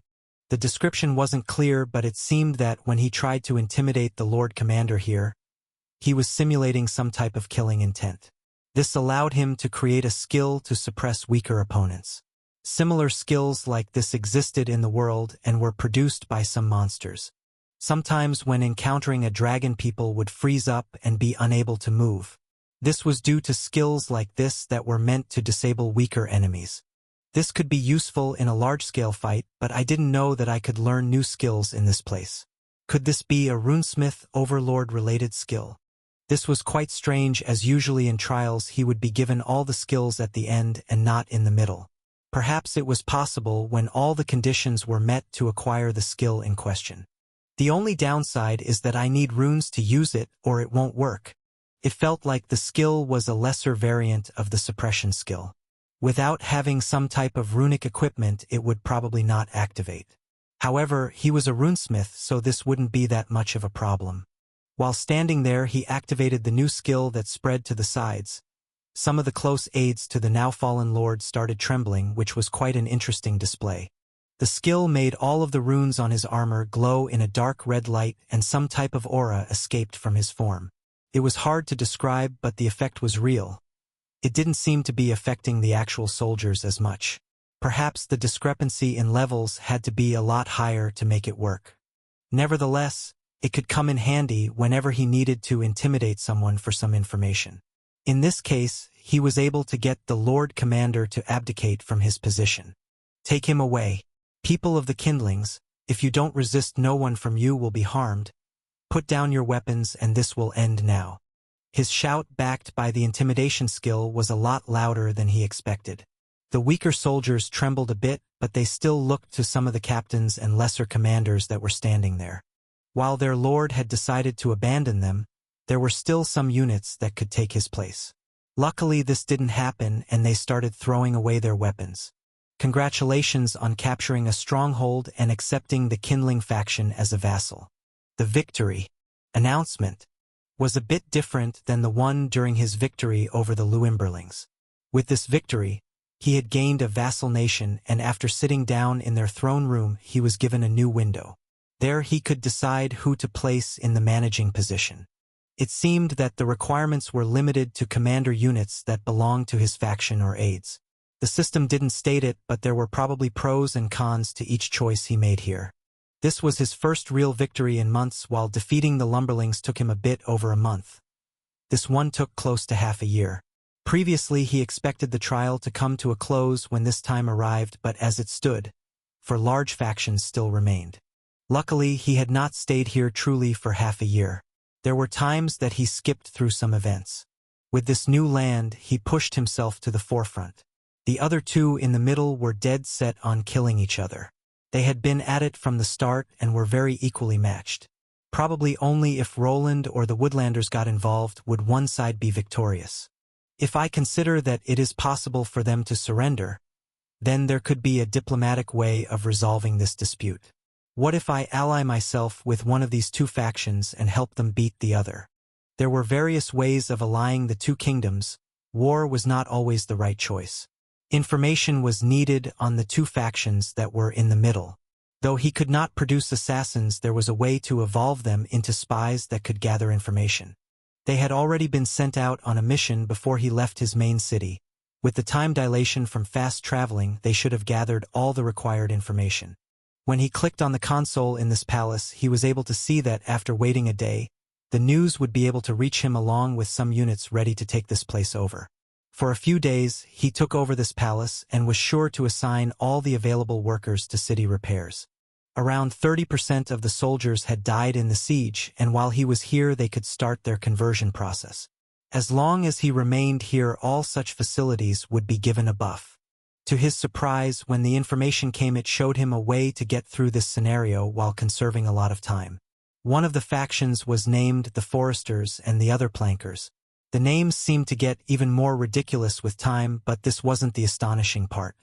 The Foresters were a more passive faction that allowed the smaller settlements to capitulate of their own volition. Their army was mostly focused on their borders, and they were focused on keeping people out. Their competitors were quite aggressive though, and their leader was described as a warmonger. The fact that he was given the rumored character of their leaders already was a tip on how to handle them. His new potential allies were apparently led by someone that was considered weak but somehow managed to keep it together. There were rumors that their lord was wise and good at making trade deals with all the smaller factions that with time were all absorbed by his larger one. If he was good at making deals, then perhaps it would be beneficial to Roland to send in an envoy. If the unit came back intact, then there was a possibility of trading. I don't need them to join my faction. It will be fine if they just stay inside of their own little part of this zone. The two other factions will surely try to attack them, so they will need all the help they can get, and if I conquer those two, the tree people will have to become my vassal and I'll pass this damn trial. There was no need for him to go to war with everyone in these lands. If these people weren't as bloodthirsty as the others, perhaps they were intended as a potential ally. Sometimes trials like this gave people a certain path to follow that wasn't always too obvious. It was possible that not going through varied approaches would put him on a path of destruction. I don't see a reason not to at least try, but first I need to decide on some gifts. Normally, when you do things like this, you are supposed to give them some presents or other reasons to accept the offer. There were various ways of going through diplomatic means. Intimidation was also one of the possible ways of going about it. Perhaps if time wasn't so precious here, it would have been able to scare the Kindlings into raising the white flag after surrounding their city. Cutting off their supply of food would make the citizens quite mad and also weaken the soldiers that required sustenance as well. Roland was thinking about a softer approach though. These foresters were already surrounded by two bloodthirsty nations. If he acted the same, they would not trust him. Thus his plan was formed and time began to pass. His sleeping schedule started becoming slightly better after gaining his second major victory. Things started to become a bit drawn out and the trial even began pushing him to end it. There were occasions when he was forced to turn in for the night even if he didn't want to. Time skips began to be more frequent and he was unable to work on as much runic equipment as he wished. Soon the days skipped along as managing his little kingdom became more automatic. He wasn't sure if this was a limitation of the test or it trying to tell him that kings had to learn to push work onto others. Nevertheless, he was able to push through with a diplomatic solution with the Forester faction. They had grown weary enough of the Woodlanders and their other neighbor to seek a truce with his faction that had proven itself to be somewhat merciful. This cost him a lot of gold and resources in bribes, but considering that he didn't have to lose any soldiers, the cost was worth it. Then, to seal the deal, he was even able to marry off one of his own commanders that had become the lord of the previously captured Kindling Castle. This method was very popular among the nobility of any kingdom or empire. The bonds were supposed to tie families together and be a knot not easily untied. Here it gave him some hidden bonuses to trust, and his new allies even promised to lend them their armies if the time came. The months continued to tick as he tried to scrunch some time for further inventions. The Woodlanders had managed to invade the Plankers that were unable to conquer their neighbors that were being supported by Roland's own armies and finances. It was a proxy war from which he profited, and it allowed him to build up his armies while getting ready for the final trial. This came a lot sooner than he expected as the Woodlanders started pushing hard. After they had the lands of the Plankers, they had access to Roland's borders. A fight ensued along those lines and continued for several weeks until even he had to get involved. Even though he was able to protect his borders, his allies weren't as lucky. Their defensive line had to contend with their main forces while he defeated some leftovers from the previous conquest. Troops were sent from his other strongholds and the real war started. Many small and large skirmishes were fought with no clear winner being produced. Thankfully, thanks to his diplomatic approach, he was able to keep the fighting out of his side of the conflict. A proxy war where he sent to aid in the form of weapons and food was started while he just slowly built up a larger force. When the time was right, he finally plunged himself into the lands that were previously captured by the Woodlanders. His golems played a big role in sieging the cities, but soon enough he started encountering magical countermeasures. These could be countered whenever he was at the location, but some casualties to his runic equipment had become more common.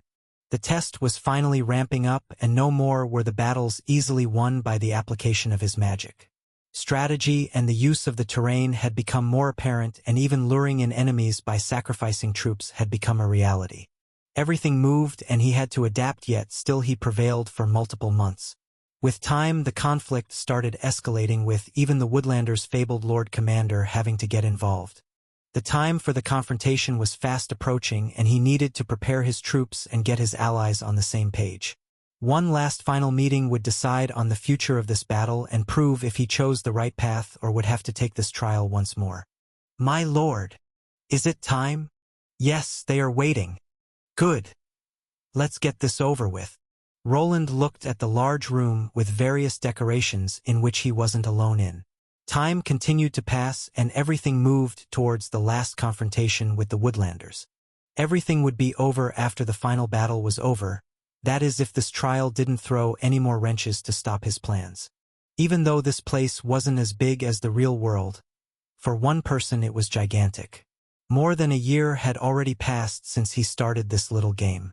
Considering that he was forced to take several time skips, more than a couple of years in trial time had gone by. His faction had become a small country with an actual force that reached into the multiple thousands. With this army, he was now planning to head towards one location where the tides would shift. Things haven't been going too well lately, and convincing those foresters took a while. If I knew I'd be forced to do those things, I would have chosen violence instead. Roland wanted to save up on some resources by going into an alliance with one of the remaining nations, the Foresters. This was a resounding success, as after aiding them with some of his resources they were able to drive away their enemies and were actually grateful. A pact was formed between him and this nation to clear up the Woodlanders that soon had control over half of the map. There was one tiny thing that he didn't realize when he was forming a pact. He did not think through what an alliance entailed when he made it. His original preconceived notion was that he could automate everything as this had been a trial. However, he had been mistaken, and his presence was actually required at a few venues where he had no idea how to act. Hear ye, hear ye. Today in our nation and throughout the lands, we are celebrating the union with our lifelong allies, the great Timberlings. Lord Commander of the Timberling Nation has joined us on this grand and joyous occasion. How much longer is this guy going to announce my entrance? At this moment he was standing behind a closed door with 2 wooden soldiers on his side. His usual armor wasn't on, as he was forced to switch to more traditional attire. This day he had to attend something that resembled a royal ball. Something like this was somewhat above him, as he had never taken any training in noble affairs. His only reference was some conversations with his family members in the past he overheard, or some of their own training. Most of his sisters were somewhat forced into attaining noble get-togethers where they were expected to look good and act as proper ladies. The men, on the other hand, usually had this mentioned somewhere during their night training. Even dancing lessons were a requirement, as the noble sons and daughters had to take part in what to him was a diplomatic charade. Without further ado, let me present you the Lord Commander of the Timberlings. I guess this is my cue. The wooden people in this trial referred to him as Lord Commander, just as the class of the leaders of each of the factions. It was the same for the Foresters. Their leader was just the Lord Commander of the Foresters. The large door was opened for him, and Roland took a few brazen steps outside into the large open ballroom where he was on top of the stairs. Greetings, people of the Foresters. I am honored that you would accept my presence. Ugh. They are looking at me in a weird way. Roland was presenting his speech that he was forced to run through one of his aides. Luckily, they were competent enough to write it out for him. With his heightened intelligence, it didn't take much time to study it. The only hard part was presenting it in a competent way without stuttering or mispronouncing anything. He had even gained a new skill while he was practicing before it, which made things easier. Lordly articulation. Skill passive. Betters the ability to physically move the tongue, lips, teeth, and jaw to produce sequences of speech in a more regal and noble fashion. The skill literally made him into a smooth talker. It even helped him come up with more posh-sounding words and replace the ones that he commonly used. He had previously heard of the regular articulation skill, which a lot of public speakers leveled up. The lordly variant was probably due to his Lord Runesmith class, or perhaps the Overlord variant. This was also part of the trial. Becoming an overlord seemed to take noble diplomacy into account. By allying himself with another faction, he was given more work. Just like this time, he was waving at the people down below and shaking the hand of the Forester commander. Something like this was certainly out of his comfort zone, but thanks to everyone appearing as a wooden person, it made things a lot more bearable. The speech didn't have to be the best, and after finishing it, everyone began clapping. Lord Commander, I must thank you for accepting the betrothal proposal. Make nothing of it, Lord Commander. It was required to tighten the bonds between our 2 nations. The leader of the Foresters spoke out, and the conversation between the leaders finally started. There was only one reason that he made the journey here. The war was upon them, and he needed all the help that he could get. A treaty was already signed between their 2 factions, but this didn't mean that everything was set in stone. Roland was aware of the possibility of betrayal, and this is what he was hoping to avoid by coming here. Not much had been explained to him besides all of the basics, but he was somewhat confident in figuring out how this place worked. There were some hidden numbers considering his approval rating with this foreign nation. If he was able to keep this number high, then the chance of betrayal was quite low. He had invested time in cultivating a relationship with this faction in several ways. One was the more basic one, by sending in resources or aid in the form of soldiers against their enemies. Then there was the whole side with the nobility. One tried and true method was by marriage. Some of his commander units had been placed on the wedding table and been instructed to form bonds. Roland didn't like this way of functioning between nations, but at the moment he could not find a better alternative. The only way of keeping a healthy relationship with the Foresters would be by offering even more resources instead. The marriage between wooden people didn't really concern him, as he could look past their fate of being forced into a political marriage. Perhaps this was how all the kings, emperors, and nobles saw their own people. Nothing more like wooden men and women that could be sold? This was beginning to be the reality of this world and this test that he was part of. While he didn't like it, this was the best way of getting through this trial. The ties in marriage would keep everyone together, and to make things even worse, he was actually offering himself to a similar fate. Will you accept those terms? Yes. If you aid me in defeating the Woodlanders, I promise to make this place into one nation with our two factions on the forefront. I see. Then I will leave my daughter in your care. Roland had trouble keeping his face in check while shaking the hand of this wooden man. It wouldn't be strange if all the Lord Commanders had them on their side if the time for diplomacy came. To make a deal with this one nation and save up on resources, he had offered his own hand in a political marriage. If they were victorious, he had promised to make the Lord Commander's daughter the next queen of these lands with him as the king. This would make this nation dead set on winning this war and betrayal almost impossible. The Forester faction had no way of being victorious on their own, and knew well that the Woodlanders would show no mercy. They had already conquered the faction that was directly opposed to them and was now pushing for world domination. Their best bet was this alliance, which would end with them all becoming one strong faction. They won't actually force me into going through the vows after it is all over, right? For the time being, the betrothal contract had only been signed away on paper. Only after the enemy troops were defeated and their leader was dead would the ceremony be taken. His hope was that at that point the trial would be over. If it was not, then he at least hoped to be able to fast forward through the wedding night. He did not want to even imagine being forced to go through with the deed in such a situation. The person he was promised to was still a wooden puppet with a drawn-on face that lacked most emotions. After putting his own head on the line for victory, the party had ended. Soon after, he was placed in a meeting room filled with various generals from his army and the ones that were aiding them. His vassals were also here, but they weren't getting as good as a deal. They were more a subservient state than a real partner like the nation of the Foresters. My own forces number around 10,000. The Foresters have around 6,000 and 3,000 from the kindlings. Will this be enough? Everyone crunched the numbers, and his side had almost 20,000 units at their disposal. The Woodlanders, on the other hand, had around 30,000, which put him at a disadvantage when it came to pure numbers. However, this was not the extent of his power, as the enemy faction didn't have a runesmith at their disposal. They were limited to equipment that could be purchased or crafted by regular blacksmiths and regular magical units like mages.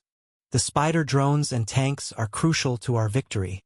I must not let them get damaged during the skirmishes. It seemed that a lot hinged on his creations that shifted into larger war weaponry. Battling monsters was a lot different than soldiers that were part of an army.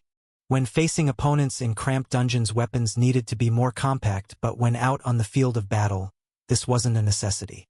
When large numbers of soldiers clashed against each other, weapons that could cause widespread destruction were brought to the forefront. The few large metallic spiders that he outfitted with large cannons were part of it, but they were still hard to manufacture. Instead of using bulky golems, it was better to use all the manpower he was given. Gunpowder was non-existent in this setting, and usually, cannons were replaced by mages that could cast spells with similar destructive power. This was the case here, and even Roland had his own regiment of war mages at this point.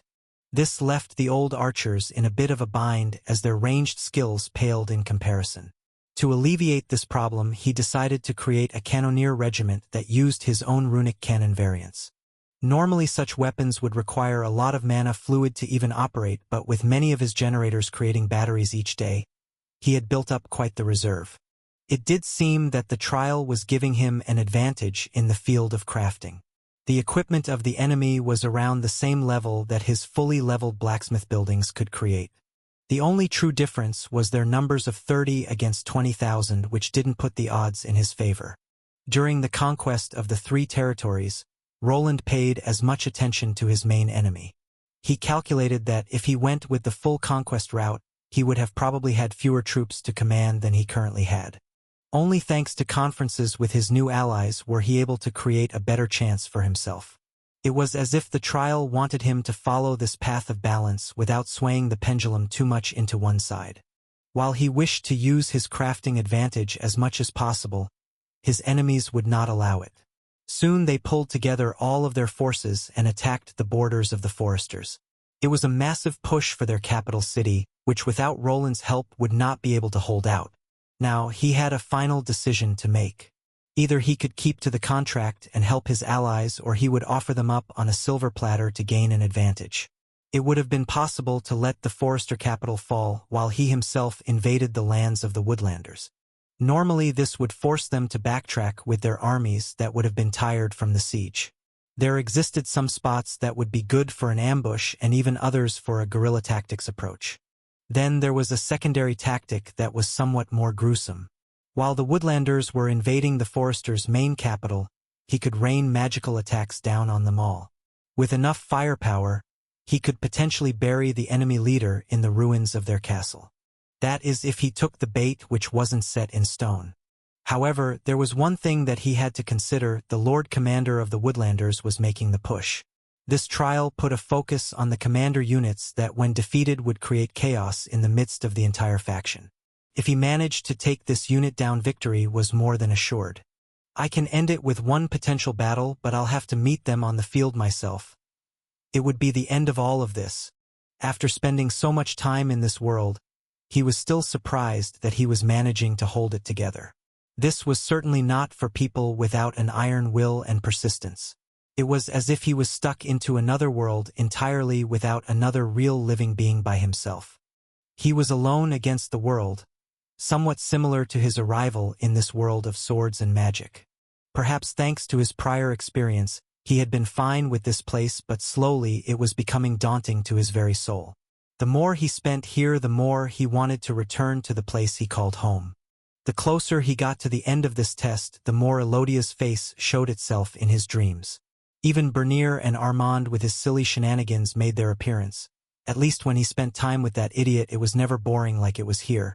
The wooden people could hold conversations, but they were nothing more than cold automatons without any real feelings to speak of. The more he was forced to converse with them, the more he feared that he was becoming more like them. Perhaps this was what would have become of him if he didn't find some companionship, but now he felt like this fate would not be part of his future. I'm not sure that a proper lord would do a thing like betray his allies.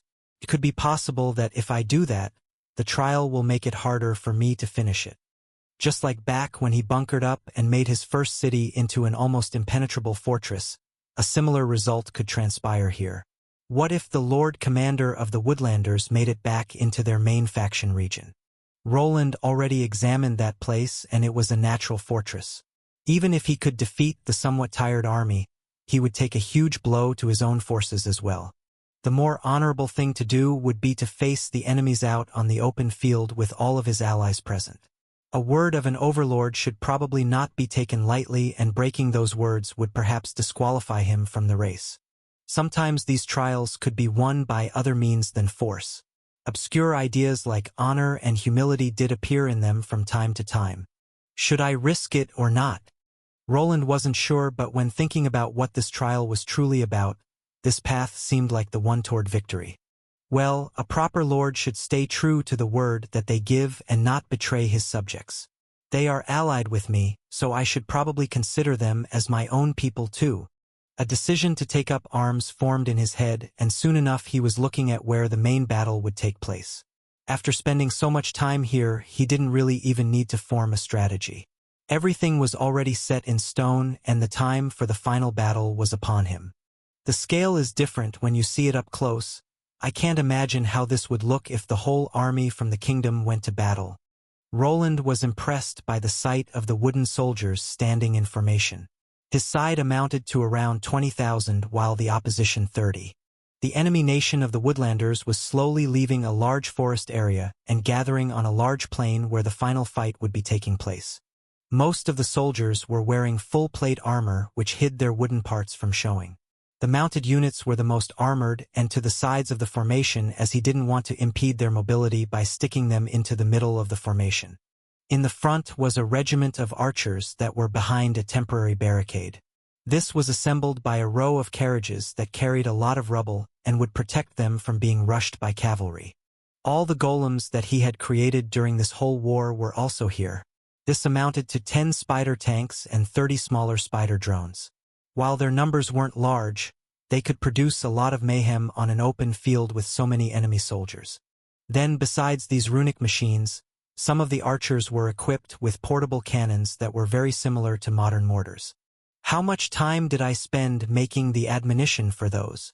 His eyes twitched a little bit as he saw his soldiers bringing out the mortars.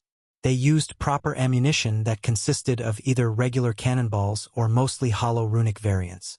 The latter were the ones that he forced himself to produce whenever he had the chance to. While both sides had mages to assist in ranged warfare, his side was somewhat more advanced. When looking at the numbers, the enemies seemed superior in many ways. The composition was similar and the formations they took were not that much different. What would normally be the deciding factor was the equipment or the strategy if there were no other advantages. Considering that they were going to battle out on an open field, the other side was more likely to be victorious. There wasn't much time to prepare, but we did manage to set a few surprises for them. But will they just take the bait? If there was an option, he would have liked to have several days to plant explosives all over the place and then just have the enemies rush into them. This tactic had worked for him even back in the real world, where he could trap thieves and even a powerful lich. However, without being able to use the bunkering up method, he needed to think of something else. For this, he decided to use more modern ways and use the ranged advantage along with his ace in the hole, the runic batteries. It won't be long. I should start moving too. While he was the commanding officer of this whole army, it didn't mean that he would be passive. Roland was the most important part of this whole plan, as his job was to keep the enemy leader busy. His large form was coming into view, and was it something that gave him the shivers? Even though this was his first time really seeing the Woodlander Lord Commander, the large mace he was holding had left an impact. It was the last thing he remembered of the confrontation during his first trial attempt. The Lord Commander was still a wooden person, but the large black armor that he was wearing made him look like the end boss from a video game. He strutted out behind a large regiment of mounted units that he towered over. His steed looked a lot bigger than the rest and was also wearing armor over its black wooden figure. He must be at least as big as the guild master. The distance between the two was too great to do an identification check of his level. But considering that this was his last enemy, it wouldn't be strange if his level was over 150. His body was covered from head to toe by that menacing-looking armor, and his weapon of choice was a huge mace that would normally be used in 2 hands. On his left side, he also had a large tower shield that seemed to be engraved with some magical symbols. I guess he also has some form of magical armor. I should expect him to have some protective spells that might be able to reflect my own spells. This probably won't be easy. There were several things that he had to think about when facing this enemy leader. One was that, in his previous attempt, he was able to defeat Roland already. It was probably not a fair duel, but this wasn't one either. If it was possible, then it would be best to isolate the Black Knight away from his aides to take him out. His armor was a Swiss army knife of magical weapons that could adapt to most situations. Even if something had magical protection, it was possible to use outside means that went around such defenses. When looking at the form of his enemy, he glanced at his own steed. For some reason, he was able to level up his own riding skill. At first, he wondered if he should design his own golem that he could ride, but due to time constrictions he decided against it. Something like a bike or armored vehicle sounded nice, but designing it and making it with his current skills would take multiple months of work. Instead, he decided to just upgrade his horse's armoring into a runic one. While the horse was not capable of casting any spells, this didn't matter. Roland had the required skills to use runic devices from a distance. He could command his golems and also activate the small turrets on the horse armor he made. They were powered by runic battery packs that made his horse into a moving cannon. Some of his cavalry commanders were in possession of similar armoring which could aim at its own as a golem could. Just like with all of his creations, they were limited by his time here. Luckily, in the ending stages of this trial, everything had become somewhat automated and he could focus on bolstering his runic war machines. If there was more time or some help from other runesmiths, He could see each and every soldier wearing armor with a runic battery and a shoulder-mounted cannon as a side weapon. There were many ways of integrating his magical weapons into an army, and if he reached Tier 3 and was capable of miniaturizing the batteries, then he could see it as a change in magical warfare. As it stood now, there was no true renewable energy source, and using mana fluid out in the field wasn't that safe. Just like he once tried with his golem, the fluid or its crystallized form could get overloaded and explode. His batteries could be created in metallic form and depended more on the quality of the runes, with no danger of an explosion happening even if they were struck during combat. I guess I'll think about that stuff when this is over. My lord, the enemy is on the move. I can see that. They won't even try to talk this through. Seems like they were really designed to just be a force of nature. Roland spoke out while one of his commanders informed him about the enemy moving forward. His allied commanders came from the Kindling faction that he conquered, and the foresters nodded at his words before moving to their own forces. Everything had been discussed beforehand within a lot of meetings, and it was up to him to decide on the right tactic. The trial didn't really force him to come up with his own, but instead gave him the power to decide on the right one for the occasion. Now it was up to his decision to decide the fate of all these soldiers and if he would be victorious. Wait for them to get in range of the cannons. Fire! He watched as the battle played out, and it was quite a sight to behold. First of all, the war mages were assembled in a standard military battle formation. They were constantly casting spells to produce protective veils of magic around their soldiers. This somewhat protected them from the magical blasts produced by his runic spider tanks, mortars, and battle mages. Yet, these spells weren't meant to last for long. They were good at blocking simple arrows but not large cannon blasts. Soon Roland was able to see some of the wooden men explode into large chunks and smaller splinters. If they were actual human beings made of flesh and bones, the sight would probably be something that would haunt him for the coming nights. This was true war. It wasn't pretty, and these wooden men were quite vocal about it. They aren't real. It's just a test made by magic. Nothing more than an illusion.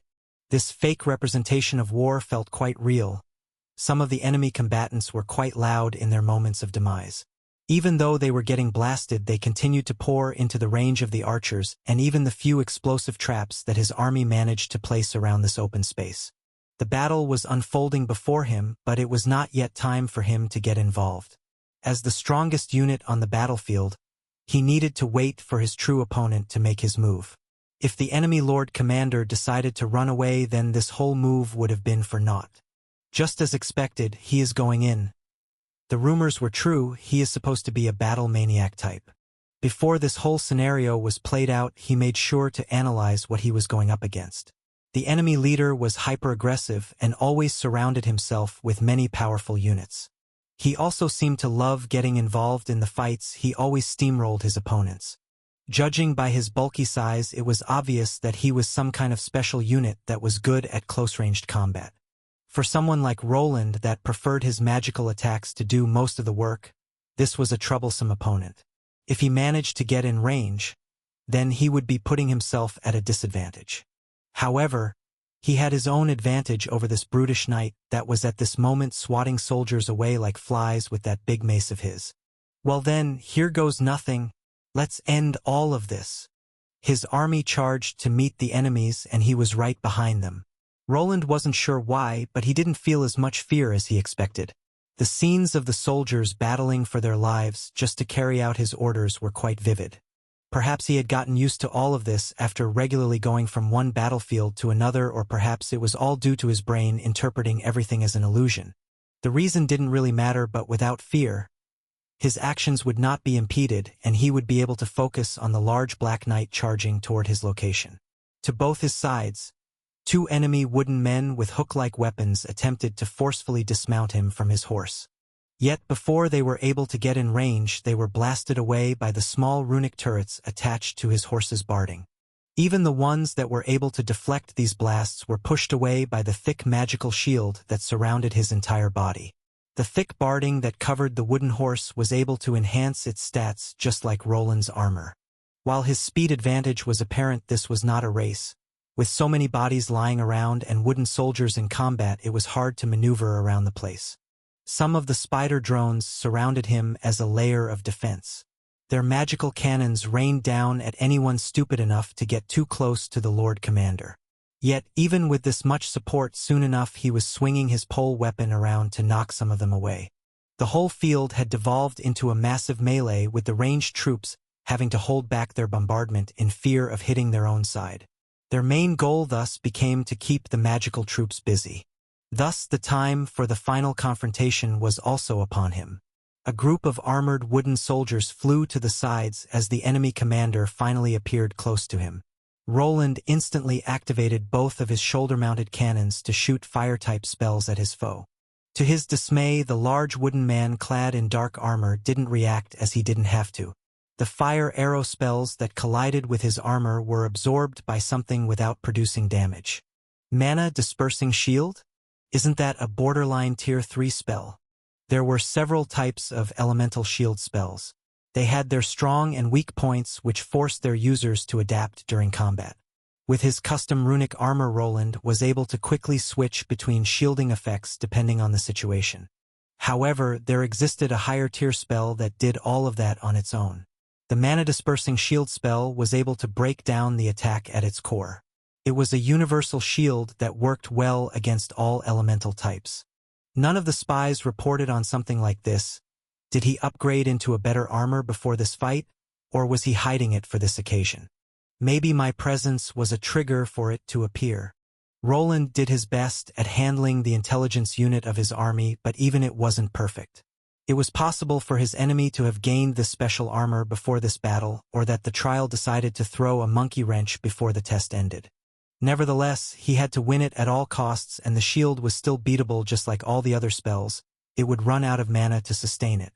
If there is something I'm good at, then it's not running out of mana easily. First of all came a bunch of marbles. One of his oldest classes, the Runic Mana Scribe, came to the forefront. In each of the round orbs, there was a small parchment with an exploding rune in it.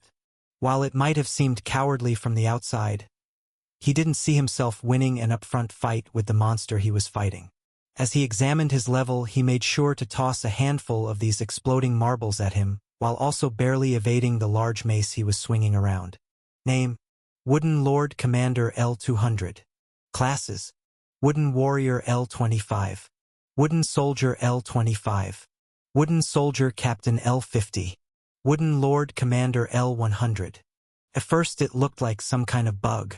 The Lord Commander from the Woodlanders had 100 levels in a Tier 2 class, which allowed him to reach a level that was above Roland's. Something like that would not have been possible in the real world, or not even sought after. Yet his opponent was just created to be the last stepping stone for his trial. His stats were above Roland's, and a direct approach was not possible, but with the help of his various weapons, he would be victorious. Thus the cat-and-mouse game between the two Lord Commanders had started. Which one was the cat and which one was the mouse was unclear, but no one from the soldiers could really be of much help. Wherever the two ran to, magical explosions and destruction followed suit. Roland's magic created small craters, while the giant mace from the Woodlander commander tore into anyone that was stupid enough to get in his way. Soon enough the two had pushed through their forces to the side where there was no ongoing carnage. Shit! Roland had exhausted his explosives and even had to abandon his mount. The moment he broke through the active battlefield, to one side a large mace came flying. It connected with the wooden horse and created a massive dent in the metallic armor it was wearing. The wooden creature was dead on the spot, as various wooden parts of it just fell down to the ground along with its now motionless body. Luckily, his enemy wasn't doing much better. The Dark Knight's own mount was not protected by the same mana-dispersing shield. It had also drawn its last breath and collapsed right as its master had thrown the mace forward. To Roland's surprise, this weapon wasn't a simple battle implement. The moment the enemy commander raised his hand, it was drawn to it. As if a big magnet was sucking it in, the mace flew back into his hand. With a stomp of his feet, he produced a spike of earth that shot toward his approaching enemy. Yet with one swing of that giant mace, he was able to crush the hard magical rock that he produced. Various other spells were activated, but the brute continued to take all of them without even flinching. The magical shield seemed to be still working, which gave Roland quite the scare. Suddenly, when the distance between them was less than 10 meters, he noticed something. His mana sense picked up on it the moment he saw some of the magical flames connecting with the dark metal the wooden soldier was encased in. "Took long enough," he shouted out while seeing that his chance had finally come. The game around the battlefield was in place to slowly whittle down those magical defenses. Even the best magical gear had some type of limiting factor. Even his own runic equipment would burn through the metal or not work if his mana reserves ran out. His keen eye of the runesmith identified the material it was made of, and by his calculations, the charges for the defensive shields were now at critical levels. "I'm glad that you aren't the smart type. Otherwise luring you over here would have been impossible." After shouting out those words, he pointed out with his hand towards the large armored enemy who was already charging at his location.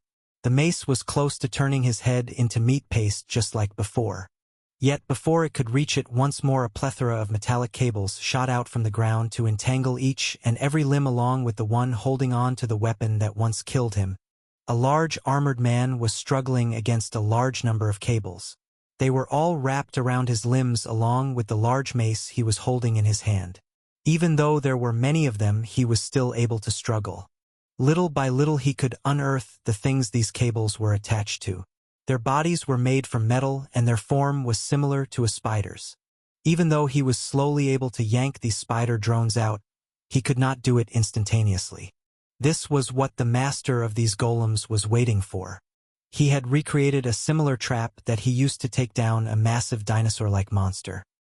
His creations had laid dormant through the entire skirmish only to act when he called for them. Traps like these had aided him in his adventures, and this time again they would help him achieve victory. Even though the cables were already breaking, it didn't matter. The little time he was given for him to bring this home. Just as the golems were about to get fully yanked out of the ground, a beam of condensed energy collided with the armored man in the middle. A thin layer of mana momentarily appeared to shield him from this devastating attack. Yet, the suit of armor had already decayed throughout the duration of the fight. It was close to a Tier 3 item, but even those had limits. With no magical protection to speak of, the spell drilled itself through his chest. This took a lot longer than it should have. But now it's time to end it. Roland was barely able to voice the sentence in what sounded to be a resolute voice. Thanks to his new skill that allowed him to articulate things better, it might have seemed that he was still in control, but the reality was different. After having to act as the bait for this massive Lord Commander through the entire battlefield, he was digging deep into his reserves. Most of his mana had been spent, and the golems that were hidden underground were almost out of commission too.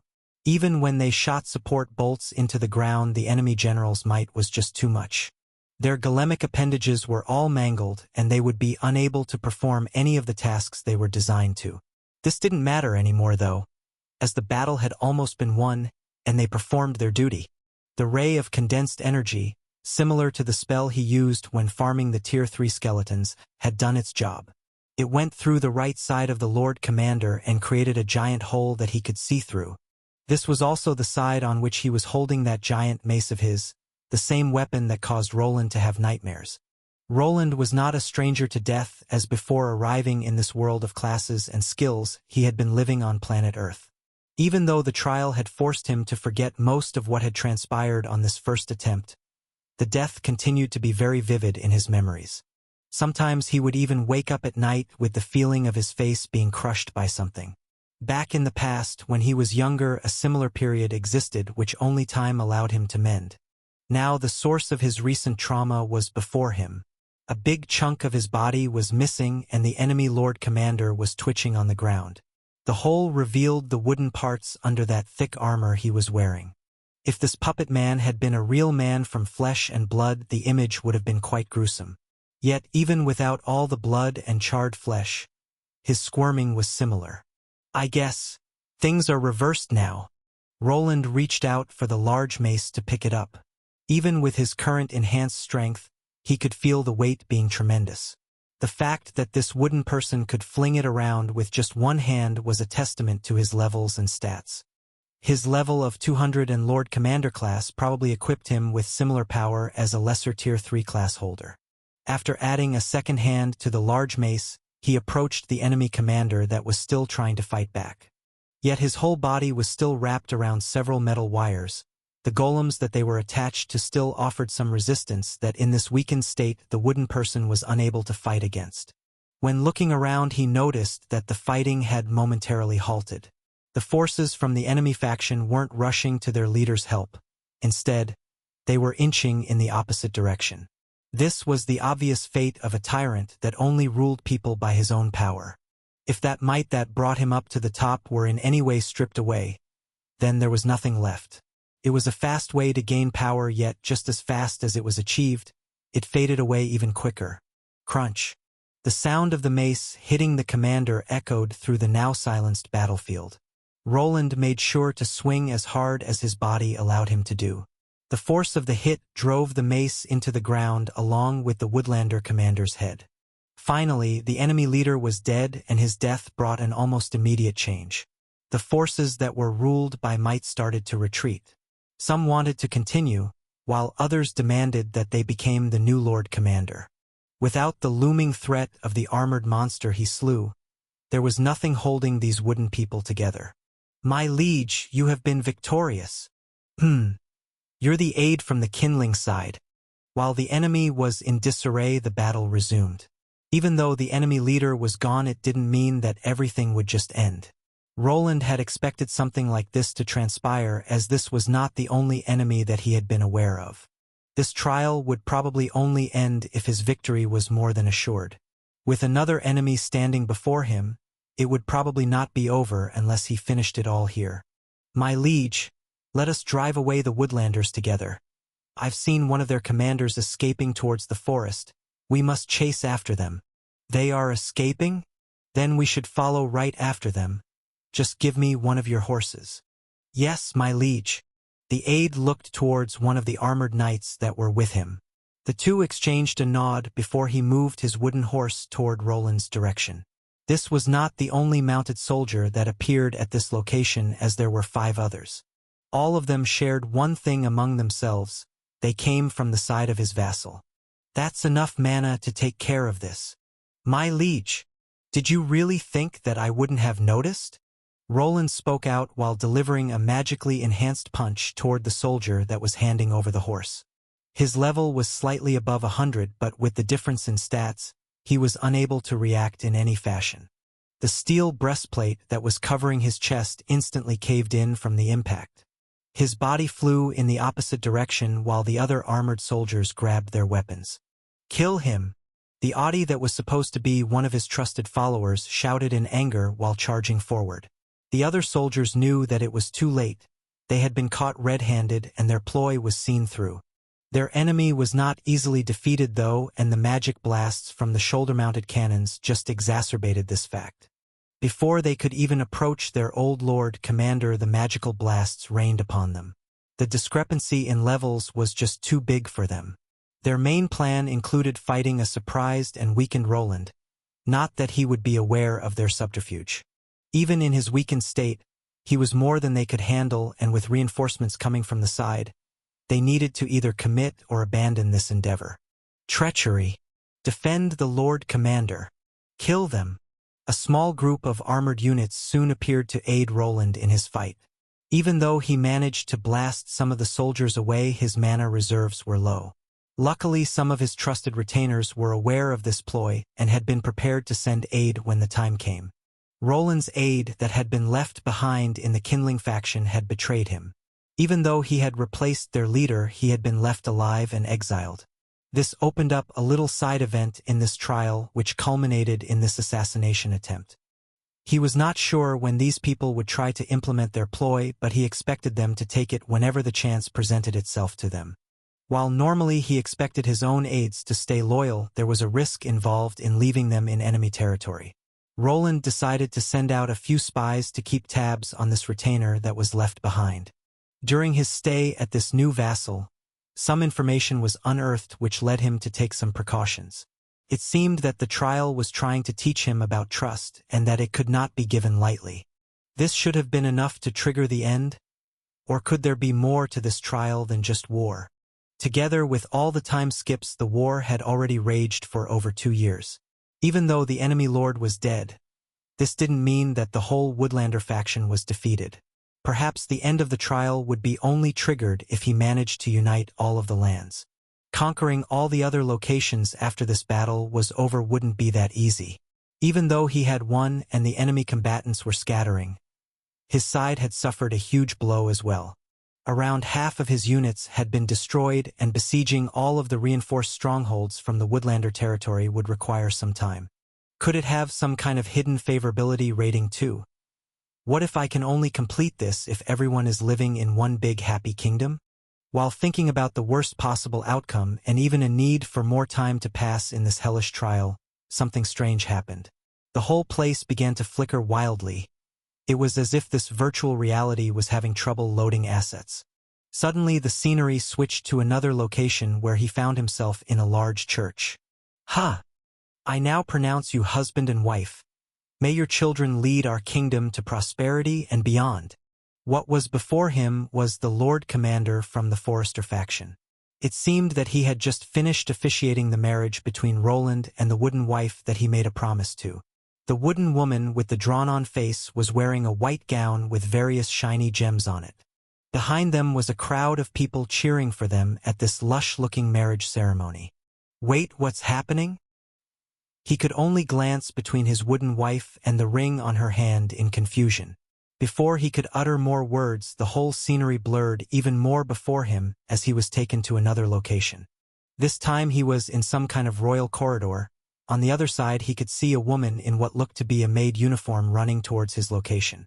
"My liege, it's a healthy boy." "Huh, a boy?" "Yes. The heir to the kingdom has been born.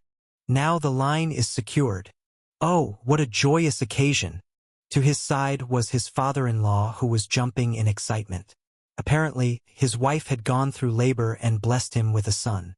With horror in his eyes, he was guided to the room that his son had been created in. The cries of a child were quite audible, and he was forced to take the wooden baby into his hands to cradle it. "This is my son?" "Yes, dear. Isn't he just the cutest?" His wooden wife remained the same as before. Roland was unsure if she was smiling or not. Her face was still made out of oil paint. The child that he was holding was the same and was giving him a vacant expression while still crying. Soon enough, another flicker to the environment occurred before he was taken to another location. Multiple such fast-forwarding events continued to play out before him. From the birth of his second-born daughter to his son taking fencing lessons, they flashed before him. It was like an ending to a game playing out with future events being listed down before the player. The trial was truly over and presented him with the history of his kingdom without him being able to change anything anymore. Finally, it was time for the last scene to play before him. He was sitting on a giant throne made of precious gems and metal. Before him was a room filled with his subjects kneeling before him. Above them, he could see a map of the region he was forced to partake in warfare. Before it was a place separated by borders, but now it had become one strong kingdom with one name over the lands. "Does this mean that I have united the lands?" He called out to his subjects while raising his kingly scepter that was in his hand. The moment he raised it, he realized that his hand had aged quite a bit. Soon enough, he also noticed that a long gray beard was hanging down from his face. How many years had passed was unknown to him, but it was enough for him to become an old man. Long live the king!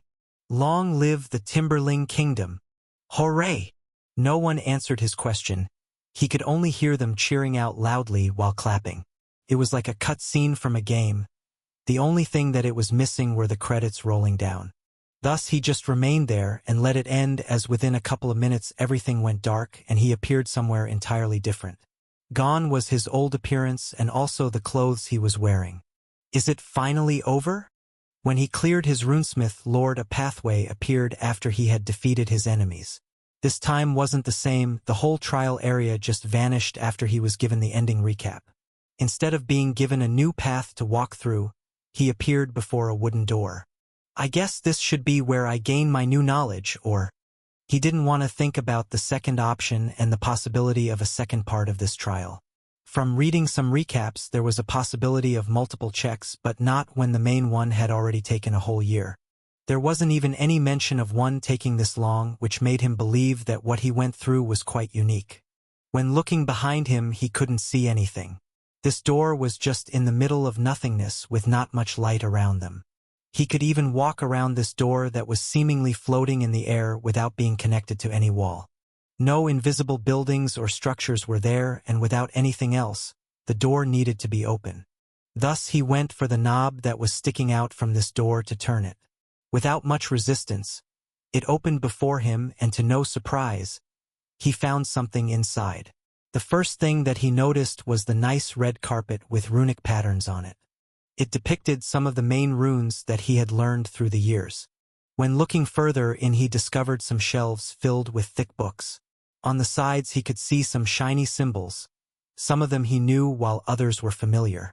In a similar fashion to his runesmith lord class trial, he was invited into a library. This one was a lot larger and contained even books with tier 2 knowledge. From spending a year battling to now reading, high-level knowledge wasn't easily obtained.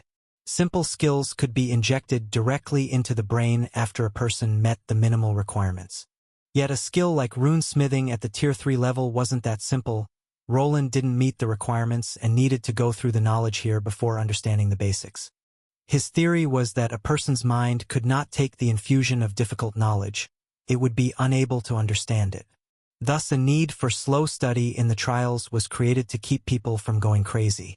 Well then, the door slammed behind him and vanished instantly. He had a whole library filled with books to go through.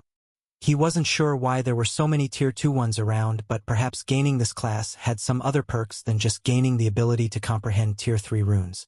Heh! Greater Runes 101. Who names these books? The first book he approached was out on the table next to the study chair. It would be the introduction to his new ability that he was so desperate to achieve. Now only the research part remained, and when he left this place he would finally attain his new class. HNH. What year is it? Am I really back, or is this some kind of illusion? A disoriented Roland grasped his head, which was on fire.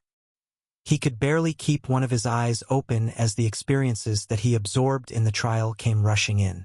This phenomenon wasn't new to him, but this time around it felt exacerbated. The trial space was a big mystery, but in theory, a person's soul was leaving their body.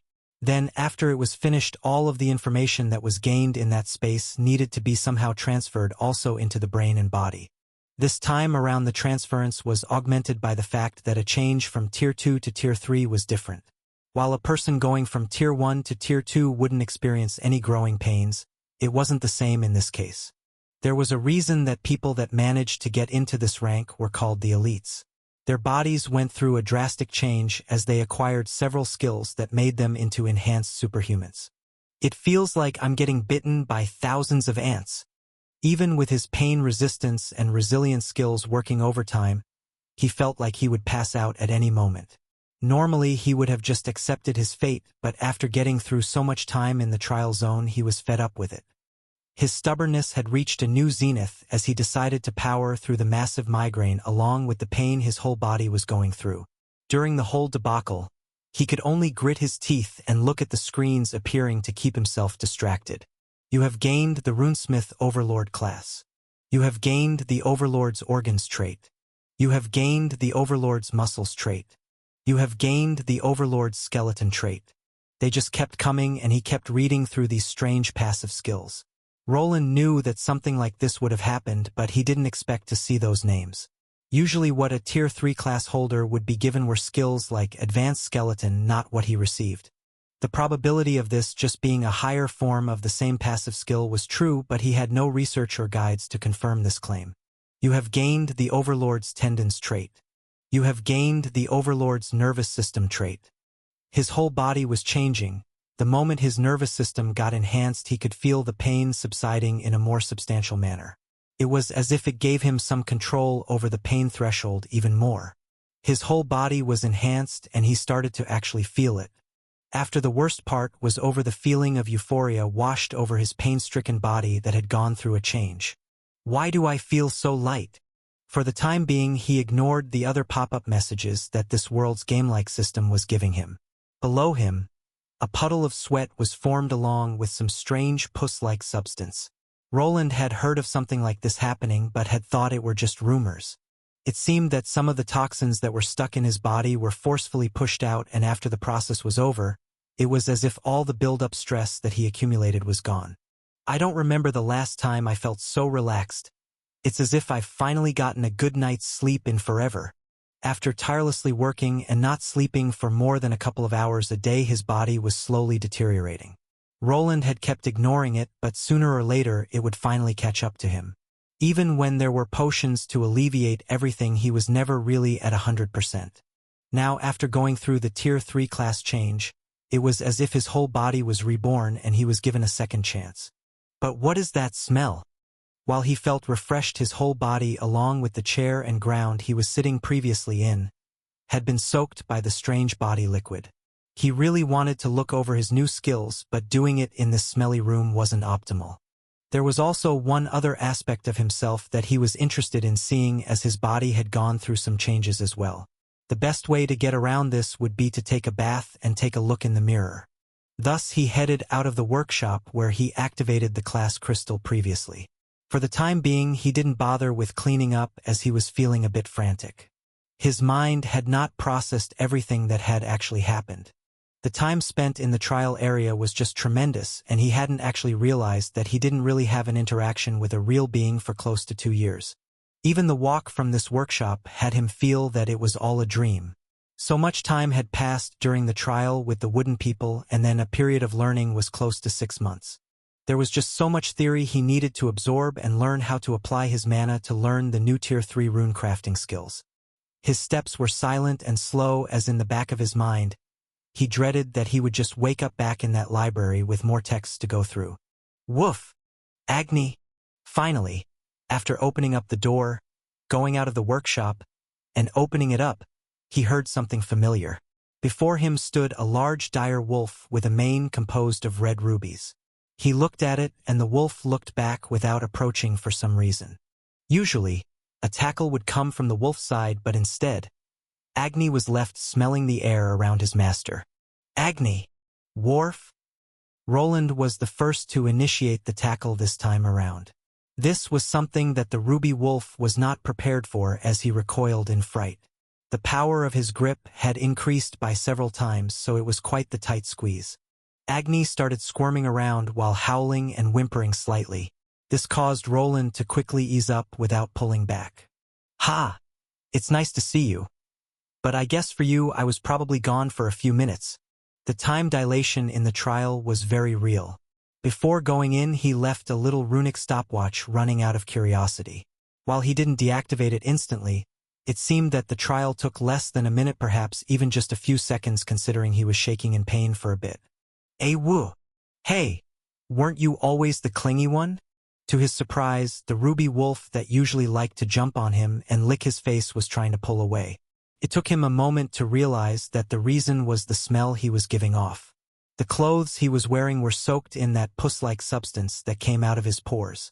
It was no wonder that his wolf companion that had a more sensitive nose would be affected by it. Ha, fine. Woof. It took him a lot longer than he expected to let go, but Agni was finally freed. The wolf started snorting and sneezing in a silly fashion while jumping away from his master. After an audible howl, he even stormed outside as if the whole house was now some kind of breathing hazard. There he goes. I should really take a bath. Roland's clingy behavior was attributed to not being in contact with an actual living creature in a while. His head was already filled with his other companion that he wanted to give him a big hug. Regretfully, she was out while he was taking the trial, and it would probably not be proper for him to run through the night to go meet up. For a moment he actually thought about doing it, but just being able to look at his home was enough for now. He was finally home and the big ordeal was over. Waiting for a few more hours to meet his friends wouldn't matter as much. And before that could happen, he needed to do something about this smell. Then there was also the option of giving her a call through the crystal ball, which he was planning to do after he informed himself about his new class and some more skills. I think I lost some body fat. My abs didn't stick out this much before. After taking the bath and filling the tub with the toxic bile, he was back to smelling nice. Now he was examining himself in the mirror while looking at his status screen from the corner of his eye. His body looked leaner and his muscles had increased in size slightly. Then he also noticed a slight change in his facial structure. It made him look somewhat more handsome, and along with his skin clearing up, he could comfortably say that he had been upgraded in almost every aspect. Even my charisma has increased. Could this be because the Overlord Runesmith class has high leadership requirements? Name: Roland Arden L176. Classes: T3 Runesmith Overlord L1, Primary. T2 Runesmith Lord L50, Tertiary. T2 Runic Engineer L15, Secondary. T1 Mage L25X. T1 Runic Mana Scribe L25X. T1 Runic Blacksmith L25X. HP: 37335/37335. MP: 75312/75312. SP: 51516/51516. Strength: 247. Agility: 203. Dexterity: 291. Vitality: 259. Endurance: 289. Intelligence: 340. Willpower: 329. Charisma: 21. Luck: 12. It wasn't such a big boost as it only went up by 3 stat points. Yet from what Roland knew, anything above 20 charisma put a person in the upper echelon in looks. A person with this stat wasn't necessarily always good-looking. They could also instead just have a type of presence around them. This was the case with his own father and other military personnel that could force a reaction just by their leadership skills. Considering that he had to become a lord of a whole kingdom, this made some sense. I think there are some charisma-related skills that become open after gaining 20. There were some coercion skills that only had a charisma requirement that he could learn. Even some bartering skills could be affected by this stat and help him get better deals in the future. Yet they could also be countered by some protective charms that usually merchants could buy. Before thinking about those, his gaze landed on the 2 main things he was going for when attempting this trial. Runesmith Overlord. Class: this class gives a 100% bonus to HP, MP, SP. Mana cost of using runes and rune-related skills is lowered by 60%. Tier 3, Overlord. Trait: adds a multiplier of 4.5 to all of the basic stats with the exception of luck and charisma. The first thing he looked at was his new Tier 3 multiplier. Basic Tier 3 classes had a multiplier of 3, but his Overlord class increased it by 50%. His old Runesmith Lord class increased it by 1/3, so this was a nice surprise. Perhaps if he had gone with the High Lord variant, the multiplier would be at 4 or a bit higher. This meant that for every 10 points of raw stats, he would be gaining 45 while others only gained 30. Quite the boost, considering that my previous multiplier was only at 2.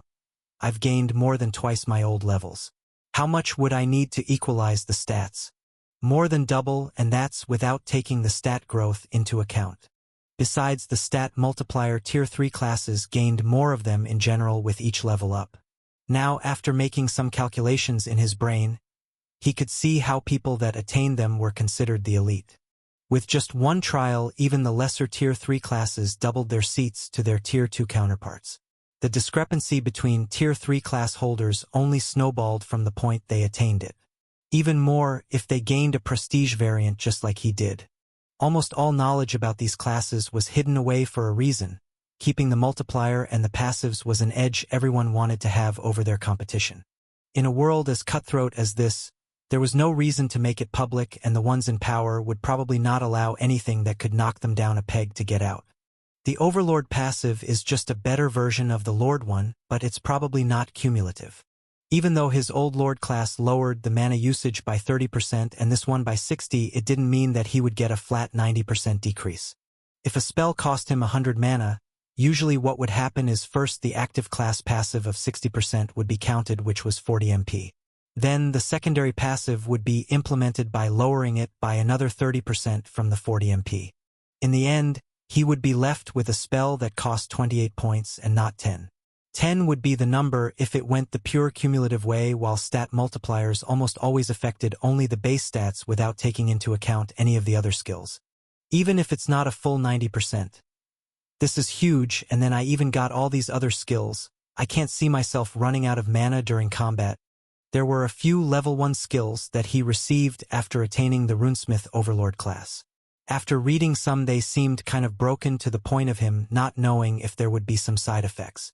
Some of his old skills had also gone through changes as they attained the Tier 3 realm. His Runic Eye of Truth was upgraded into the True Runic Sight, and his runecrafting skill was changed into Expert Runecrafting, which was the Tier 3 version that every advanced runesmith had access to. Yet, instead of looking at all the old skills that went through a little name change, he focused on the new ones. Overlord's Might. Active skill. You gain the power of an overlord. All your stats are enhanced for a period of 5 minutes. Forge Fire Control.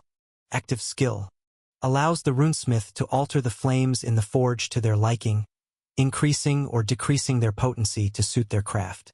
Expert Forging. Passive skill. Unlocks the expert forging techniques of the blacksmith class. Aids in managing the forge, crafting, and spotting imperfections in created items. Rune Authority. Active skill. Objects containing the runic language and of lesser magical languages can be controlled. An understanding of the runes being used is required to allow this skill to activate correctly. Mana Overflow. Active skill. Reduces the mana cost for all skills and spells by 50% and increases mana regeneration by 100% for 5 minutes. Mana Flow Authority. Active skill. Alleviates the side effects of using mana for extended periods of time. The user will not suffer any backlash unless their mana pool goes below 10%. These were all the new skills that he could spot, with a lot of the old ones just switching names to their higher Tier 3 variants. The last two that looked like they would fit a Rune Mage more were somewhat surprising, but after considering that his old Runesmith Lord class was a mix of 2 classes, it made sense. The Mana Flow Authority one looked promising, as he would not be plagued with headaches even if his man was reduced to a minimum. Then the Mana Overflow one seemed like it would allow him to become a casting fiend capable of blasting everything without the need for any restraint. Yet this was only the beginning of his new class. Considering that he had 100 levels to get through, it would be one that he probably was stuck with for multiple years. Some people never even managed to get past the first Tier 3 class they gained, so he didn't feel like he needed to rush. With the stat multiplier and the current skills, he already felt like he could probably win over anyone from that Platinum Adventure party he encountered. The deed was done, and what he had set out to do was finally achieved. Over 10 years ago, he set out on a journey that brought him here. The only thing that he wanted to achieve was self-sufficiency and control over his own fate. This was a giant step in this direction, as no one would be able to take him lightly anymore. The prestigious variant would put him on the level of other Tier 3 class holders in their 200s or maybe even higher. He had to consider his power skyrocketing if he was able to create the right armor from the right materials. If he also included some well-made golems, he could become a one-man army. I should probably not be thinking about work at a moment like this. After going through his status screen, he instantly forgot about all the new skills he gained while focusing on the knowledge that was now in his brain. A lot more possibilities were laid before him, as he could now actually create greater runes. He already had one in particular rune in mind that he wanted to make first. However, before making the trip down to the workshop, he decided to visit another room. There he got dressed only to quickly go for the inconspicuous crystal ball on the stand. Even though he wanted to just wait until the next day, just talking to someone after all the time spent was what he desired. Quickly he turned it on and waited patiently for a person to appear on it. Did something happen? You don't usually call at this hour. No. I just wanted to hear your voice and see your face. It has been a while. A while? We saw each other yesterday. You look a bit different. Or is this crystal ball faulty? He could see Elodia fix her glasses while squinting at the crystal ball before her. The only thing he could do was smile. Even though he gained so much power and took a giant leap forward, he was happier to just see her and be back at the place he called home.